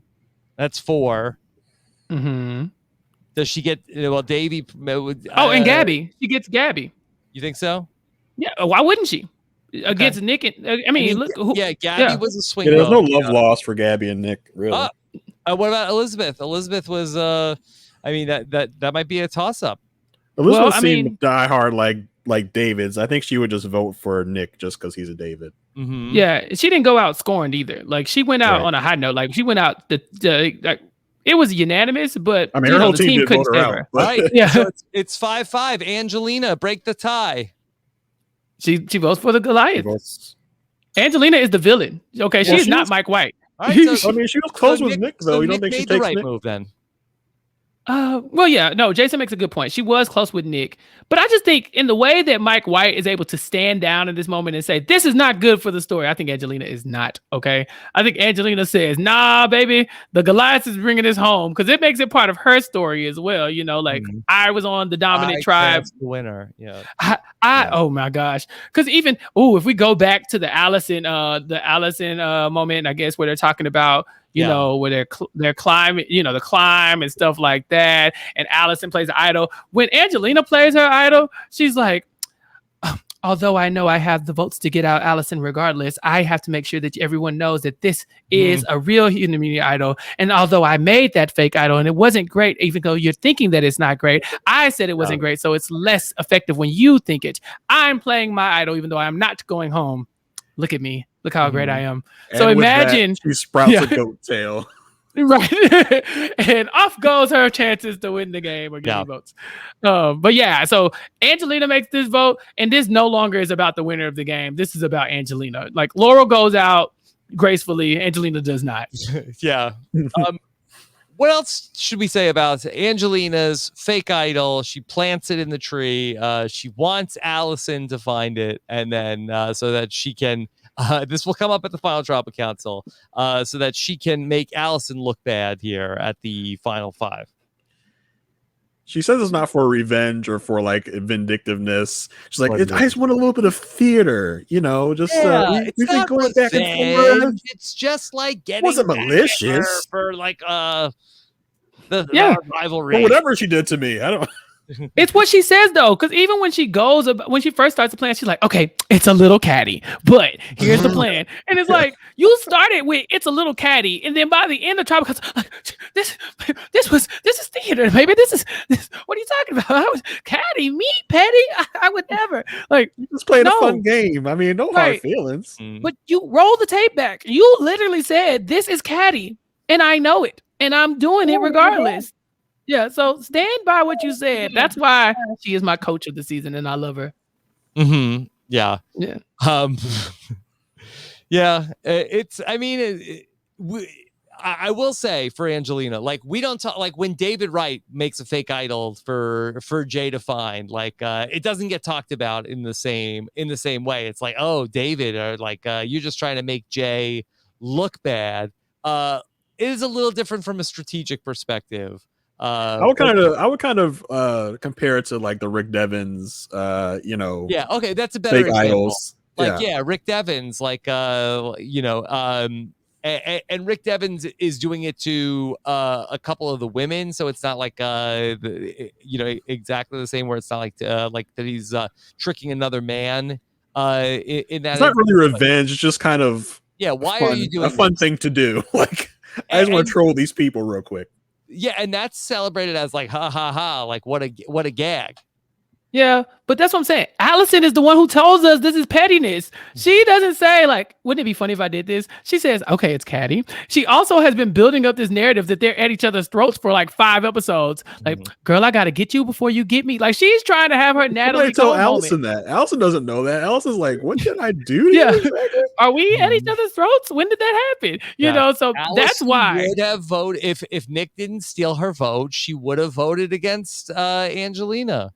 Well, I think this all come from like Allison calling her out on trying to pander to Elizabeth, like all the way back from there. Like she's still holding this grudge from like the I merge. was trying to get jury votes. And Angelina never was able to shake that. And so she's like, it was that dang Allison. I can't believe it. Like, I gotta get her. So yeah, I think you're right. I think there is a level of looking at this differently, but it's also because it's specifically Angelina. Had this been Kara, like had Kara been like, I want to do this to Allison. There's no build up to this. There's no like narrative that she is duplicitous or that they don't like each other or that she's trying to put on a show. Kara could be like, I think it would be funny, you know? So I think it just depends on the packaging, you know, but for this moment, this is so great. Like I said, this is my coach. Like I love a good Survivor character. Angelina is she's up there in the pantheon of all of them.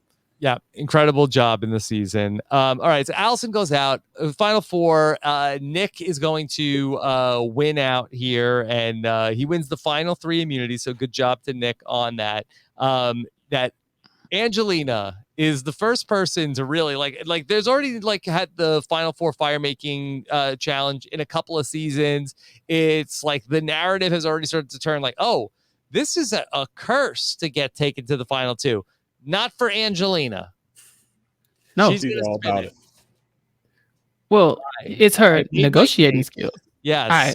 I mean, listen, he could have voted me out, but thanks to my expert negotiation and my MBA and my degrees, I was able to lead him like this. Like, look at me, look at my power. I've been doing this all season, y'all. Look at my resume. I made him take me to the end. I am the biggest threat. It's like, okay, got him. By now it's tiring. Like it's like, okay, it was fun, and now I was like, okay. Mike White and Kara are going to go into the fire making. Mike White also says in his quarantine questionnaire that this wasn't really a fair fight, that Kara was hitting the flint on the wrong side. So it wasn't going to ultimately work out. So Mike was very proud of himself for winning the fire making. He will go to the final 3 with Angelina and Nick. Yeah. And good job by Kara. That I thought she had a lot more fight in her than I had remembered in the real time. Mm-hmm. Many of these players are good characters, but a lot of them were playing hard. There's rarely an episode where a random person just doesn't try to make a move. You know, like we've gone through so many seasons of just people like Edna and Rick just sitting around, just waiting for the Grim Reaper to come get them. You know, like, come on, do something.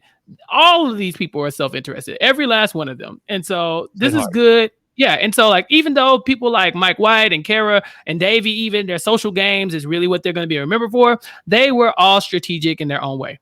Okay. Let's talk about the final tribal council. We have talked about it at length here tonight about that Mike not really going for the jugular at the final tribal council. Jason, what were some standout moments for you from the final tribal? I think Nick handled this final tribal like really well. You know, he talked about his social connections and all that stuff, and his story and how he got here from a David. He really worked the David Goliath angle. You know, poor Angelina. I don't want to say poor Angelina because she really kind of brought it on herself. But they kind of skewed her a little bit. Yeah, and then we talk a lot really about Mike. Get questions like the guys were getting. Like she had to like the bombard questions. She had to like put herself in there. And I also felt like that and that wasn't really fair for her. I felt like that there were some times when Mike got a question and that she like sort of like intercepted Mike's question and answered it. And I feel like I'm gonna let you finish. Yeah, it might have helped Mike to be able to like at the time that the original question was asked to be able to answer it there. Yeah, but again, I like this because we've seen so many people like Troyzan, or Monica Culpepper, who just sit there and either get ignored or just bombarded by hate, right? They were mad at Monica because she didn't make a move, but they're like treating her like she backstabbed all of them and that she was a horrible person and she's just a neat lady. And so Angelina's like, I'd be damned if that's me. Like, you asking Mike this question, but I can answer it too. It's fine. And a lot, some people. I'm just saying it was. Yeah, you gotta give her credit for that. Yeah, I think Mike's momentum, I think, got interrupted a couple times. Hey, it's a competition. It is a competition. You got to win. Now, it would have caught me off guard. Mike better than me. I'd have been, girl, what? Excuse me? Like, we would have had a moment. But, I didn't hate this. I'm sure she saw the writing on the wall and that she was not going to get a whole lot of play here. And she had to, do what she had to do with the last-ditch effort to hopefully sway some votes. But I think she probably saw what was... When do you think she realized that she's going to be a 0-vote finalist? Like, that would be my question. Like, was it during this final tribal? Yeah, probably. I probably think that in this moment, she probably realized there's a possibility for her to be a 0-vote finalist. And she said, nah, I'm over my dead body. And so at that point, she starts intercepting questions and making sure she's pointing out stats. And she's throwing everything at the wall here. Again, she's playing hard. I mean, think about Sherry and Kara Moen. She's just sitting there, and then Eric Reichenbach just starts yelling at her. Y'all can ask her a question. It's fine. You can actually engage with her, even if you don't want to vote for her. And so I'm glad she kind of just no, I'm here. I will be seen. We will talk to me. We will see what my opinions are. Yeah. I was here the entire game. I've been aligned with Mike loosely most of the game, but I've been with these two people for a very long time. And so you cannot talk about their games without talking about mine, and I won't stand for it. So I think at that point, she's just throwing stuff at the wall because maybe somebody, Gabby, please, maybe somebody will throw me a vote. And y'all only had Rice because of me. Yeah. Yes. Also, did you miss that? It's interesting also because I feel like there's not a lot of times when the people in the final three call each other out for stuff, and then there's a couple times where Angelina's answering questions and like on the Allison question about did you make the idol just to embarrass me? She's like, no. And Nick's no, like, no. That is Nick is categorically deny. And Nick is like, She's like, are you making a face? Are you shaking your head? She hit that too. Knock Knock that off. Right. It's she chose one time throughout the entire season to turn around because people have been making faces behind her back for weeks at this point. So first time she looks like, oh, what? Why are you shaking your head? How could you not believe the very thing that I told you was I literally told you this was catty, and now you're sitting here shaking your head like that this was catty for a fact. How dare you question my integrity? I'm Angelina. But what can she do in that moment, right? You're trying to win. If you gotta lie. If you gotta pretend that you are,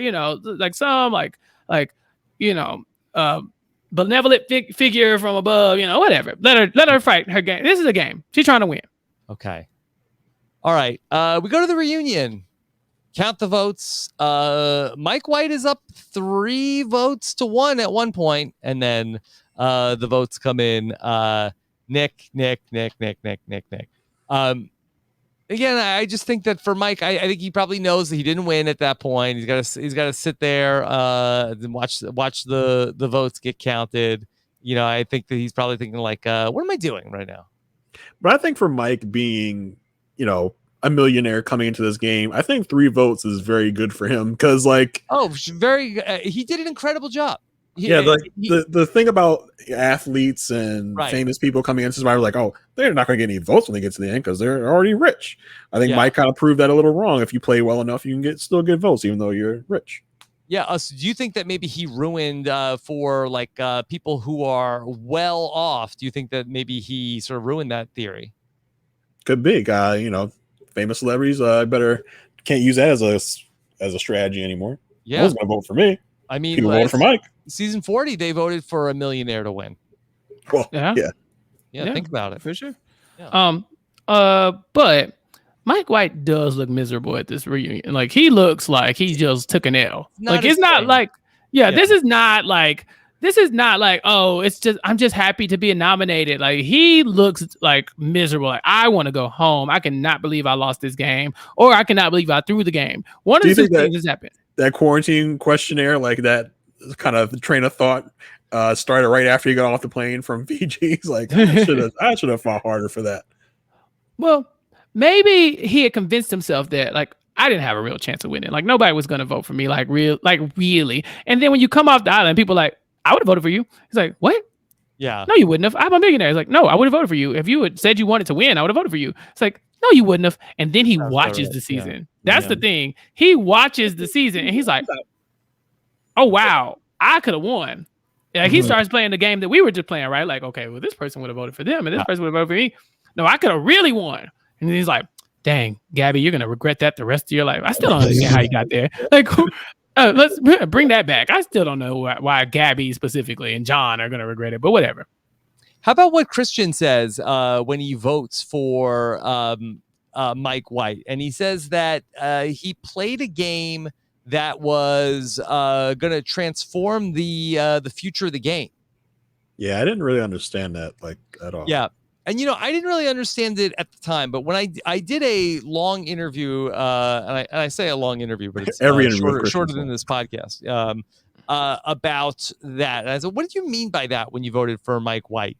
And what he said at that time was that he talked about how Mike White was really understood about how to manage threat level. And so what Mike White did things on purpose to sort of and he talked about in the Final Dropcast, lost his water, oh, where am I? What am I doing? He did so much to manage his threat level. And I really think that you see that in Tony's game that he wins in Survivor 40, where Tony made himself really be the clown for a good half of that game and made people sort of lower their idea of Tony as a threat to let him get to the point.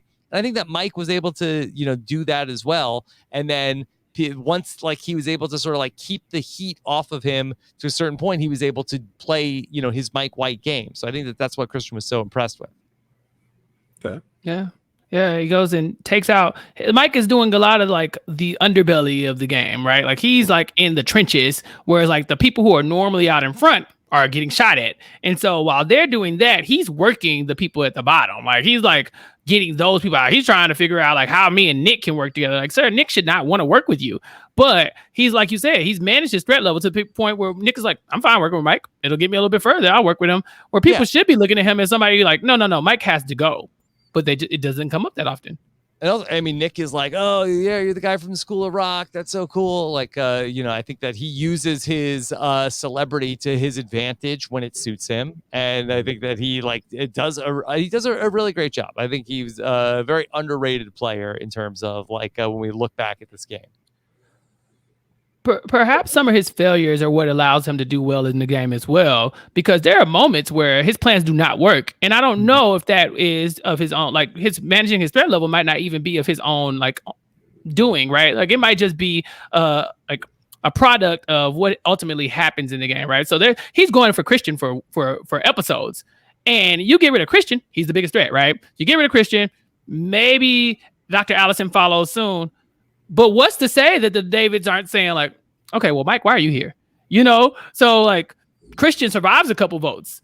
Allison survives a couple votes. And so that way there's always somebody in front of him that's a bigger threat that they need to get out. It's not like Mike is saying, let's save Christian and Allison for later on. I mean, there is a point I think there he does. No, Christian makes that move. But yeah, he's targeting some of these big threats like everyone else is. So I think there's something to be said about managing your threat level. I just wonder if it was all on purpose or if it was just happenstance or maybe a combination of both. But I think when he takes the lead on those votes, he took the lead on that Christian vote and got Christian out. I think he was very good at understanding when it wasn't time for his move and stepping back and saying, well, no, let me not push it so I don't look like a quote unquote mastermind. But when it came time to do it, he was able to whip the votes to get whoever he wanted out. I was saying that Angelina and Mike and Nick make a final three, and then they're going to go Jabeni final three. Do you think that is actually what they wanted? Hypothetically, if Nick had lost at 4 or 5, do you think that they would have voted Nick out? Because I feel like that all Goliath final three, Mike knows storytelling. I think he's got to imagine that his best shot to win is all Goliaths. Yeah, I think if Nick loses any one of those immunities, he's out. Because I think when they formed that Final Four with Jabeni and Davey, I think that's the last time we really hear about a formal alliance between them. I think it's just happenstance that the three of them end up at maybe Angelina and Mike would have tried to get to the end together, but I don't think their plans, their end game included Nick. I think they probably would have rather gotten there with Kara, maybe 3 Goliaths, in the final. That probably would have been their preferred. And that's just the version that we saw on the television show. But I wonder, like, should we be looking at Nick's win more like sort of either like a Danny Boatwright, sort of like getting in there at the end, or like a Mike Holloway, where it turns out that just he won out and he would have gone home. Yeah, I mean, but Danny Boatwright doesn't necessarily win out, right? Like she gets them to turn on each other. Well, no, but that's what I'm saying. That's probably more apt though, because Angelina at one point tells Nick, I don't think you need to play your idol here. He plays it anyway, but she was not wrong. And they're in lockstep from that point on. Now, does he, I mean, like at that point, does that solidify them and galvanize them as a 2? Maybe. But like nobody else is willing to play ball with Angelina the way Nick is. He's kind of open for whatever. Like, well, let's do it. But she does, like, when he plays that fake idol, she's the one who says, I think you're good here. And they end up moving forward together. And I don't think they vote differently from that point. So I would say that it's probably a combination of both, where it's like maybe Mike White had lost sight of things and thought like I could go to the end with Nick and win, or maybe if not Mike White was or Nick was vulnerable, he would have gotten voted out. I wonder if there's a world where Mike White ever gets voted out. Well, what are they talking about? Like Final 5 targeting him instead of Allison, I think. Yeah, Kara talks about it at the Final 5 to vote out Mike. If it's Angelina, Mike, Kara, does Mike win or does Kara win? I think Mike wins. That's my guess. I don't know. Mike White was robbed. I think Mike White wins if he is allowed to win. I wonder if Kara is probably going to get Alec. I think Carl, Davey. Probably Davey. Yeah, I think Kara might get it. Allison, I think. Yeah, but Mike White's game is so and so that's when you look back at what Christian said, right? His game was so different, and it was something that is so imaginative. Like if you step away from it, that you wonder if they're able to articulate that. If Christian stands up there and says, what Mike did was amazing, right? He didn't have a number 2. Like it was a Mike White show, and wherever he went, that's where the votes went. Yeah. He just kind of whipped them wherever he can. If you make this narrative that really is kind of the narrative that Mike White was Littlefinger, he was, the one, he was whispering around everybody. He was making sure that he made it to the end with people the way he wanted to get there. And like I said, he wasn't always successful, but if that is the final 3, I think there's a world where you say, listen, we like Kara, but we like Mike and he's strategic. Or we like, Angelina, but we like Mike more. So I think there's a world where if he can articulate it, or if someone can articulate it for him, he still might win the game. So I think if you get like Christian, I think Gabby comes along with Christian. I think Gabby would vote for Kara. I think that Gabby probably would have liked to have seen a woman win the game, just not have that woman be Angelina. Makes sense. Then you'd have to hear about it. Oh my God! What if Angelina had won this game? But, like Elizabeth would be like such a wild card. She played the game with Kara. I feel like that she probably would have, they bonded over horses in one scene. Other than that, who knows? Who knows? It's up for interpretation. I like this. This is why this is a good season. It's not cut and dry. You get to play. There's a lot. To unpack. Yeah.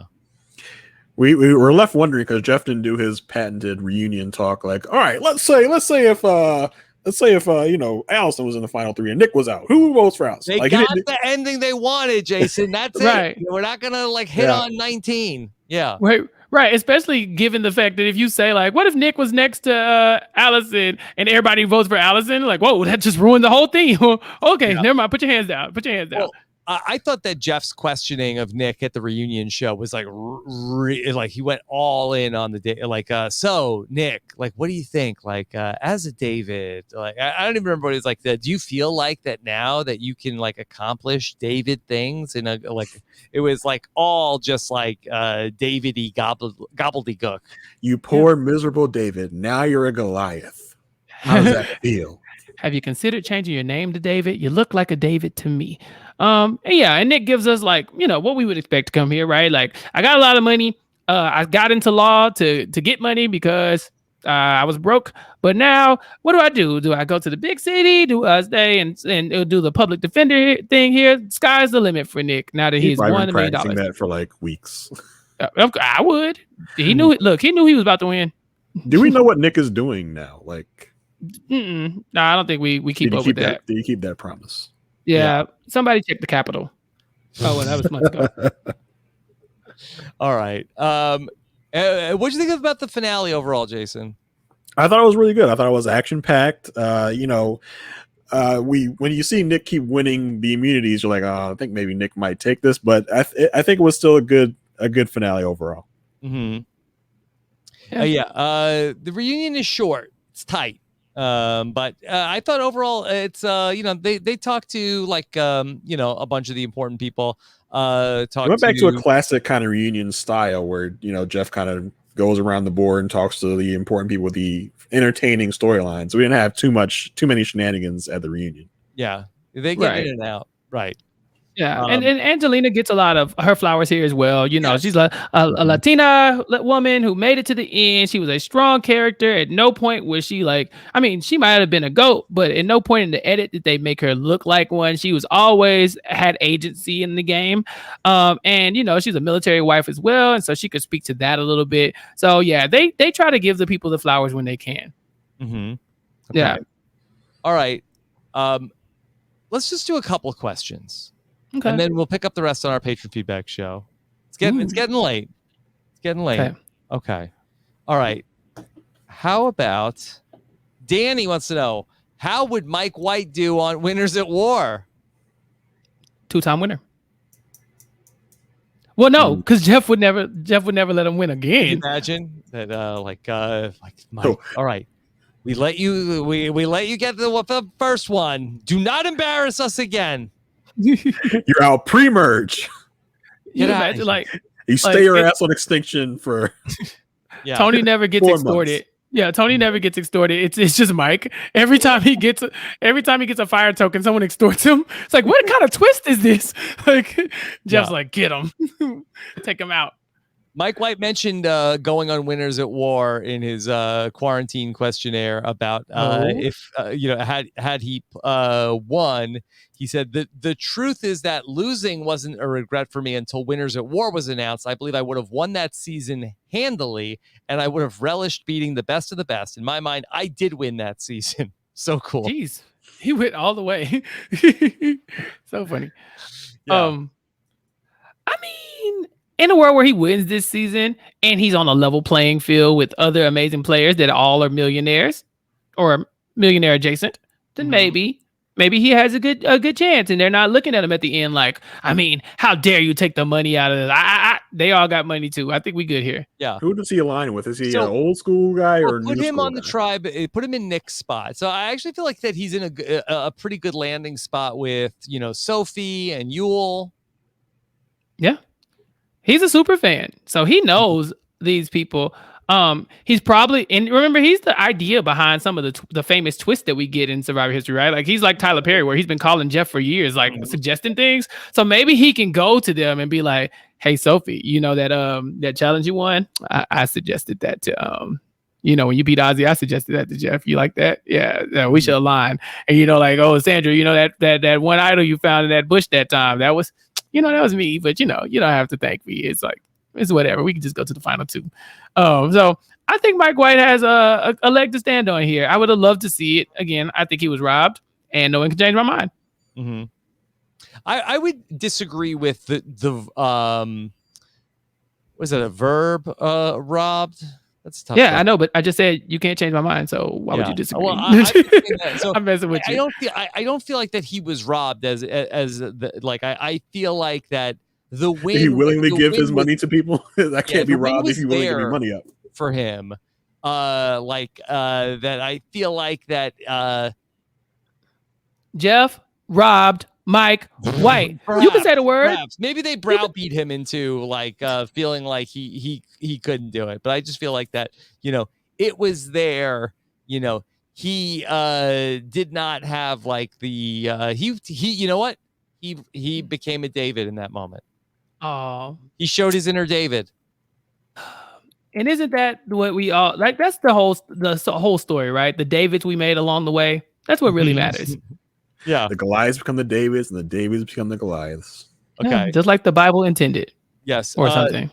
Joel from New Zealand says, which player on the David tribe played most like a Goliath and vice versa? I guess, I mean, the David that played most like a Goliath would be Christian, right? Or at least they would lead you to believe that the whole season. They're saying like Christian is the Goliath of the Davids. He's the biggest threat on the Davids. He's the biggest threat in the game. I mean, Carl is, yeah, he's a Goliath too. I mean, I guess if he was the Godfather, the Carl father, yeah, I think it was fine. Okay. I'm gonna say Davy. I say Davy for that. So Davy played like a Goliath and not a Davy. He found idols. He saved people. Yeah, the social game. What about the other way around? Which Goliath? Who was a David amongst the Goliaths? Mike White, because he fumbled the bag. Oh, did you say Kara? No, I said Jeremy. Oh, Jeremy. Yeah, Jeremy. How about one last one? Kevin wants to know, where does the mayor of Slamtown rank among celebrities and former athletes who've played? I mean, we've talked so much about Mike White. We haven't talked too much about the mayor of Slamtown's celebrity. What if John Hennigan made it to the final three? Do you think that would have been an issue as much as we were talking about Mike White being in the final three? No. His level of fame is not comparable to Mike White's. Mm-hmm. I'm not even sure if he was in the WWE at that moment. We'd have to call Matt and Mari and ask. Yeah. No, I think he may have been in developmental wrestling leagues or something like that at that time. But the George Bushy of Tushy.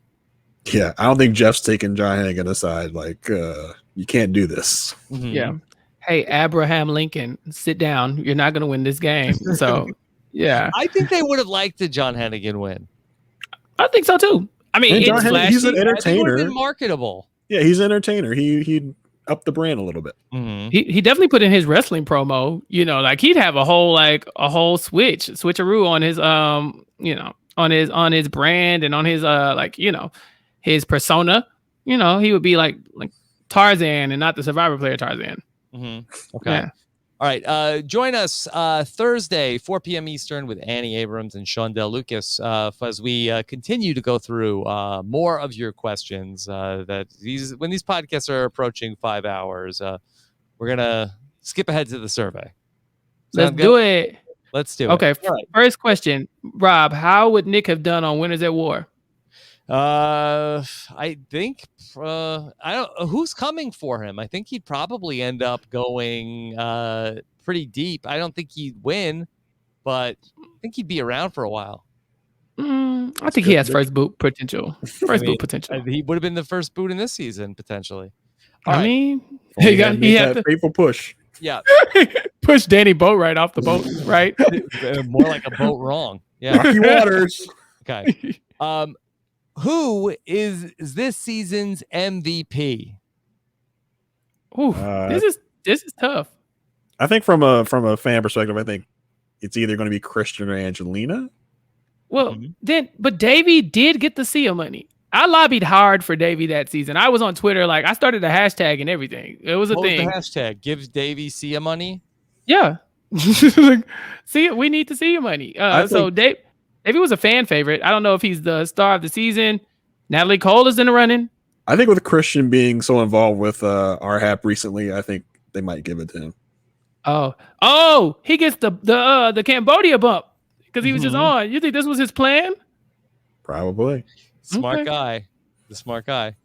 All right. The winner of this season's MVP was Dr. Christian Hubicki, 44.85%.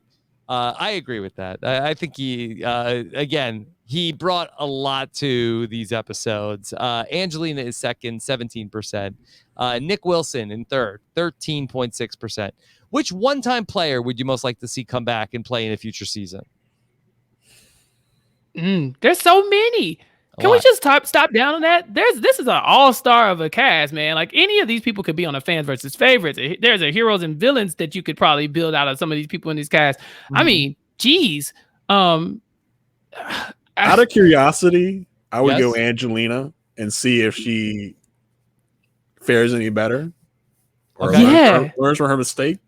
I don't know. Yeah. Oh my gosh. Or if Definitively. she didn't, it would just be as entertaining. Like Mhm. either way, we win. You're right. Objectively, she's the best TV regardless. But I mean, Christian's right there. He was the MVP. Why not let him play again? Christian did get this one, 37%. Davey, 22.4%. Angelina, 21%. That's a good three. Bring them all back. Bring the three of them back on like how they did the Cagayan, the Brains Tribe. I think those three would be on the short list. Certainly. Yeah. And you don't have to squint too hard to imagine Gabby potentially coming back. Mm-hmm. Yeah. I'm a big Lyrsa fan. I'd love to see her. Natalie Cole. Oh, icons. Oh, yeah. Icons. I wonder, they wouldn't ask for Allison back, but I'd love to see how she would do on a season that didn't hate her. Like, I mean, the people liked her, but the season itself, it just wasn't for her. Okay. Which name on this list made you pause and think to yourself, wait, who's that? I think the obvious answer is Jessica, but I'm going to go Natalia. Mm-hmm. Oh, see, I remember Natalia because she went out so rough. She was like, shut up. Don't look at me. I'm going out. I'm getting eliminated. Like when she got her like that's iconic for me. So I remember that. But if you didn't rewatch the season and you see her name, it's just like, who the hell is it? I know I did. I was like, who was that? Dang, it's so hard because Pat could have been a good one too. Like, geez, I mean, I think Pat's memorable for how he went out, though. I think you remember that name. Associate that with the broken back. Broke back Pat. So maybe, dang, this is hard. B. Jessica P. 48%. Justice for Carl. And Natalia is second, 16.47, and B Nguyen, 14.85. Got the big three. Yeah, Natalia, I ran into her a couple times. It was fun. Okay. She tell you to shut up? I think that I actually went up against her in a Survivor competition before she played on the show. I went to they had like an EW thing where you could do Survivor challenges, and I did a challenge against her, and she smoked me. Okay. And then she went on the show. Okay. Checks out. All right. Who's the most underrated player of the season? Underrated. Still, Natalie Cole's still in the running here, but I think Davey doesn't get the credit he deserves. But I also think Mike White was robbed. One of those two. Okay. It is Mike White, 24%. Kara, 15%. Davey, 13%. All right. Who had the Kelly Wentworth Award for the best pre-merge boot of the season? That's Natalie Cole's award right there. Change the award name for the top 5, Rob. I dare you. Yes. Rob. Agree now. We'll do Say it. Coward. The Natalie Cole Award for the best pre-merge boot. Yes. She got 69.68%. Nice. Lyrsa got second place, 16%. Natalia comes in with a 7%er. I mean, to be fair, the other two people were medevaced. So, like, I agree with Lyrsa. I'd like to see Lyrsa again, too. Low bar. Yeah, me too. Yeah. She's dope. Okay. Out of the 40 seasons, where would you rank Nick Wilson's win on a scale of 1 to 40? I think the people, I think they hate Nick. So I'm going to put it at 34. 34. Yeah. Pretty low for me. It's like, because I mean, there were so many heavy hitters here. And Nick was not one of them, in my opinion. He just, he did what he needed to do where he was. So 34 sounds about right. That just in terms of Nick here in David versus Goliath, and what I've always said is that like Nick was a great avatar for the concept of David versus Goliath. He was the one person that gave the quotes of like, "Hey, where's my slingshot?" That in the Bible, David became a king. Like, he was the one person that really got the buy-in and a lot of his like personality, quotes in the season. And that's why in Winners at War, it was like he had no story because that like, all right, well, this wasn't David versus Goliath anymore. So he was missing like that angle to come at. So like, I think that he ends up being like a good like representation of the idea of a David versus a Goliath. That being said, yeah, you swayed my opinion. I'd say 37. My bar was very low here on Nick's game before I watched the season. But I did come out respecting his game more here. He has good moments. Me too. That's how I got to 34. But yeah. But Rob's twisting my arm here. I'm going 37. 37. Okay. It ends up being, you might be surprised, 23.11, which puts him at 23rd in the all-time winner rankings. Puts him one behind Michelle Fitzgerald and one ahead of Vesepia. Nope. Recount. Jason, did you submit your ballot? You know we don't. We can't let that stand. Yeah, no. Recount. The poll is flawed. Surveys when I tweet them out, or people ignore them. We overthrowing the RHAP department to change those ballots. Mm-hmm. Yeah, you have a survey nullifier. Stop the steal. Stop the steal. Nick knows what I'm talking about. All right. Was this season too high, too low, or just right? I think just right. Honestly, probably just right. I know what the top 5 are, obviously, because we're down to 5. And so is it better than those seasons? I just don't think so. But I mean, there are a few seasons I would put over this just for nostalgia purposes, but I can't quibble too much with it. I think it's a top 10 season at the very least. Is this as far as new casts? Where is this rank for you guys? I would say this is the second best under Kagayan for me. Oh, you mean since the 20s? I mean since the 30s. Well, Kagayan's in the 20s. So you say new cast? How far are we going back? I mean, I go back pretty far. I think this is a pretty good cast. This is a very, very good cast. Yeah, for sure. All right. The audience said it's just right. 49.57, 29.6% said it was too high, 20% said it was too low. In the all-time Rob rewatchability rankings, I can tell you, I think this is the best season I've watched so far on this countdown. Wow. I love it. Yeah. Which is good. But that means, Rob, everything else has to be better or it's flawed. You know, like you said, rewatchability, you're supposed to be a man of the people. If we said there are 5 seasons better than this one, then we expect you to echo that thought every week into the season premiere of the next season. My rewatchability rankings have not lined up with what the audience has said so far. Here's your chance. Yeah, here's your chance. That's a threat. How dare if one of the top 5 seasons? Yeah. In the top 5 seasons? Yeah, there's some badass seasons coming up, Rob. You bet don't get too comfortable. We're gonna start the next hashtag. Okay. All right. What season is up next in the rankings? What will be? We kick off the top 5 baby next week. What will be number 5? Jason, what you got? I'm gonna say China. What seasons are? The seasons are Pearl Islands, China, Micronesia, Heroes versus Villains, Cagayan. I'm going China. I think it's going to be China. I hope it's Cagayan. All right.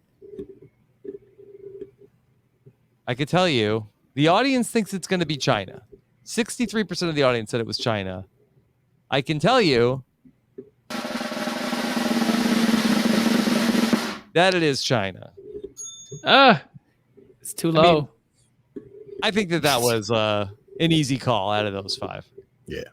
Honestly, Rob, this is a Cinderella story. I think if you had to look at the board and just say offhand, what do you think the top 5 seasons of Survivor are? Would you off the top of your head pick China as a top 5 season? No, I think the other 4 that are out there, I think that those are probably that's like the Mount Rushmore of seasons, and that'll be interesting to see where they come in 1, 2, 3, 4. And then I think there's probably a big gap to get to China, but we will talk a Great Wall of China maybe before you got to season 15.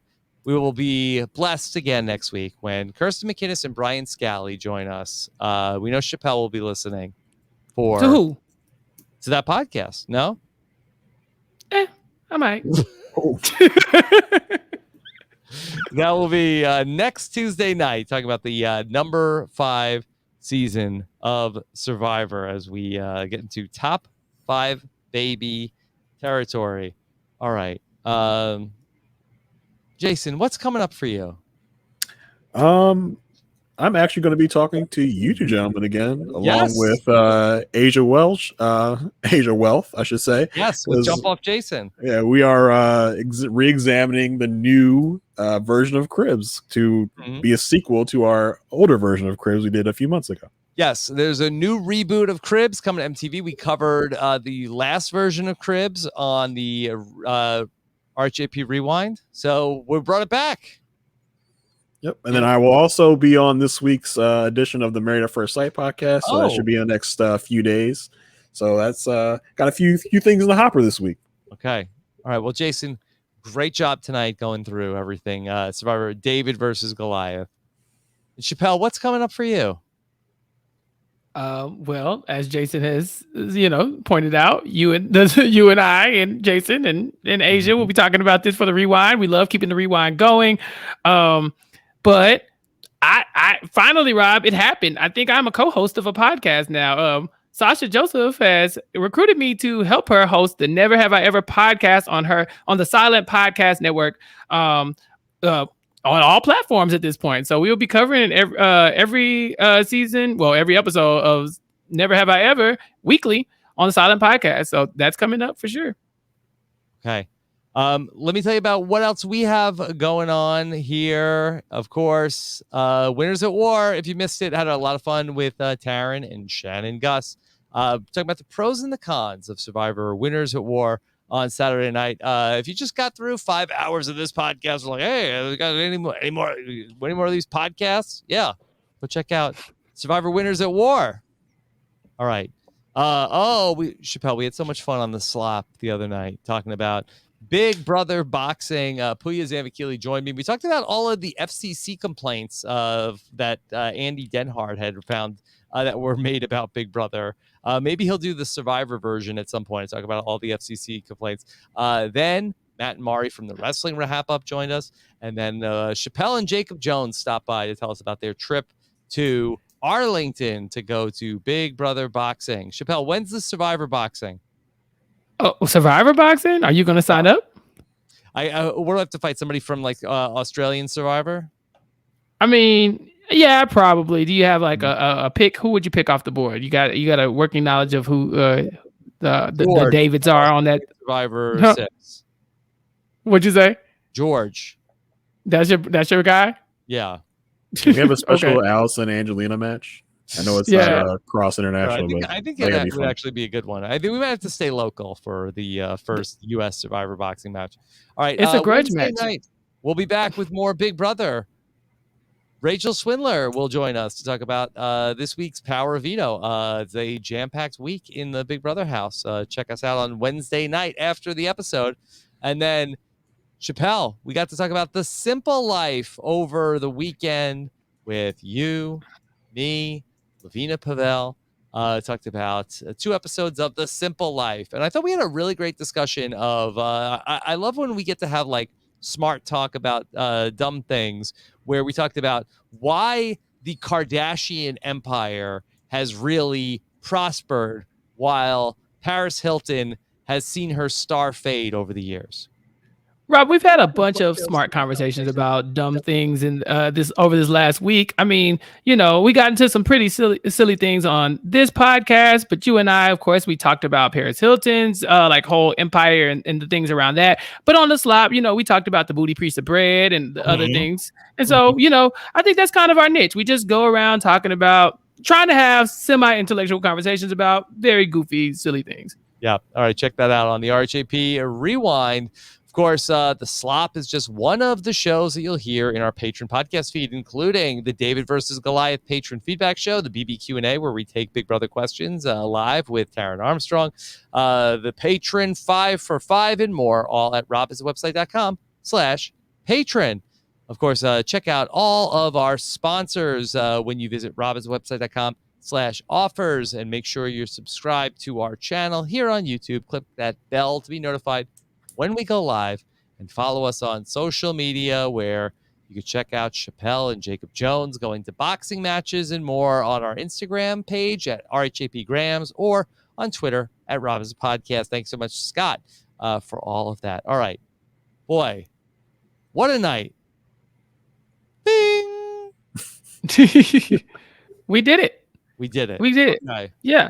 And now, Rob, you've done it. You've reached the top 5. Do you feel different now that you've hit? Feel like a Goliath. Yeah. See. Do you have any other David versus Goliath sound bites that we didn't play from this? Yeah, that's a good one. Do you have one where Davy's telling his mother he called the octopus? I don't think I have that one. I have this one for and I'm like, oh, hold on, pump the brakes. And then Davey said this also. You know, me being out here, I already feel like I'm a part of an apocalypse, which is my other dream. Yeah. How's it going now, Davey? All right. That was your dream? Yeah, he's fine. Yeah. He's fine right now. First of all, he's in Atlanta. So as far as they're concerned, there is no apocalypse. They're just doing what they want to do. Mm-hmm. Yeah. He had a hookah bar right now listening to this. All right. Thank you all so much for joining us for the number 6 season in the countdown. We'll be back with the top 5 season next week. Take care, everybody. Have a good one. Bye.